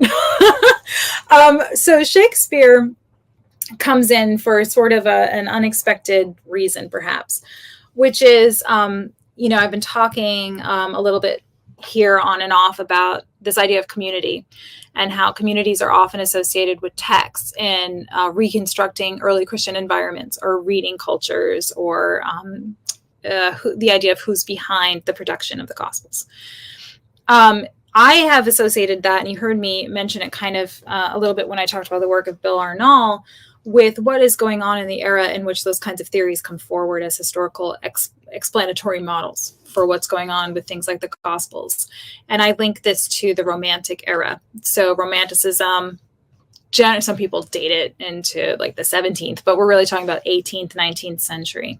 Some of the characteristics of the shift that takes place in the Romantic era is a focus on the way that texts and certain authors, poets, become representative of the folk, of the common people of the era, because previous to that, you've only had these high elites who represent literature, who are not maybe in touch with what's going on the ground with the average person. And so increasingly in the Romantic era, you have this idea that you can reclaim the voices, the storytelling, the oral stories, and sort of that ethos of the folk, of the common man who isn't, and woman, a common person who isn't writing, by looking to the poet. Now, the poet can be an author, which I'll get back to in a second. The poet can also be a musician. And so for the Germans, for example, Wagner, right? Like the Ring cycle, like, this kind of music becomes representative of an era and of a people. I sometimes challenge my students on this, like, who is the poet right now? I mean, they have different opinions on this. I don't want to get myself in trouble because somebody's going to be like, oh, she's such a millennial or something if I link myself to somebody. But like Bad Bunny, I'll go with Bad Bunny as kind of like the poet of the current moment, or Dua Lipa, right? Like she represents like what's going on in culture at a particular moment. This happened in the Romantic era too. I would argue we're not totally out of it because we still do this with artists like Picasso, or like we elevate these individual figures to represent a generation or a place or a movement. But in the Romantic period, you would kind of link to a particular author to represent kind of the national spirit, is actually the Geist is the word that they would use, of everyone. So what happens with Shakespeare, interestingly, is like right off the bat, you could probably guess Shakespeare gets associated with the English, right? With the Brits or the UK, however you want to construct it. But Shakespeare is not just writing by and for, the Elizabethan era. He is writing for the low-lived Elizabethan. In other words, people are coming to the theater and watching his plays and they love it. And who cares if he actually writes it or Marley actually writes it. But those stories become quote unquote canonized and representative of the national literature of the Brits. This is something, by the way, that passes down into the university system, where especially like in English departments, many of them will still kind of have this sort of periodization or nationalization of, the one person who's the Shakespeare scholar and the one person who does French literature and the one person who does German literature. This idea of linking people to figures, narratives, kinds of texts, that's a Romantic project, linking to the poet, to the artist, to the writer. So Shakespeare becomes representative of the English people, but the other group that latches on to Shakespeare are the Germans, which is really interesting. Because obviously he wasn't German. But the Germans in that Romantic era talk about him as representative of that sort of otherwise, maybe we might call them invisible group, the low-lived Elizabethans, the folk tales, the storytelling of the people who aren't represented by high literature. What the Germans are wrestling with there is they're very into, like, especially Greek stuff, like classics, like they're very into like ancient Greece. They like ancient Rome not as much because a lot of Protestants in Germany, they don't love the Pope. The Pope is in Rome, right? So there's some contemporary political tensions going on there. But the Germans, unlike the Romans, unlike the Greeks, this period of time that they're really sort of into at that period in this Romantic era, there's not a lot of archaeology for the Germans to compete with ancient Greece and Rome. You have some texts on ancient Germania, but from the Greek and Roman perspective, especially the Roman perspective, the Germans were quote unquote barbarians. And they don't have kind of their own competing figures from the ancient world. They don't have that same kind of canon of literature. In the Romantic period, a lot of Germans actually forged ancient texts to try to say that they could compete. But what you get in that era is all of a sudden the Brothers Grimm, who many people have heard of. I mean, Disney, right? Like all of those early Disney movies, princess movies are all some kind of, Grimm fairy tales. We've all heard of that.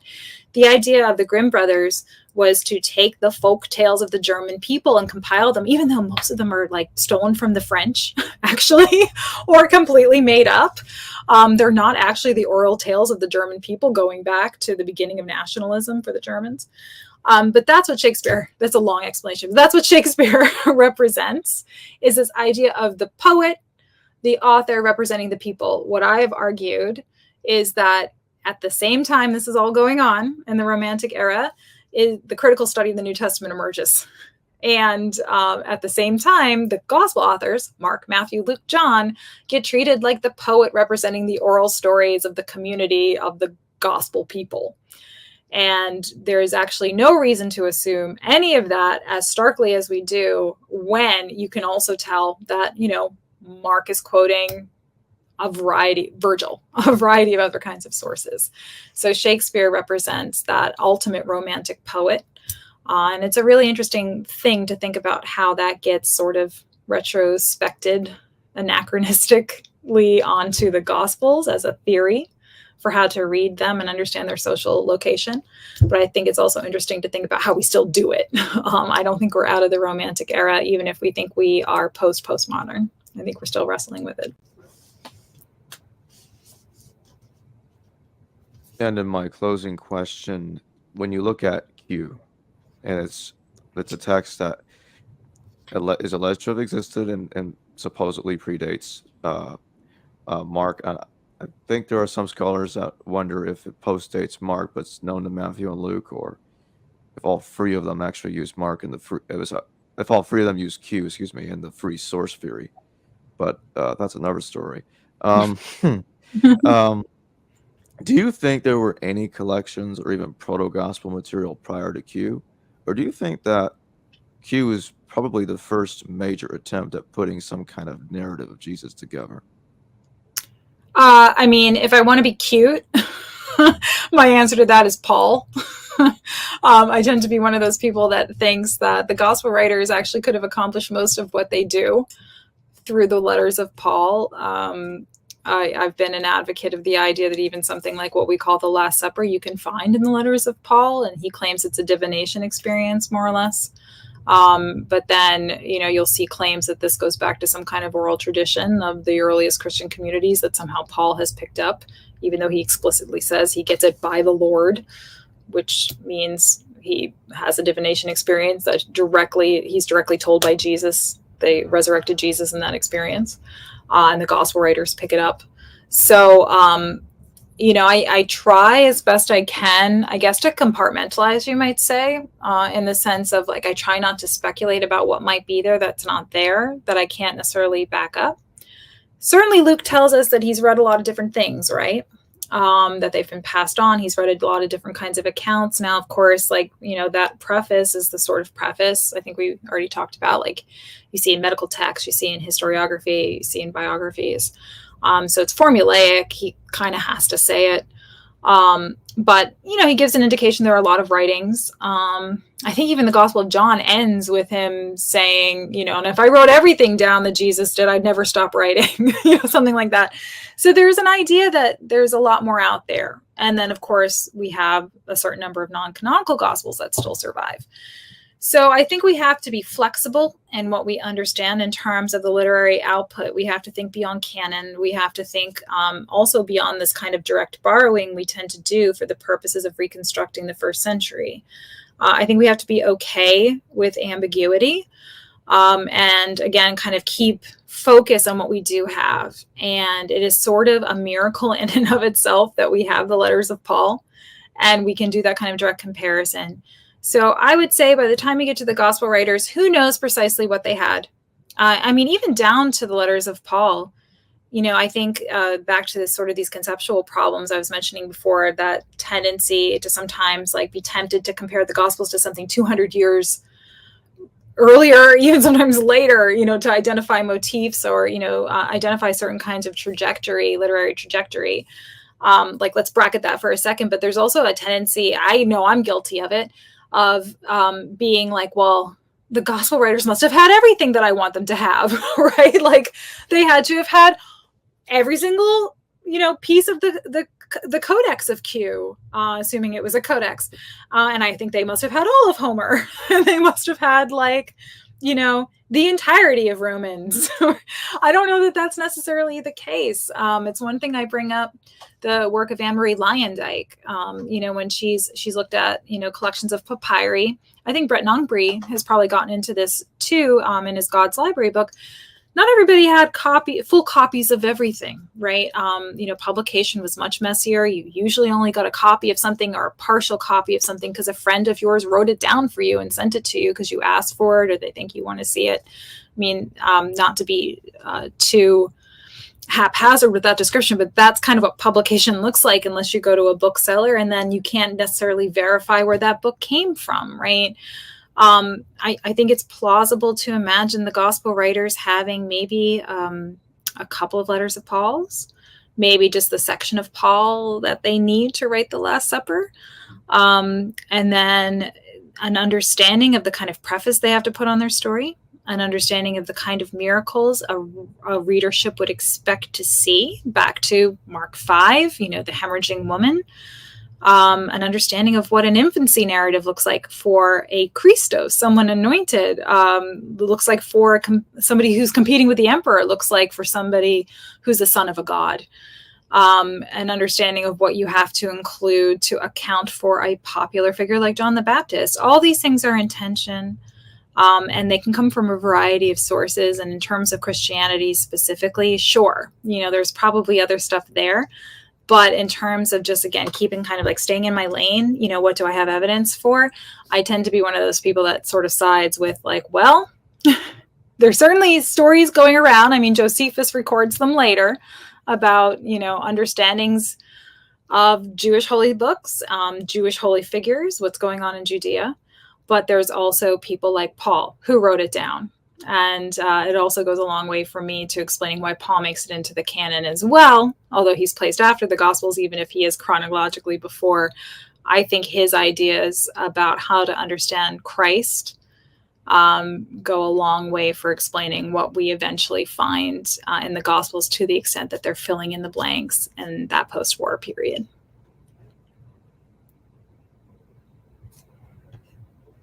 Well, thank you for joining me today, Robyn Walsh. It's my pleasure, as always. Hello viewers, thanks for watching this video from the History Valley YouTube channel. Please don't forget to subscribe and hit the notification bell. And if any of you wish to further support this channel, please consider checking out this channel's Patreon page and becoming a patron, and or donate through PayPal or through Super Chat during your live stream. Thank you.